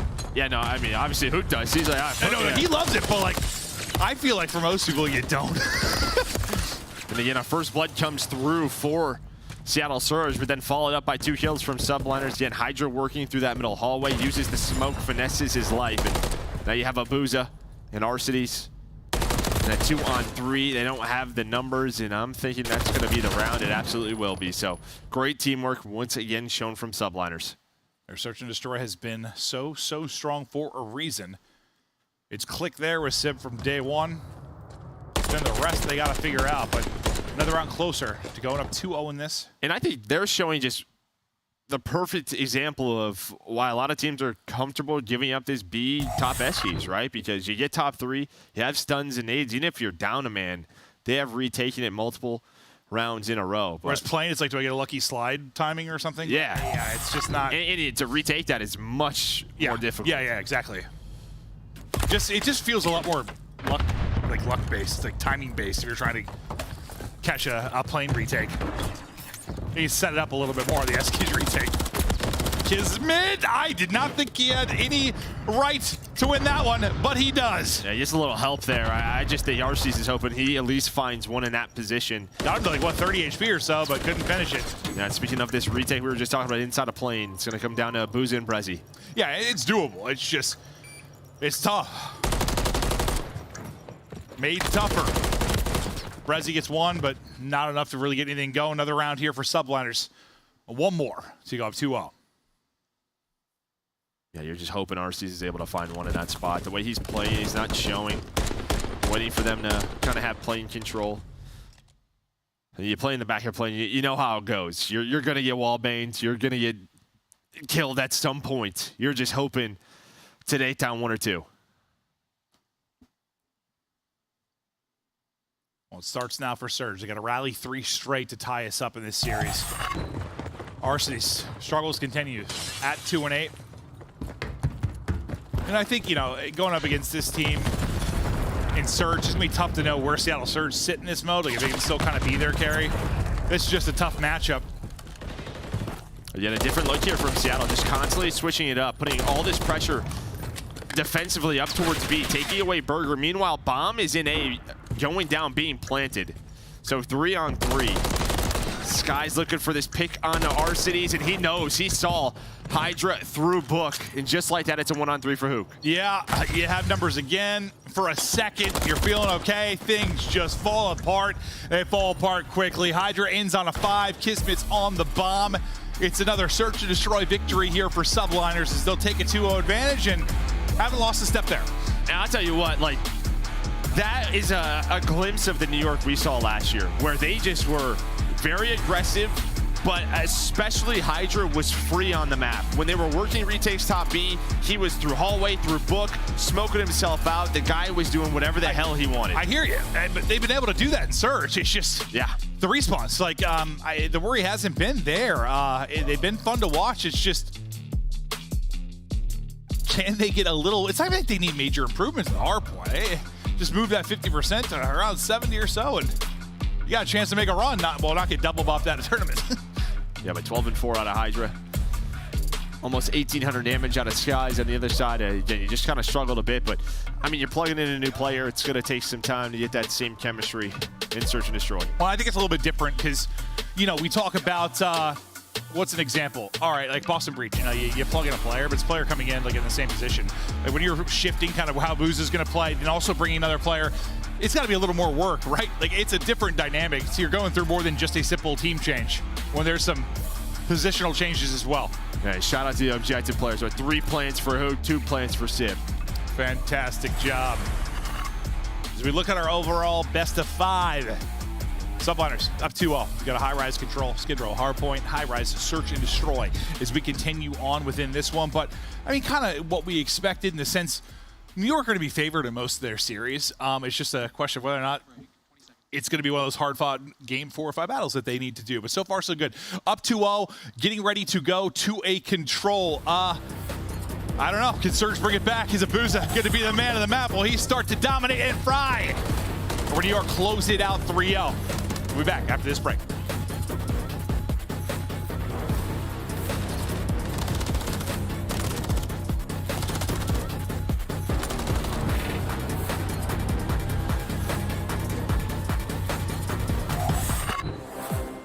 Upgrade your game with the Scuff, the official controller of the Call of Duty League.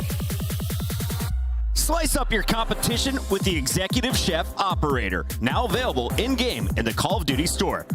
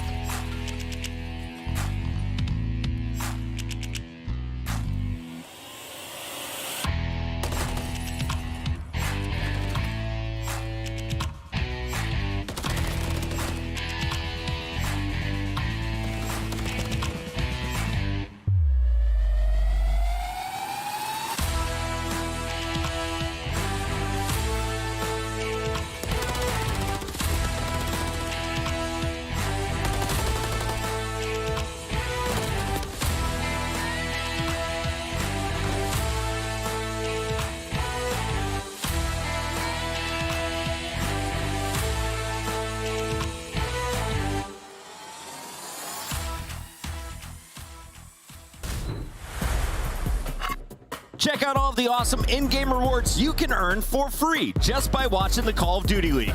What's on tap this weekend? An all-new lineup including a weapon blueprint, emblem, calling card stickers, and XP tokens. Just link your YouTube account now to start earning.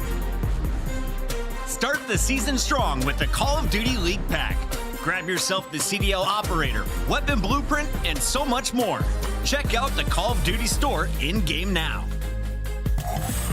Hello, everyone, and welcome back. Ready for the map 3. Subliners look to close it out. We get ready to go to high rise. Well, we casted one earlier. It was a kind of an odd one. Like, you know, usually on high rise at some point, people get pinned in base, some spawn trapping going on. Like, it was just sort of a chaotic one. It was a battle. We'll see here if New York can get it set up, get it locked in, control it, get the dub. Because, yeah, the control's just not been. It's been a weakness for them, and it surprised me. Yeah, I mean, they were able to win it yesterday versus Carolina. They were down 2-1. They won the final 2 rounds. That started that reverse sweep.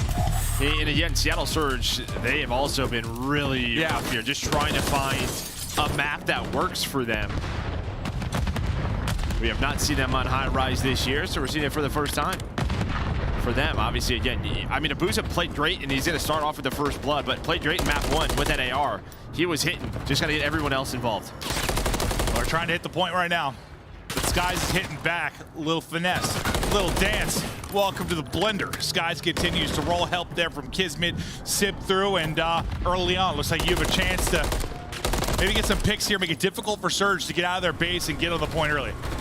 I mean, Skies is really impressed these last couple of maps, the last couple of days. Feels like he's a lot more comfortable. Maybe just, obviously, again, after you lose the first couple of matches, did 9 through 12 at that first major. His team had to refocus, re-lock in.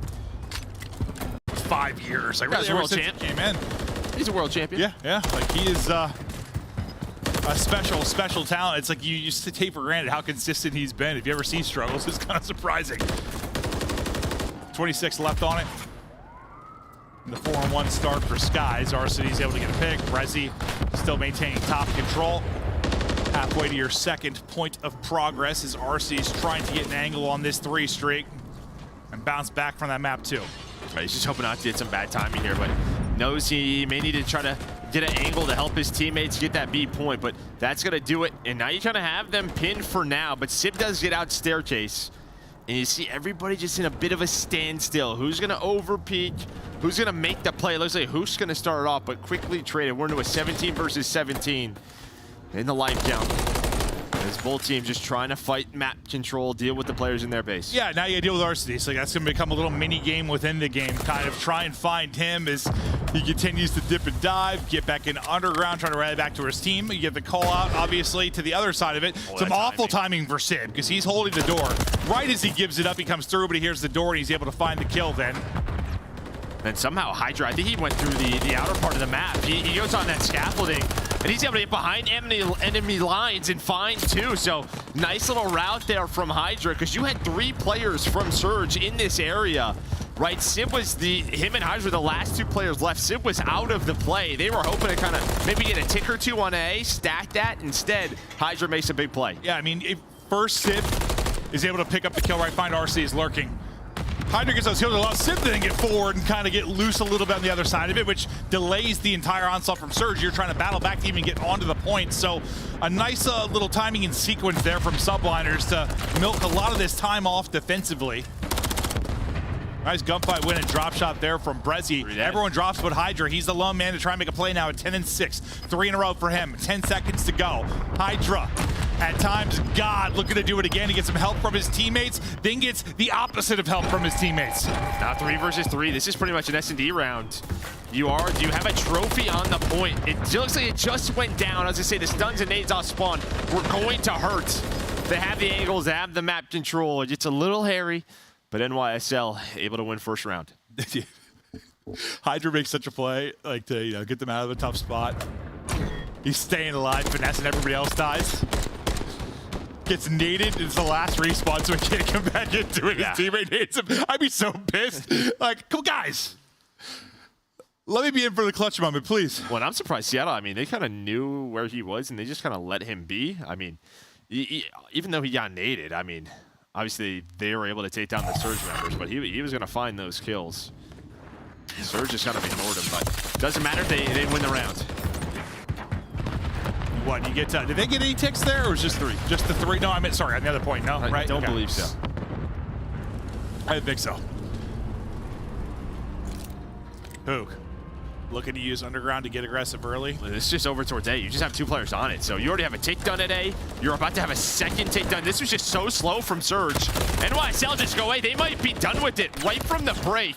What was that? It is done. That reminded me of, like, I've seen you're in ranked play and how Control plays. Like, people literally like, no, it's they're on the point. point. That looks like a ranked play I'm opening. sitting there like, what are my teammates doing? What are we looking at here? And now, Kiz, he finds 2 more. He's on 5 in a row. We're transitioning over to B. This might be the fastest high-rise offensive round one we have seen all year. Calling Guinness, because we got a new record. This one might be done with the swiftness as Surge bottled up and done in round 2. What? I don't know. Hello? Hello? Somebody get Rambo Ray on the phone. I mean, hey, Ray. Yeah, it's Maeve. What the is your team doing? He doesn't know. I mean, just a little bit too slow, and they put 2 players on it. And yeah, just nobody committed. We were told that was entire round was 1 minute and 2 seconds. I mean, that's a long time for some people, Joe. You're not wrong. Yeah. All right, take a deep breath. They didn't need to. Yeah, I was talking to Seattle, yeah. Yeah, I mean, and myself. I don't know if, like, the comms were just I don't know if there were any. Or what? Guys, they're on C. There's 3 players over towards the B side. Yeah, just couldn't deal with it. Ooh. Now, you might just be in the blender. That might have been the mental You gotta loss. be. You have to be. What, did they get 1 kill to capture A? I don't think so, no. Did they even need to get a kill? I think they did. That literally was like a bronze rank play round, I swear to God. Oh, okay. And now you are in the spawn trap. Abuza and Arceus do find a couple of gunfight wins to at least get you some space for a second. But that space might be gone now. Whew. 1 round to close it here if you are subliners. But the Seattle Surge are doing mental warfare. We were seeing last year from New York, right? Like the nade spots, as little as it is, that's just that extra effort, just a great break off like that from New York, just throwing different things and it catches teams off guard. Yeah, I mean, I think if you're gonna be a world champion in a title, there's always something a little extra. It is so competitive. You're putting in the work. You want to see some of that again, and it looks like at times you are, but we got 20 seconds to go, and round 1, you felt some hope for Seattle Surge. After that, all hope has died and gone to hell. As they are getting cut up. Sib with 3. Done. Seattle Surge done, toasted, butter them up and put them in the oven.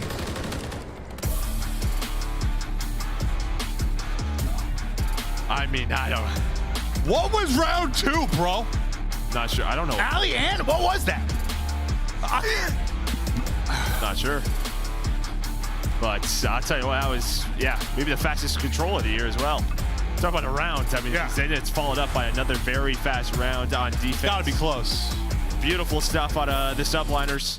Again, you know, they beat Carolina yesterday. They beat Surge today. These aren't the biggest of wins, but they're looking stronger and stronger. So when they face these top teams, maybe you're going to have that confidence under their belt. Yeah, no, absolutely. And that's just one I think with a lot of those series, as I mentioned at the beginning, subliners have had like these 5-game wars against teams they probably shouldn't. It feels good to have a clean series. You know, you dominated, you came in, you handled business.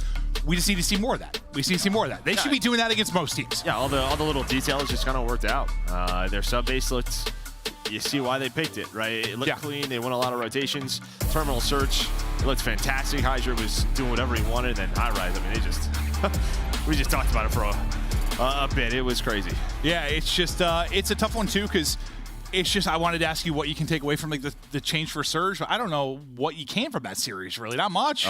They got more work to do. Yeah, 100%. I think the best thing for them is that compared to other teams, they got a top 4, top 6 at the major, so they have more CDL points. So there's more room for error. Where everyone else who made team changes, they're trying to find these CDL points. And this is a tough matchup. Like Heretics, who had the team change, you had to play, FaZe in Toronto right away. Like even though New York just bombed out, it's still a very good team. It's a tough matchup. 100%. But that'll do it for us. Desk, break it on down, especially Allie. I can't wait to hear what you think about round 2 because I don't know what happened. We got some big fights tonight, but there wasn't a lot of fight from the Surge in this one. Subliners taking care of business, arguably the fastest control we've seen yet. Oh, yeah, definitely. I think when it comes to that control, I don't think High Rise was a good pick for Seattle Surge. I don't think they have the same amount as explosive power and high ceiling talented players to go up against somebody like Hydra. When he's on one, he's literally unkillable on the map. Kismet can do it, Skies can do it. So for Seattle Surge, I would have liked to see an Invasion or a Karachi or something. Now, Nameless, we were watching. Hydra had more untraded kills than any player on Seattle Surge had total kills. Yeah, that's the dominance we saw in Game 3, but you were calling it out during the Surge. The man was on fire the whole series. Yeah, the guy, it seems like he just has the green light now, right? Like, he's just doing exactly what he wants. Like, he was like, I'm going to use the smoke now, use it for situationals. It was working great in Search and Destroy, especially on the retakes. But to answer Clint's question about the round 2 and that control, what happened was Search sent 3 guys over to B. Hoop goes underground, Brezzy goes top propane, and then Abuz is just roaming by elevator. So they're trying to, fight them sort of around mid-map and then get to their windows and make plays, put them in a spawn trap. You can't play that far in advance. They stack A and you instantly lost in that moment. Nobody wanted to make the play. So what that shows me is that Seattle Surge is just not on the same page. They haven't had enough practice with the new roster. And New York, they're full steam ahead. Like this series, they fixed a lot of their issues. I just feel bad for Arcades, man. He's been known as one of the great ARs in this game. You had Kismet spit on you twice with 360s, 180s, didn't matter. Subliners having the stronger gunnies, and they walk away with a second victory here in the opening week. As we take a look, though, at the scuff play of the game, there's nothing better than this than a 4-piece, a one-man army. Kismet, the Bulldog, shuts down the hard point. I have no reaction to that. If you guys don't know, Puckett actually has a really big crush on Kismet, his brain specifically, but it's just the Bulldog doing what Bulldog does. This is one of those series where we all know what Kismet adds to this team, sometimes even when the numbers don't show, and, well, the numbers were definitely there today, so he was just an all-around player. Yeah, they had all ARs out today. They were playing so much better, and you could see, where they lost yesterday to the Ravens on that P2, they're like, oh, hell no. Kismet made sure he was there early. He makes a huge play there, too, inside of P2. He finds 3. He would have got the 4th if the game didn't end when he was jumping down. Kismet's a dog. I gave it to him. That body looked dead to me. All right, there you have it. That is your scuff play of the game. The Subliner's going to pick this one up, and Kismet is going to get some well-deserved belly rubs. Let's take a look, though, at the whole day, because we had a fantastic week of action so far. 2 days in, Allie, 5 matches down. Who's the best team in the game that you've seen? Ooh, best team in the game that we've seen. We gotta still say Toronto, right? Coming off of that win and the way they bopped Miami Heretics, I feel like Toronto still gotta be at the top. Nameless, today we saw Atlanta play. What did you see from this squad? The hard point, I feel like they still need to make some improvements in that. The 5-5 and the high rise, I love that Abizi is able to just take control of the game, get that huge 2-piece, but just cool, calm, and collected in the clutch moments is what we expect from Atlanta FaZe, for them to win these games. They did that. And do you think the Subliners are right up there with Atlanta FaZe, or are they still a little bit behind? I know a lot of people were sort of out on the Subliners after Major 1. I'd never have been out on the World Champions. I think they're disgusting. With time, they will be a top 4. It's time for a Monster Winner Spotlight. Skies is joining us live. And Skies, I tried to set you up. I wanted Nameless to talk some smack, but he's a fan as well. We all love watching your team, and we love that you're joining us here in the Winter Spotlight once again. How do you feel about tonight's dub? I felt really good. I felt like today I feel like yesterday we were playing good, but we just weren't playing spots to help each other. But today we were working on that, obviously, and then we were just playing multiple hyper spots just to help each other around the map, and it just felt way easier today. Well, yeah, absolutely. It was a 3-0, I think a 3-0 that you guys needed. And I almost want to ask you, do you feel like maybe right now you're caught in the loop of playing to the level of your competition? Because typically you guys wouldn't struggle against a team like Carolina Royal Ravens. You have to reverse sweep them. And then today versus Seattle, you played flawlessly. I zoned out. You asked that again. Sorry. It's okay. I just asked if you think sometimes you play down to your competition. I think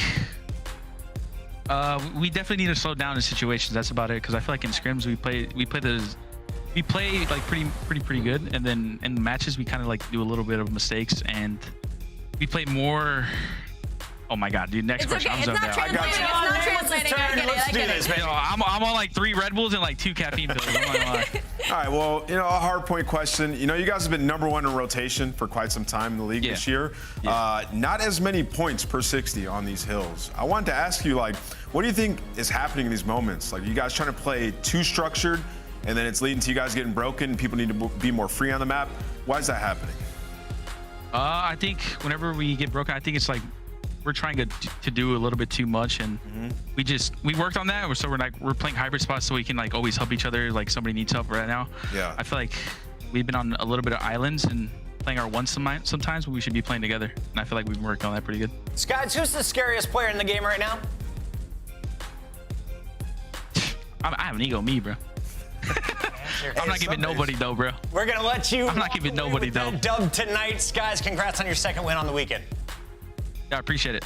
That is the Subliners. They are done for week #1. You'll see them back in action next weekend. But of course, we still have another day to go. And before we get to a Sunday, we got to recap a Saturday. So take it all the way back, Allie. Show me how I took the lead in the prediction poll. Because you picked the Boston Breach versus the Carolina Royal Ravens. We opened the day with the green team with their new look and the addition of Asim back into the league. And he had a great couple of respawns. Still a little bit of tweaking to do when it comes to those game twos, but Boston Breach looking pretty solid. And name was, I saw the tweet, Brian Stats put it up there, how Asim plays ridiculous against his former teams. He had another star showing.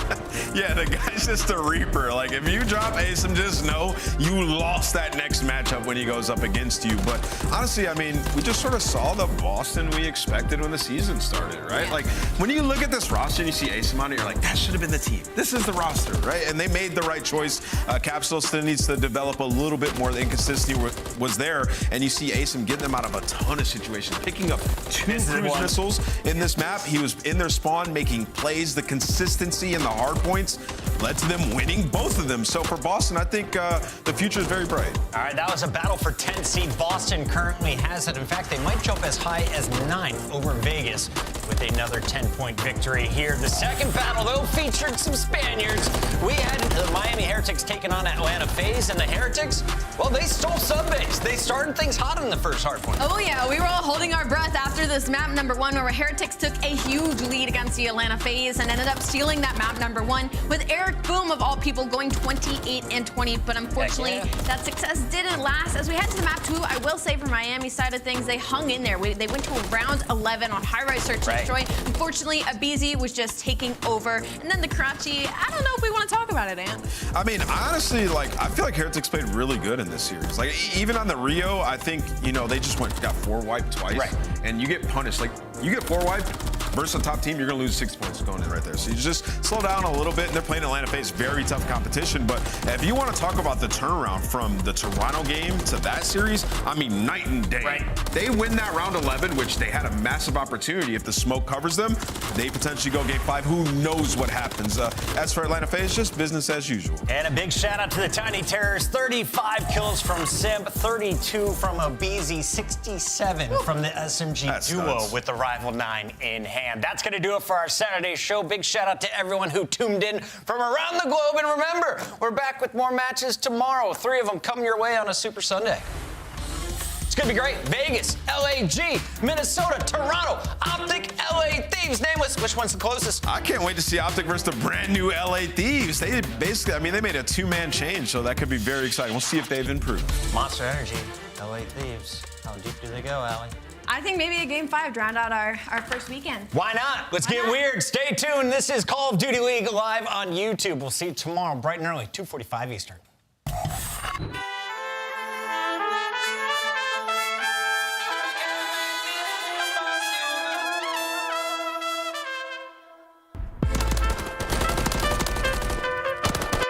Yeah.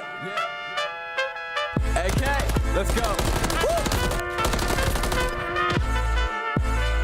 Estoy cansado de lo falso, si les puedo ser sincero. Por eso mi enfoque es solamente en el dinero. Ya no quiero más relajo, ya no más amigos, porque lo único que hicieron es desviarme del camino. He retomado el control, tenía que tomar un receso para averiguar lo que en verdad soy yo. He retomado el control, el rey ha llegado, esta es la nueva era. Deja recordarles que he retomado el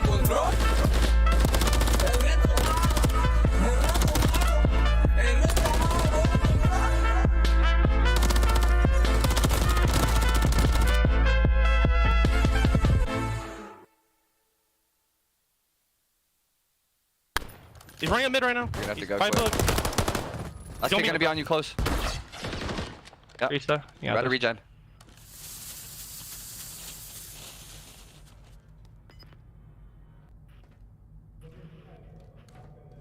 Back left. You saw him to the pillar. I think you saw him for P1 pillar. Like their side, our side pillar. One bomb. Yep. Let's go. Kill him, man. Holy. Bro, I was waiting for one of you guys to challenge. Ah, that sucks.